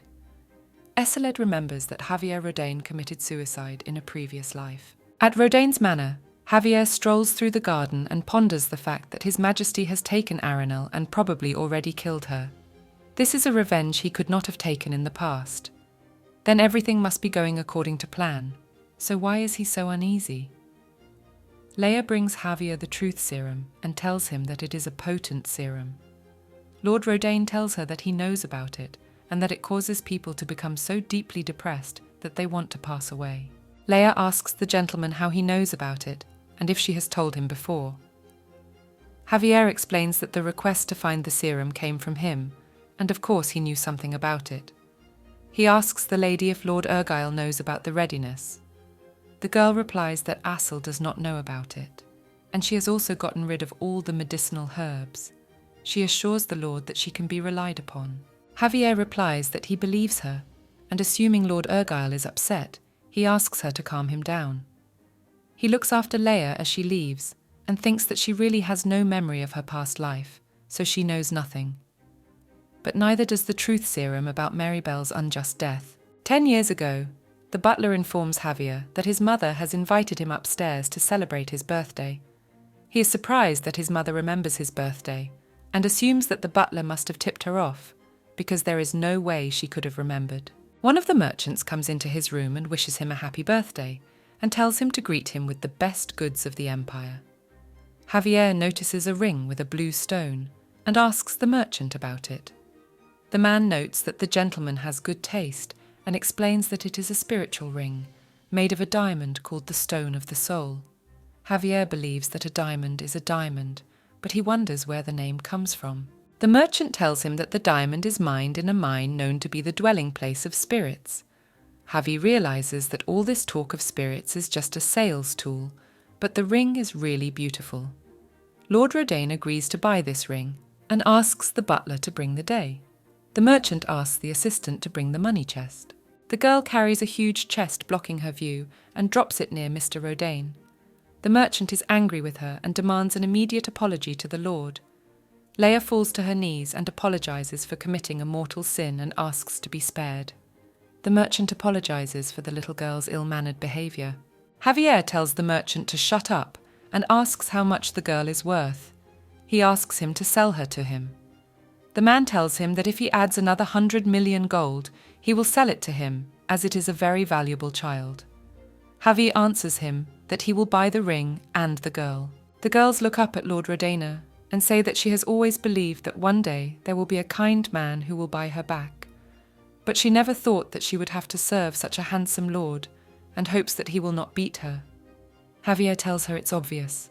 Leia calls the gentleman her saviour, and that she cannot pay him back for a lifetime. At night that day, Lord Rodaine looks at the new ring and thinks that for some reason he can't take his eyes off it.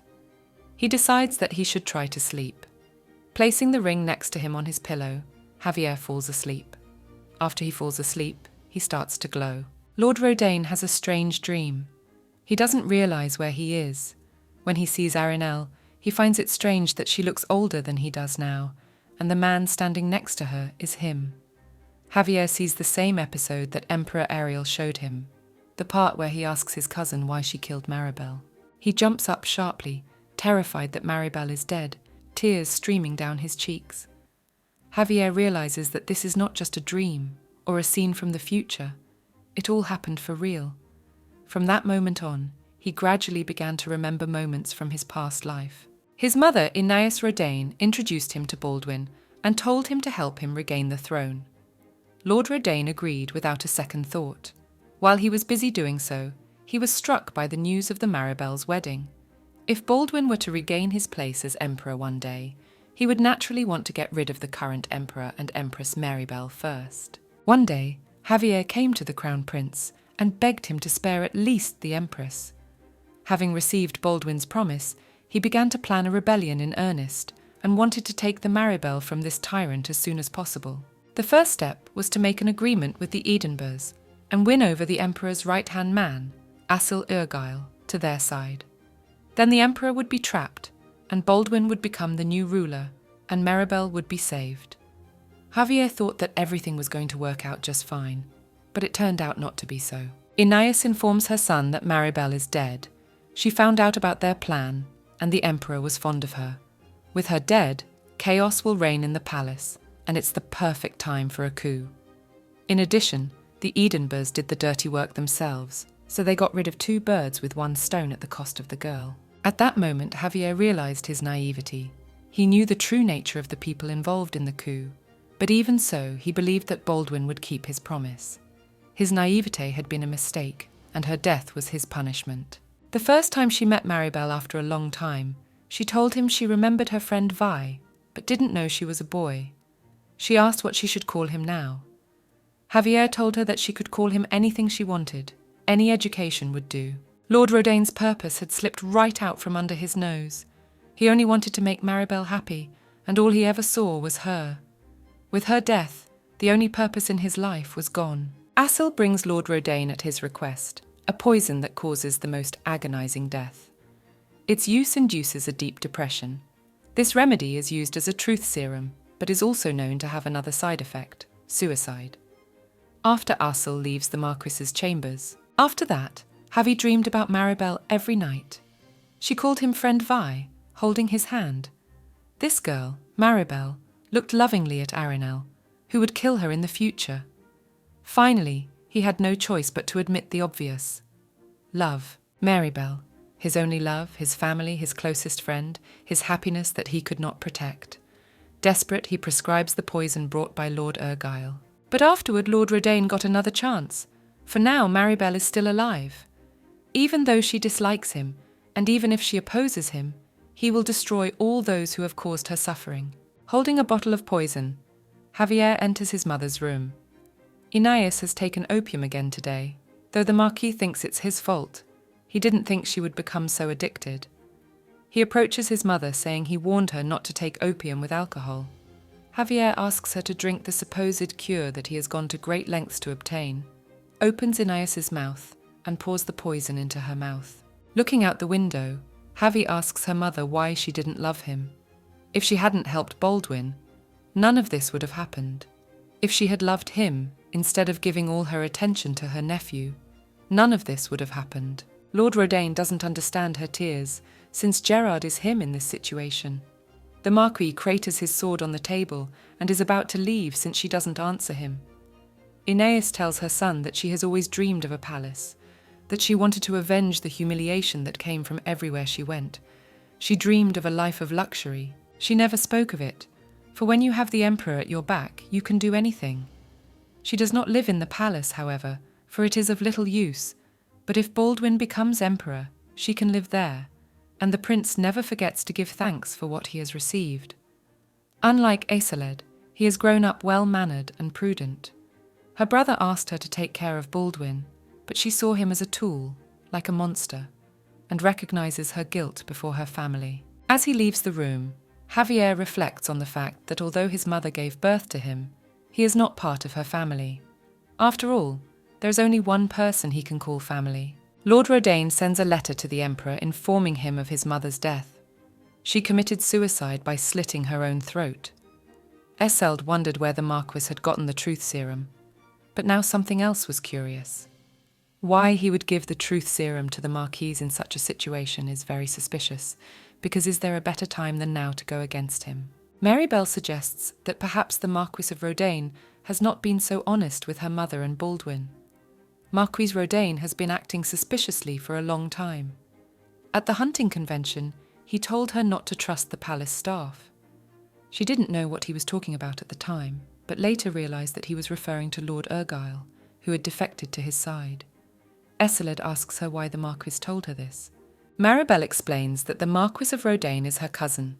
When they were children, he was the closest person to her after Arinel. Only when they were children they were close, but when they met as adults, she didn't recognize him. So it seems suspicious that he was so friendly with her, the sad smile on Javier's face, the faint joy of recognizing him, his worries. Maribel suggests that His Majesty invite the Marquis of Rodaine here after the funeral on the pretext that they wish to honor her memory together. Aisaled suggests that Javier is unlikely to leave Baldwin alone, as this is a good chance to plan the rebellion carefully. Maribel replies that she knows this, but sooner or later it will have to be done, so it is better to take this chance and set a trap. The day comes for the funeral of the Marquise of Rodaine. Aisaled reflects on the fact that although some things have changed, for the most part everything has gone on as it was in his past life. Using the funeral of a member of the imperial family as a cover, a coup d'état has begun. In a previous life, it was Maribel, and in this one, Aeneas. Javier thanks His Majesty for coming without a guard. Eceled replies that there is no other way, since weapons are not allowed here. Except that Javier doesn't look sad. He doesn't see anything suspicious. He thought he would prepare a surprise for his arrival. The Emperor claps the Marquis on the shoulder and advises him to take care of his health as he looks tired. Javier thanks His Majesty for his concern. The Emperor thinks that if he is up to something, he needs only to wave his hand for his men to act. But nothing will really happen. He won't be able to figure out what's on the Marquis's mind. Eceled asks if he and Maribel are really cousins, and if they are close. Javier answers the Emperor that they are indeed cousins, but not particularly close, and have only seen each other a couple of times when they were children. They have different families after all, and then he went to another country with his mother. He's worried about Maribel because she's too kind. Essequibo agrees, and tells him that when the lady learned of the Marquise's death, she told him to invite him to the palace to talk to him. Javier thinks it is very nice of her to invite him. He asks for a date and will come at once. The next day, Assel walks into Lord Rodaine's office. Javier tells Lord Urgyle that the cellar has been his for a long time and asks why he was delayed. Assel replies that he should have said the call was urgent. Lord Rodaine tells him that His Majesty was at his mother's funeral and said he would arrange a meeting to honour her memory and that he should come. He asks Assel to come with him. Lord Ignat replies to Maricuz that if he wants to go there, he should go alone and asks him not to come with him. Javier clarifies that the invitation did not come from His Majesty, but from Maribel, and the Emperor simply passed on her words. He suggests that it is definitely a trap, and he must act first, or he will be killed. Assel asks the Marquis if he is not suggesting that he might be inadvertently committing another betrayal, for he has already gone too far because of his threats to expose his deeds. Javi confirms this and says that it was only charm that saved him then in the forest of Mirion. He reminds Lord Urgyle that he misinformed Jalen Mudd to let Baldwin Theophilus go, and prepays that if his colleagues found out about it, they would be delighted. But he only cares about himself in life, so is it so hard to betray them a second time? Javier also says he knows that he has a soft spot for the Emperor's wife, and asks him not to even try to justify himself because he knows that look well. The passionate desire to possess the unattainable, his expression became the same every time he saw Maribel. So how could he not know? And as it happens, they will have to push the rebellion to an earlier date and surprise them with a surprise attack, kill the Emperor and rescue Maribel. Javier immediately warns that he is not going to kill the lady and wants her to continue to live a peaceful and prosperous life after the coup. It's just that she won't be able to attend social events and glad her whole family is dead. She needs someone by her side instead of them. Assel asks if she's hinting at him. Javier replies that if he wants to, he's not hinting, but he hopes it won't be to his advantage for me to beg him. Taking silence for an answer, Lord Rodaine says he will inform him that he Assel go with him to the capital. The only question is how exactly he will help him.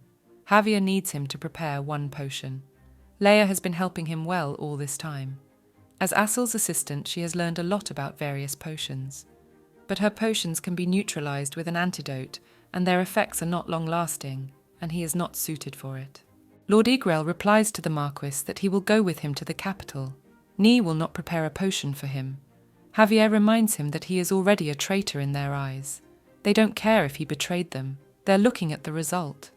His inaction when the Prime Minister's eye was wounded, and his escape at the most crucial moment. Assel, angry, grabs Marquis by the shirt and rebukes him for forcing him to do it. Javi pulls Lord Urgyle's hair and says he understands his displeasure at the vulgarity of leaving the palace, but his presence is necessary to execute his plan and pushes him. Assel reiterates that he has no intention of making the potion. Lord Rodaine says that Leia has already made the truth serum, and he decided to test its effects on someone, and that person died. Assel asks the Marquis how he knows about the serum.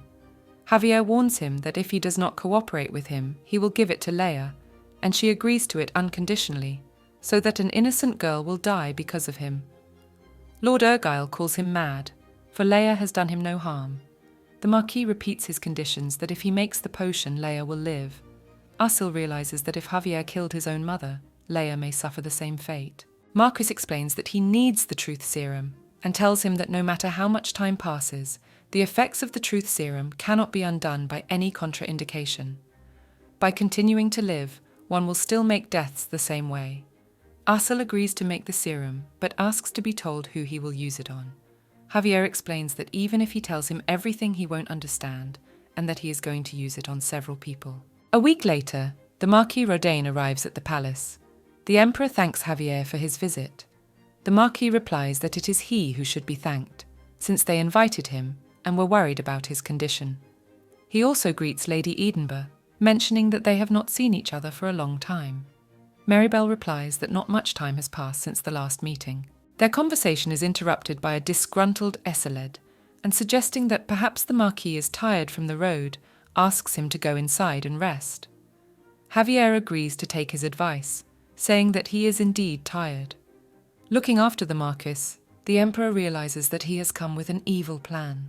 At night, Maribel decides to walk to the Imperial Library, which is not only for the members of the Imperial family, but with the Emperor's signet, namely the ring, even a stranger can enter. A few days ago, Esseled gave the ring to Maribel, with the request that she carry it with her until this is over.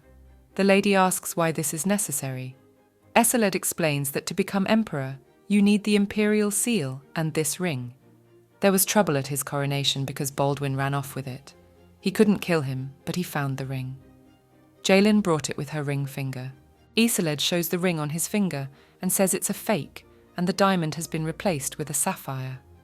Baldwin will want it first, and if things get out of hand, he doesn't want Baldwin to be able to take his place as emperor. Esseled wants to see the look on his brother's face when he tries to do so with only a fake.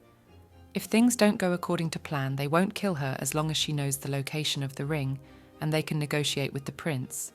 But if Baldwin does try to kill her, it would be best to stick with the Marquis of Rodain as he is friendly to her. Maribel hugs Esseled. He tells her that he's scared that he can't protect him, and when he thinks about what she's going through without her, it's hard. Maribel reassures the Emperor, saying that everything is fine. But when she kissed him, she was ready to go through all the difficulties side by side. She snuggles up to him and laments that such a fearless man who holds a high position and has killed many people is suffering from love. She loves him so much she's willing to go through it all again. Maribel enters a library that has existed since the founding of the Empire, but there is nothing of interest to her. There are books in ancient languages that she can't read, but she assumes that Lord Keir would probably like them. She is about to leave when suddenly she sees Baldwin Theophilus. Noticing the girl, the prince asks her who she is, for no one but the imperial family can come here. But she is not of imperial blood, and yet she is here, suggesting that perhaps she has the imperial ring. When he comes closer to her, he says that it seems that his brother is very fond of her, since he entrusted her with such an important thing. The prince reassures the lady, saying he's not going to not kill her so she can relax. Maribel asks him why she won't kill her. Baldwin explains that if he so much as laid a finger on her, her cousin would be furious, and he doesn't want to upset Javier, as he is his friend and assistant, so he must keep his promise. Maribel clarifies if he really does not scorn her, even though she can tell of his presence in the palace. It seems to the prince that the lady is asking for his death. She suggests that his brother probably already knows he is here, but cannot find him and kill him before he does something serious. Maribel again tells the prince that she can tell the emperor about him. Baldwin explains to the lady that he just came to get a book and will stay here while he reads it. Maribel warns the prince that if she lingers, her nanny will go looking for her. Baldwin, with a sinister smile on his face, says that if she does, not Nanny will die. A lady asks the prince what book he is reading. Baldwin replies that the book he is interested in is about the Edenbearers' connection to the spirit of time, which only interacts with their descendants. The Emperor's sigil is made of Edinburgh stone and can be used to make contact with the spirit. Now Maribel understood why she had travelled back in time, and as a descendant of the Edinburghs, she had been close to His Majesty in a past life, and that must have influenced the ring. In that case, Javi, as a descendant of the Edinburghs, had gone back in time. It would explain his strange behaviour. She wonders what's on his mind. At that moment, Baldwin grabs the lady by the hair and presses her against the closet, saying that she had carelessly explained everything to him very clearly, and asks her if it is possible to be so careless. Maribel is horrified. She asks the prince what he is doing. Baldwin explains that he promised not to kill her, but did not say he would leave her alone. He asks her to give him the ring, and only then will he let her go. Maribel asks the prince what will happen if she does not give up the ring. Baldwin, with madness in his eyes, says he could break her fingers one by one. Maribel reflects that although Baldwin and Eseled are scary to the point of creepiness, they are very different.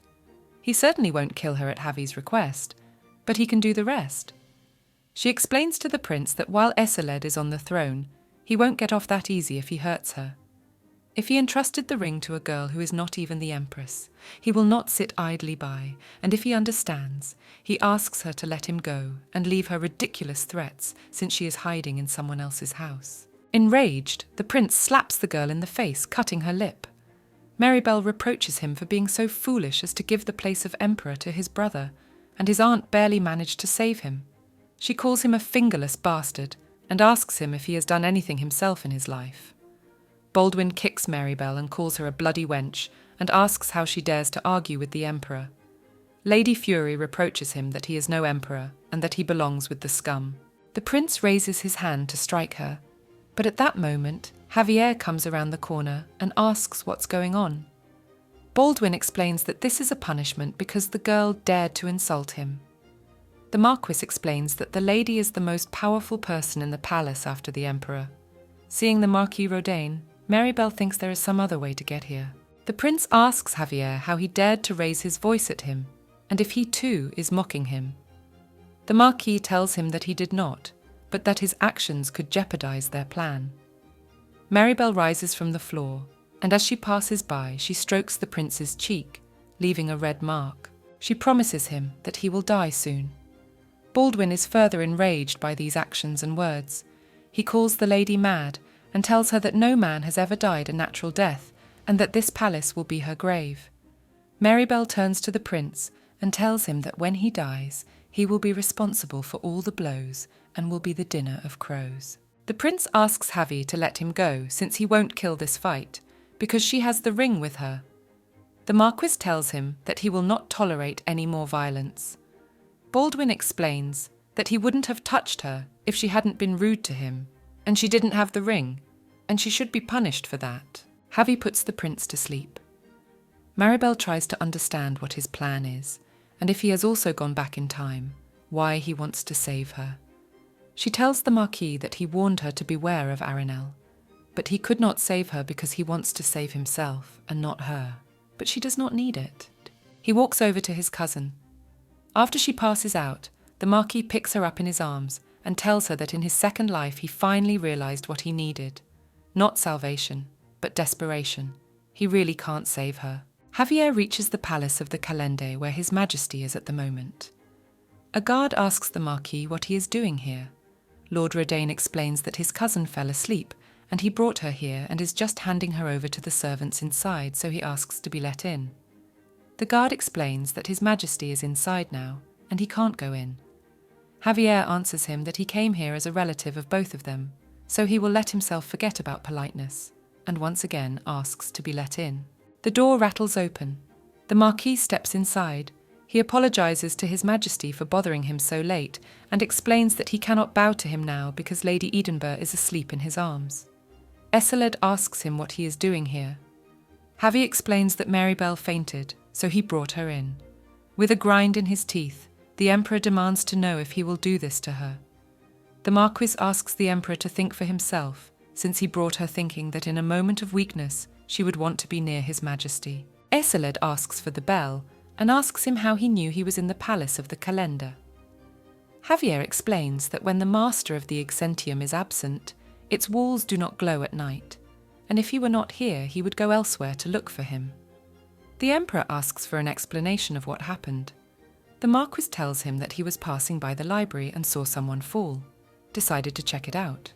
It was Maribel, and it seems she was suddenly attacked. Eseleda wonders why Javier is not worried about his beloved cousin, if he has nothing to do with it, and asks him not to tell him that he has misunderstood him, as he knows how he has been helping her all this time. He does not believe the Marquis's excuses, and knows that he has changed his mind, and believes that if he had not discovered the bell by accident, he would have taken her to him. But if he had come to him, it means that the man connected to him disobeyed and used force, because it is impossible that he knew nothing about the incident. Javier explains to His Majesty that shortly before passing out, Maribel told him that she didn't need any help, so he was completely powerless, and if Maribel asks who brought her here, he asks her to say it was him. Eseled tells the Marquis that an acquaintance of his recently died, and sometime later his relative committed suicide. He asks him what he thinks the cause was. Javier assumes it was a matter of love. Eseled says he wants to turn the palace upside down right now, but his aunt died recently, so he will forget about the incident and asks the Marquis to leave. Walking down the corridor of the palace, Javier thinks about the fact that he is living a second time and has been rejected a second time. With a loving heart, he only wanted to love Maribel and make her happy. But she doesn't need him like she always has. A few days pass, and Maribel finally wakes up. Eseled asks the lady how she is feeling and says that she has been unconscious for 2 days. Maribel notes that more time has passed than she thought and asks about the banquet. Eseled replies that the banquet will be tomorrow, but that she will not attend. Although they have used the best medicine, it does not solve everything, and so she needs to rest and sleep, at least until she can speak normally. Then he will answer all her questions. The Emperor asks Kira how much medicine is left. The Prime Minister replies that what they gave her recently was the last. There is still plenty of time before the banquet, but we are still wondering where Jalin and Theobald are. Keir replies that everything is ready. They have gone ahead and will be waiting at the site. Eseled calls up Peppo and asks her if she knows the road he told her about. And if anything happens, he asks her to run away with Maribel that way. Lord Keir and the Emperor are heading to the throne room where the banquet will be held. All the guests are already gathered around the table. As they look around the hall, Eseled thinks that all the people here are against him and are cooperating with Javius. He has turned his back on him too, so he can't rely on anyone here. If Baldwin shows up now, they will welcome him with open arms. The Emperor asks the guests if they have begun their meal. One of the men at the table replies to His Majesty that they could not begin without him.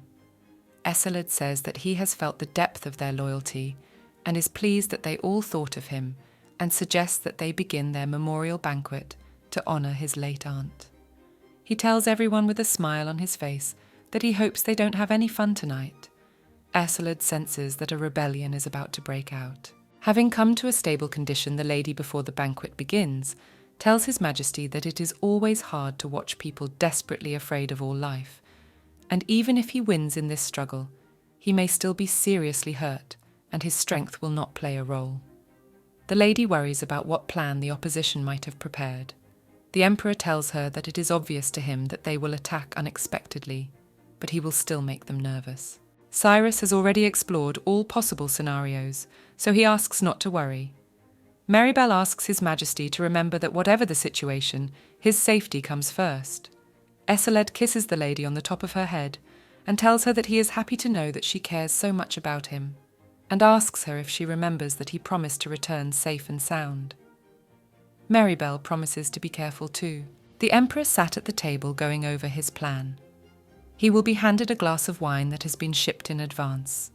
As a servant hands him the glass, he will accidentally spill the wine on his ring.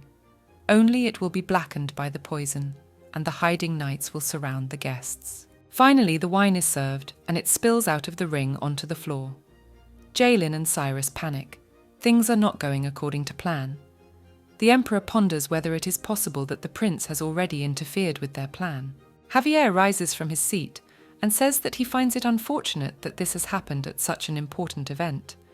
It would be unkind to accept a new glass, so he offers to give the Emperor his own. Cyrus tells the Marquis that offering the Emperor his own glass is very rude. Javier tells him that it is not rude since such a surprise has prevented them from honouring his mother. The Prime Minister wants to contradict him, but the Emperor asks Cyrus to stop. Eseled notes that the Marquis's loyalty is very deep, and if he is going to accept his failure, there is no reason to deny him. Javier says that Lord Cyrus is also right, and thanks His Majesty for forgiving his rudeness. In that case, the Emperor proposes a drink. Javier watches His Majesty carefully as he finishes the wine from his glass. At that moment, Crown Prince Baldwin bursts into the hall with his knights behind him and says that he too has come to honour his late aunt. But all he sees is a lot of filthy pigs that should be slaughtered and the emperor killed. This is where it's all going to be decided. Jalin orders the guards to engage and defend His Majesty. Baldwin Theophilus is approached by Theobald and told that he is his opponent. Meanwhile, His Majesty faints, and Lord Peregrine realises that the wine has indeed been poisoned. The prince tells Lord Peregrine that even if he tries to stop him, Theobald will still die, so their battle is pointless. Theobald draws his sword, shouting that His Majesty will not die from some poison. Baldwin explains that the emperor has lost consciousness and will die soon, so it makes no sense for him to risk his life fighting him. Lord Peregrine asks Baldwin not to run away like a true coward. Jalin says that His Majesty is alive, and she will carry him to safety. Baldwin fends off Theobald's attacks, saying that the emperor's death will not change even if they fight so desperately. The exit from the banquet hall is blocked, and Jalin realises they can't get out of here that way. Cyrus, meanwhile, arrests the Marquis of Rodaine. The Prime Minister at this point reflects on the fact that Marcus tried to poison His Majesty with a deadly poison, and should probably have tried to escape, but instead surrendered so calmly. There is more chaos in the hall. Baldwin Theophilus is missing. Lord Urgyle arrives at the blood banquet. Assel apologises. He does not know where His Majesty the Emperor is, but the one who challenged him is already dead, and shows everyone the severed head of Crown Prince Baldwin. After it is over, Theobald offers to take His Majesty to his chambers himself, and Jalin agrees. Lord Mudd mentally begs His Majesty to wake up for the lady's sake, for now his old enemy is gone. A few days later, Maribel has a dream. She sits drinking tea with the Emperor, and notes that his tea manners have improved. Eseled says he doesn't think the tea is good for him. The lady asks His Majesty to ask him a question, and after permission asks if he has ever been in love. The Emperor thinks this is the worst question to ask an unrequitedly in love man. Eseled asks the lady if he has offended her in any way. Maribel replies that he has not, and tells him that if he has a beloved, she can become his woman or lover. The Emperor asks if she really doesn't know, and that's why she asks such questions, although he still thinks she does. Maribel asks His Majesty if she has something for him. The Emperor confirms this and says that he is offended by her lack of knowledge. He does love one man, but he's not very close to him, and think of that answer as sounding like he does have another woman. The lady smilingly answers him that she didn't know that. Eseled again asks her if she really doesn't know or is just pretending, but then asks her to forget the question. She asks His Majesty what it is like to love. She really doesn't know and has never been in love. The Emperor says with a chuckle that he is the only one who really knows what it is, and explains to the lady that love is when you love someone, even if they betray you, and you are ready to trust them again. It was a dream from a past life again. Maribel rises abruptly from the bed and thinks about how much time has passed. She needs to see His Majesty urgently, but why she feels so weak is unknown to her. Her nanny Papo enters the room after hearing a rustle. Nanny is glad that Maribel is finally awake, and tells the lady that she should not move yet and should rest more. Maribel tells Nanny that she needs to see His Majesty and find out what date it is today. Lady is asleep again. Jalin asks Papo not to let her out if she wakes up again. A woman asks the knight about what happened in the castle. So many people died the day before yesterday, but His Majesty is still nowhere to be seen. Jalin tells Papo to watch her words when she is in the castle, and His Majesty is very busy. Lord Mudd approaches the Emperor's room and asks Lord Keir how His Majesty is feeling. The Prime Minister replies that everything is as before, advising him to prepare himself before entering. Jalin asks not to worry about her, as His Majesty will not be able to defeat her in her condition. Lord Mudd enters the Emperor's chambers and asks him how he is feeling. Eseled rises abruptly in bed and plops the knight down. He tells her that he should have let him die, since he didn't even ask to be saved. They should have just left him lying there as it was over. Jalin doesn't know what he's talking about, because she remembers that he tried to survive, and asks him to remember the time they spent together. Eseled explains that he has already died once, and doesn't care how many more times he has to die. Jalin points a sword at His Majesty. Esseled asks the knight what she is doing and asks her to back off. Lord Mudd apologizes for crossing the line and puts him to sleep. There are rumors that His Majesty has gone mad. His talk of death in the past, you might say, speaks to that too, but one would have to be mad to say such a thing. A few days later, Cyrus comes to Marybelle's chambers. He apologizes in advance for telling her this right after she woke up, but His Majesty has gone mad. The lady asks the Prime Minister what he means by that. Cyrus starts to speak, but Marybelle stops him and asks him to wait as she has just gotten up and doesn't quite understand him. Lord Keir reports that Baldwin Theophilus is dead, and they were able to put down the rebellion, but His Majesty has gone mad. From what she has been told, Marybelle realizes that she missed a lot while she was asleep, and asks if this is all the information. The Prime Minister says they've killed everyone connected with the rebellion except the Marquis of Rodaine. The Dukes of Edinburgh and all the other nobles who supported the Crown Prince have also been killed, including Lord Argyle. He took the poison and killed himself. Despite what was happening this time, His Majesty wasn't as worried about her safety. Before, Keir didn't understand why. It's all about the Marquis of Rodaine. He asked the lady if she knows about the truth pills that Assel produced. Marybelle clarifies that His Majesty has taken this poison. Cyrus explains that the Marquis added such a pill to His Majesty's wine. It's hard to recover from such a thing, and he thought that when the Emperor wakes up he will feel better, but His Majesty wants to die. He also says strange things that he's died before. Marybelle gets out of bed and asks Lord Cyrus to take her to His Majesty now. In the hallway, Lord Mudd runs to the lady and asks her how she is feeling now. Marybelle replies that she is fine and sees that Jaelin is not feeling bad either. Lord Mudd prefaces that Lord Keir must have said something foolish to her, though she has only recently awakened, and embracing the Prime Minister asks him to magnanimously forgive her. Keir replies that there was nothing left for him to do, for no one but the lady can come near His Majesty now. Jaelin asks him what they will do if His Majesty does something to Lady. She hasn't even recovered. Keir can't believe that the Emperor would hit Marybelle, but asks him to tell Lady to be careful just in case and leaves, saying that his job ends here. Lord Mudd asks the lady how much she knows. Marybelle replies that she was told that His Majesty took the truth pills. Jaelin says that Assel was going to make an antidote before he died, but the poison is too strong and the antidote doesn't work. Now they have given His Majesty strong sleeping pills to calm him down, but over time they have become less effective. She asks the lady to take this needle stuck in a cloth with her. If the situation is critical, it must be used. Marybelle enters His Majesty's room and ponders the fact that everyone thinks the Emperor has gone mad, but it's just the effect of the pill. She is sure that Esseled is not going to attack those who have just entered the room and thinks that she should just be careful not to provoke him. Lady meets Esseled, and the first thing she sees are the strangulation marks on his neck. The Emperor pulls Lady to him and begs her to kill him, as he is sure she wants him dead. He doesn't mind dying, but he only wants it if she kills him. Marybelle embraces Isolde and apologizes for betraying him in his past life and calls herself a villain, mean and horrible for making him feel such pain.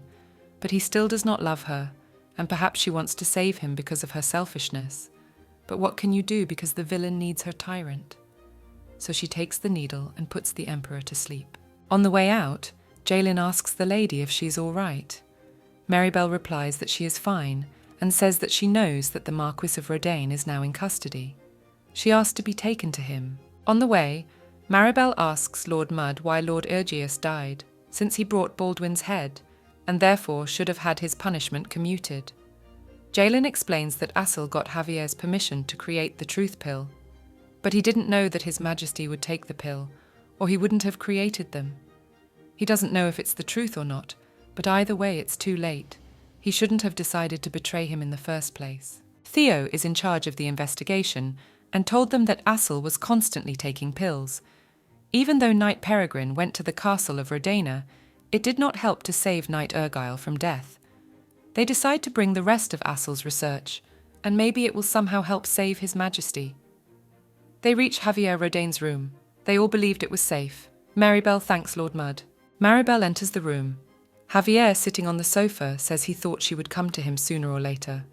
She asks her cousin what medicine His Majesty had taken. Marybelle replies that it was the truth pills. Since Baldwin is dead, now he has them. He agreed to give up Baldwin's head to get the cure from him. Argyle had no intention of becoming a traitor in the first place. It was necessary to press his weaknesses, and apparently if she doesn't know about it, Argyle is more reliable than he thought. Marybelle thinks she really didn't know he didn't mean to betray, probably like the rest of the castle staff. The lady says she feels as if he wanted Baldwin dead from the start, but wasn't the plan for him to take over. Javius replies that it was his mother's wish, but she is already dead. Marybelle asks what the plan was then. Javier explains that his goal is one of revenge against people from the past. He asks the lady about what's going on with the Irgyle now. Marybelle staggers in with a counter-question about whether he told anyone else. The Marquis replies that no one asked him about it, and besides, he thought that Argyle had already told everything. The lady asks not to tell anyone in that case, as Asil has already killed himself and His Majesty has gone mad. Marybelle thinks that she too is at her wit's end, and suggests that perhaps for this reason she's not surprised by the deaths of her uncle and Lord Argyle. The Marquis asks the lady if she is not interested in why he gave His Majesty the truth pill.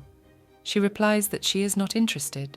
She needs to get him back, and for that she needs to find the antidote. Javi explains that it's unfortunately too late, and that it's not a joke. He makes her happiest, even though he doesn't like His Majesty as her partner, but still wants what she wants. Marybelle says she believes him, and will go to her own place in that case. Javier advises her to do what the Emperor wants, as it is the only way to put him out of his misery. The reason His Majesty was given the truth pill was a second impulse. Javier wanted to drink the wine himself, his revenge ending in his death. But when the wineglass was shattered, he realized his plan was broken. Marquis Truth thought he could kill him, and actually wanted to. Javier was jealous, and hated that Marybelle had fallen for him, but he really didn't think the Emperor would take his glass. Then the Lord realized he wasn't the only one going crazy. Marybelle comes into Eseled's room while he is asleep. Sitting on the bed, she strokes his cheek and tells him that he has destroyed all the seeds of rebellion, but has never been able to be happy. They fought so hard, but to see Eseld in this state speaks more to their defeat than victory. Marybelle was afraid he would find out about her betrayer from her past life, but it turns out he already knew everything, even loved her again, in which case she doesn't understand why he would give up his life so easily. Her intense love overshadowed betrayal for him. Marybelle used to only know how to love herself, dreaming of killing Aranel, but Eseled was willing to give up everything because of her love for her. She is ashamed and very sorry. Argyle is dead, Rodaine says, to do as the Emperor wants. She feels like everyone is playing games with her. Marybelle wanted to love him like it was over. She can't understand his love, because if you love, you should be together. Not understanding she will follow his love, if the Emperor so wants to love, but not to be together.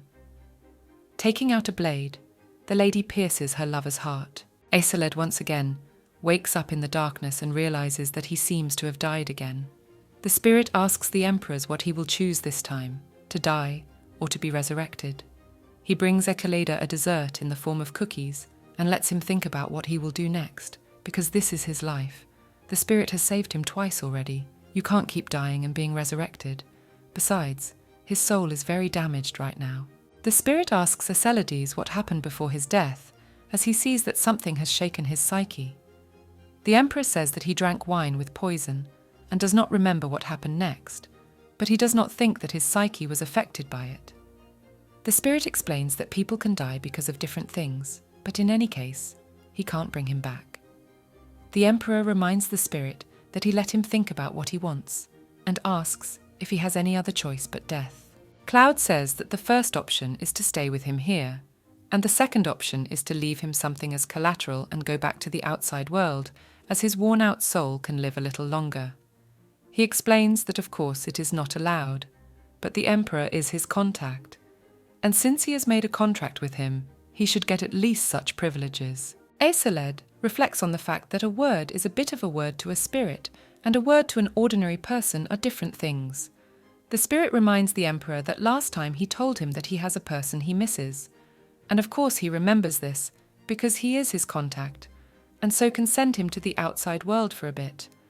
The spirit complains that nothing interesting happens in this place, so he would be glad if the emperor would go to the outside world, at least for a while, to tell him many new stories. If he lives even a little longer, he asked to come back to talk to him. Before the banquet, Eseled called Lord Cyrus to her and told him that if he were to die, Baldwin would have no reason to kill them all. And even if the prince becomes emperor, all power will be with Cyrus, so he asked him to kill all of the prince's minions and make him a puppet emperor. Cyrus explained to the emperor that the palace would lose its value without him, and Theo would probably commit suicide if he died. The emperor reminded the prime minister that Lord Peregrine had promised to protect him with his life, so he asked Cyrus to stop the night in this case and not to dwell on his death. Lord Cyrus told the emperor that he was not happy at the moment because of his words, as they had devised a plan with the assumption that everyone would survive. Eseled replied that of course they should all survive, and that it was just an assumption. Cyrus told the emperor that he didn't even want to hear about it, because if the emperor died, they would all cut their throats together. Eseled asks the spirit what point in time he would be in if he were to return to the outside world now. He tells the emperor that he is now standing over the time of his death. He shows him the moment his girlfriend cut him with a knife, and he died, explaining that this world is connected to his consciousness and the physical body does not play a role here. The emperor asks the spirit how far he can see into time. Cloud replies that there is nothing he cannot see. The emperor then asks if he knows that the mayor was going to kill him. The spirit replies that he can't talk to him about what he doesn't know. Eseleth is upset by this answer because he thinks he and the spirit are friends and have even had tea together. The emperor promises him that if he helps him, he will learn everything that is interesting and then tell him and talk about the outside world until he gets bored. The spirit is pleased by this and decides that first of all, he should return the emperor's memory. Eseled remembers and sees the episode of his beloved plunging a dagger into his heart. Finished which he does not remember, and asks the spirit if he can bring him back. The spirit replies that he can bring him back a little bit, and asks him to remember to tell him everything in great detail when he comes back to him, to find out as much information as possible so he won't be bored. The emperor returns to the moment when Marybelle decides to kill him. The lady kisses the emperor's hands, and thinks that someone must end this suffering. But it is not Cyrus, who begged to save his majesty, not Jalin, who guarded his majesty all night, and not Theobald, who defended his majesty at the cost of his life. Only she can end this. Pointing the blade at the emperor's body, she says she too will try to know the love that exists, even when they are not together. Eseled intercepts her arm before she can plunge the knife in and apologizes to the lady. Marybelle cries as she tugs on the emperor's shoulder. Eseled asks the lady why she does not answer, if she will not even accept his apology. Marybelle replies that this is not the case at all, and she's worried about him. The emperor kisses the lady and tells her that he couldn't watch the man he loved kill him. Marybelle explains that if they met again, she would apologize to him as she thinks she was too selfish. She thought that suddenly Eseled was dying because of her, and was very scared and doesn't want to live in a world without him, so she asks him to live for her.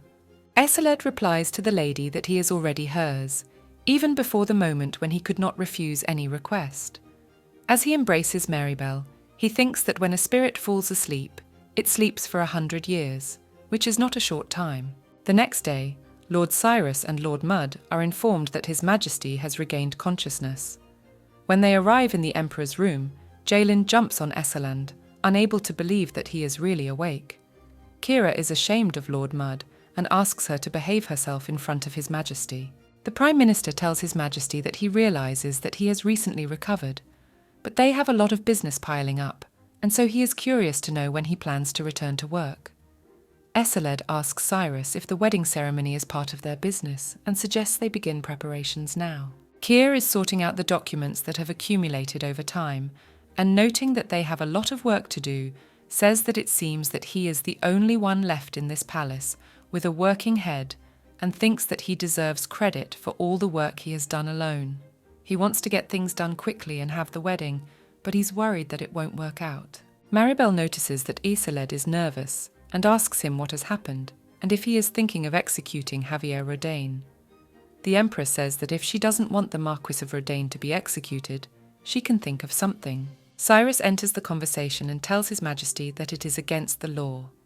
Marybelle agrees with the Prime Minister and says traitors will always be executed, for if a few are spared, the empire will soon fall apart.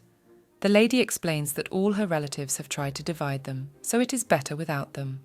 Meanwhile, Theobald Peregrine reports on his return. Everyone praises him for a job well done. A few weeks later, the day of the royal wedding arrives. Everyone is bustling about, preparing for the festivities. Peppo is styling Lady Marybell's hair and decides to choose a pink floral twist, harmonizing with the cuffs. Nanny admires the finished wedding image. She begins to cry that Lady is getting married and is very touched by it. Marybelle tells Peppo that she is very happy to have her with her and thanks Nanny for looking after her all the time. The nanny replies to the lady that as long as her health permits, she will always serve her faithfully. A servant enters the room and bows to announce that the ceremony will soon begin. All the guests have already gathered in the huge celebration hall. Esselid is standing at the altar waiting for his bride in a white and gold suit with epaulettes. Jaelin wonders when their mistress will show up. Keir asks her not to fuss, as nervousness is contagious. Theobald asks his friend not to swear at his wife Jaelin. Keir remembers that they are a couple of parrots. Finally, the Empress is announced. Marybelle slowly walks down the aisle in a long dress with a bouquet of roses in her hands. Whispers echo through the hall as everyone discusses how beautiful their Empress is. Jaelin says through her tears that their mistress is always beautiful, but today the beauty has increased. Keir reminds Lord Mudd that she didn't even cry at her own wedding, but at someone else's she sobs so hard. He asks her to take an example from him and hold back her tears. When she reaches Ekeland, Marybelle asks him if the wait was worth it. The Emperor replies that he is willing to put up with all the events that have come before. The priest begins the ceremony and asks them to swear that they will remain faithful to each other to the end of their lives and to the day. And after the ceremony is over, he allows them to exchange rings. In front of the witnesses, the priest announces that the marriage union has been successfully concluded.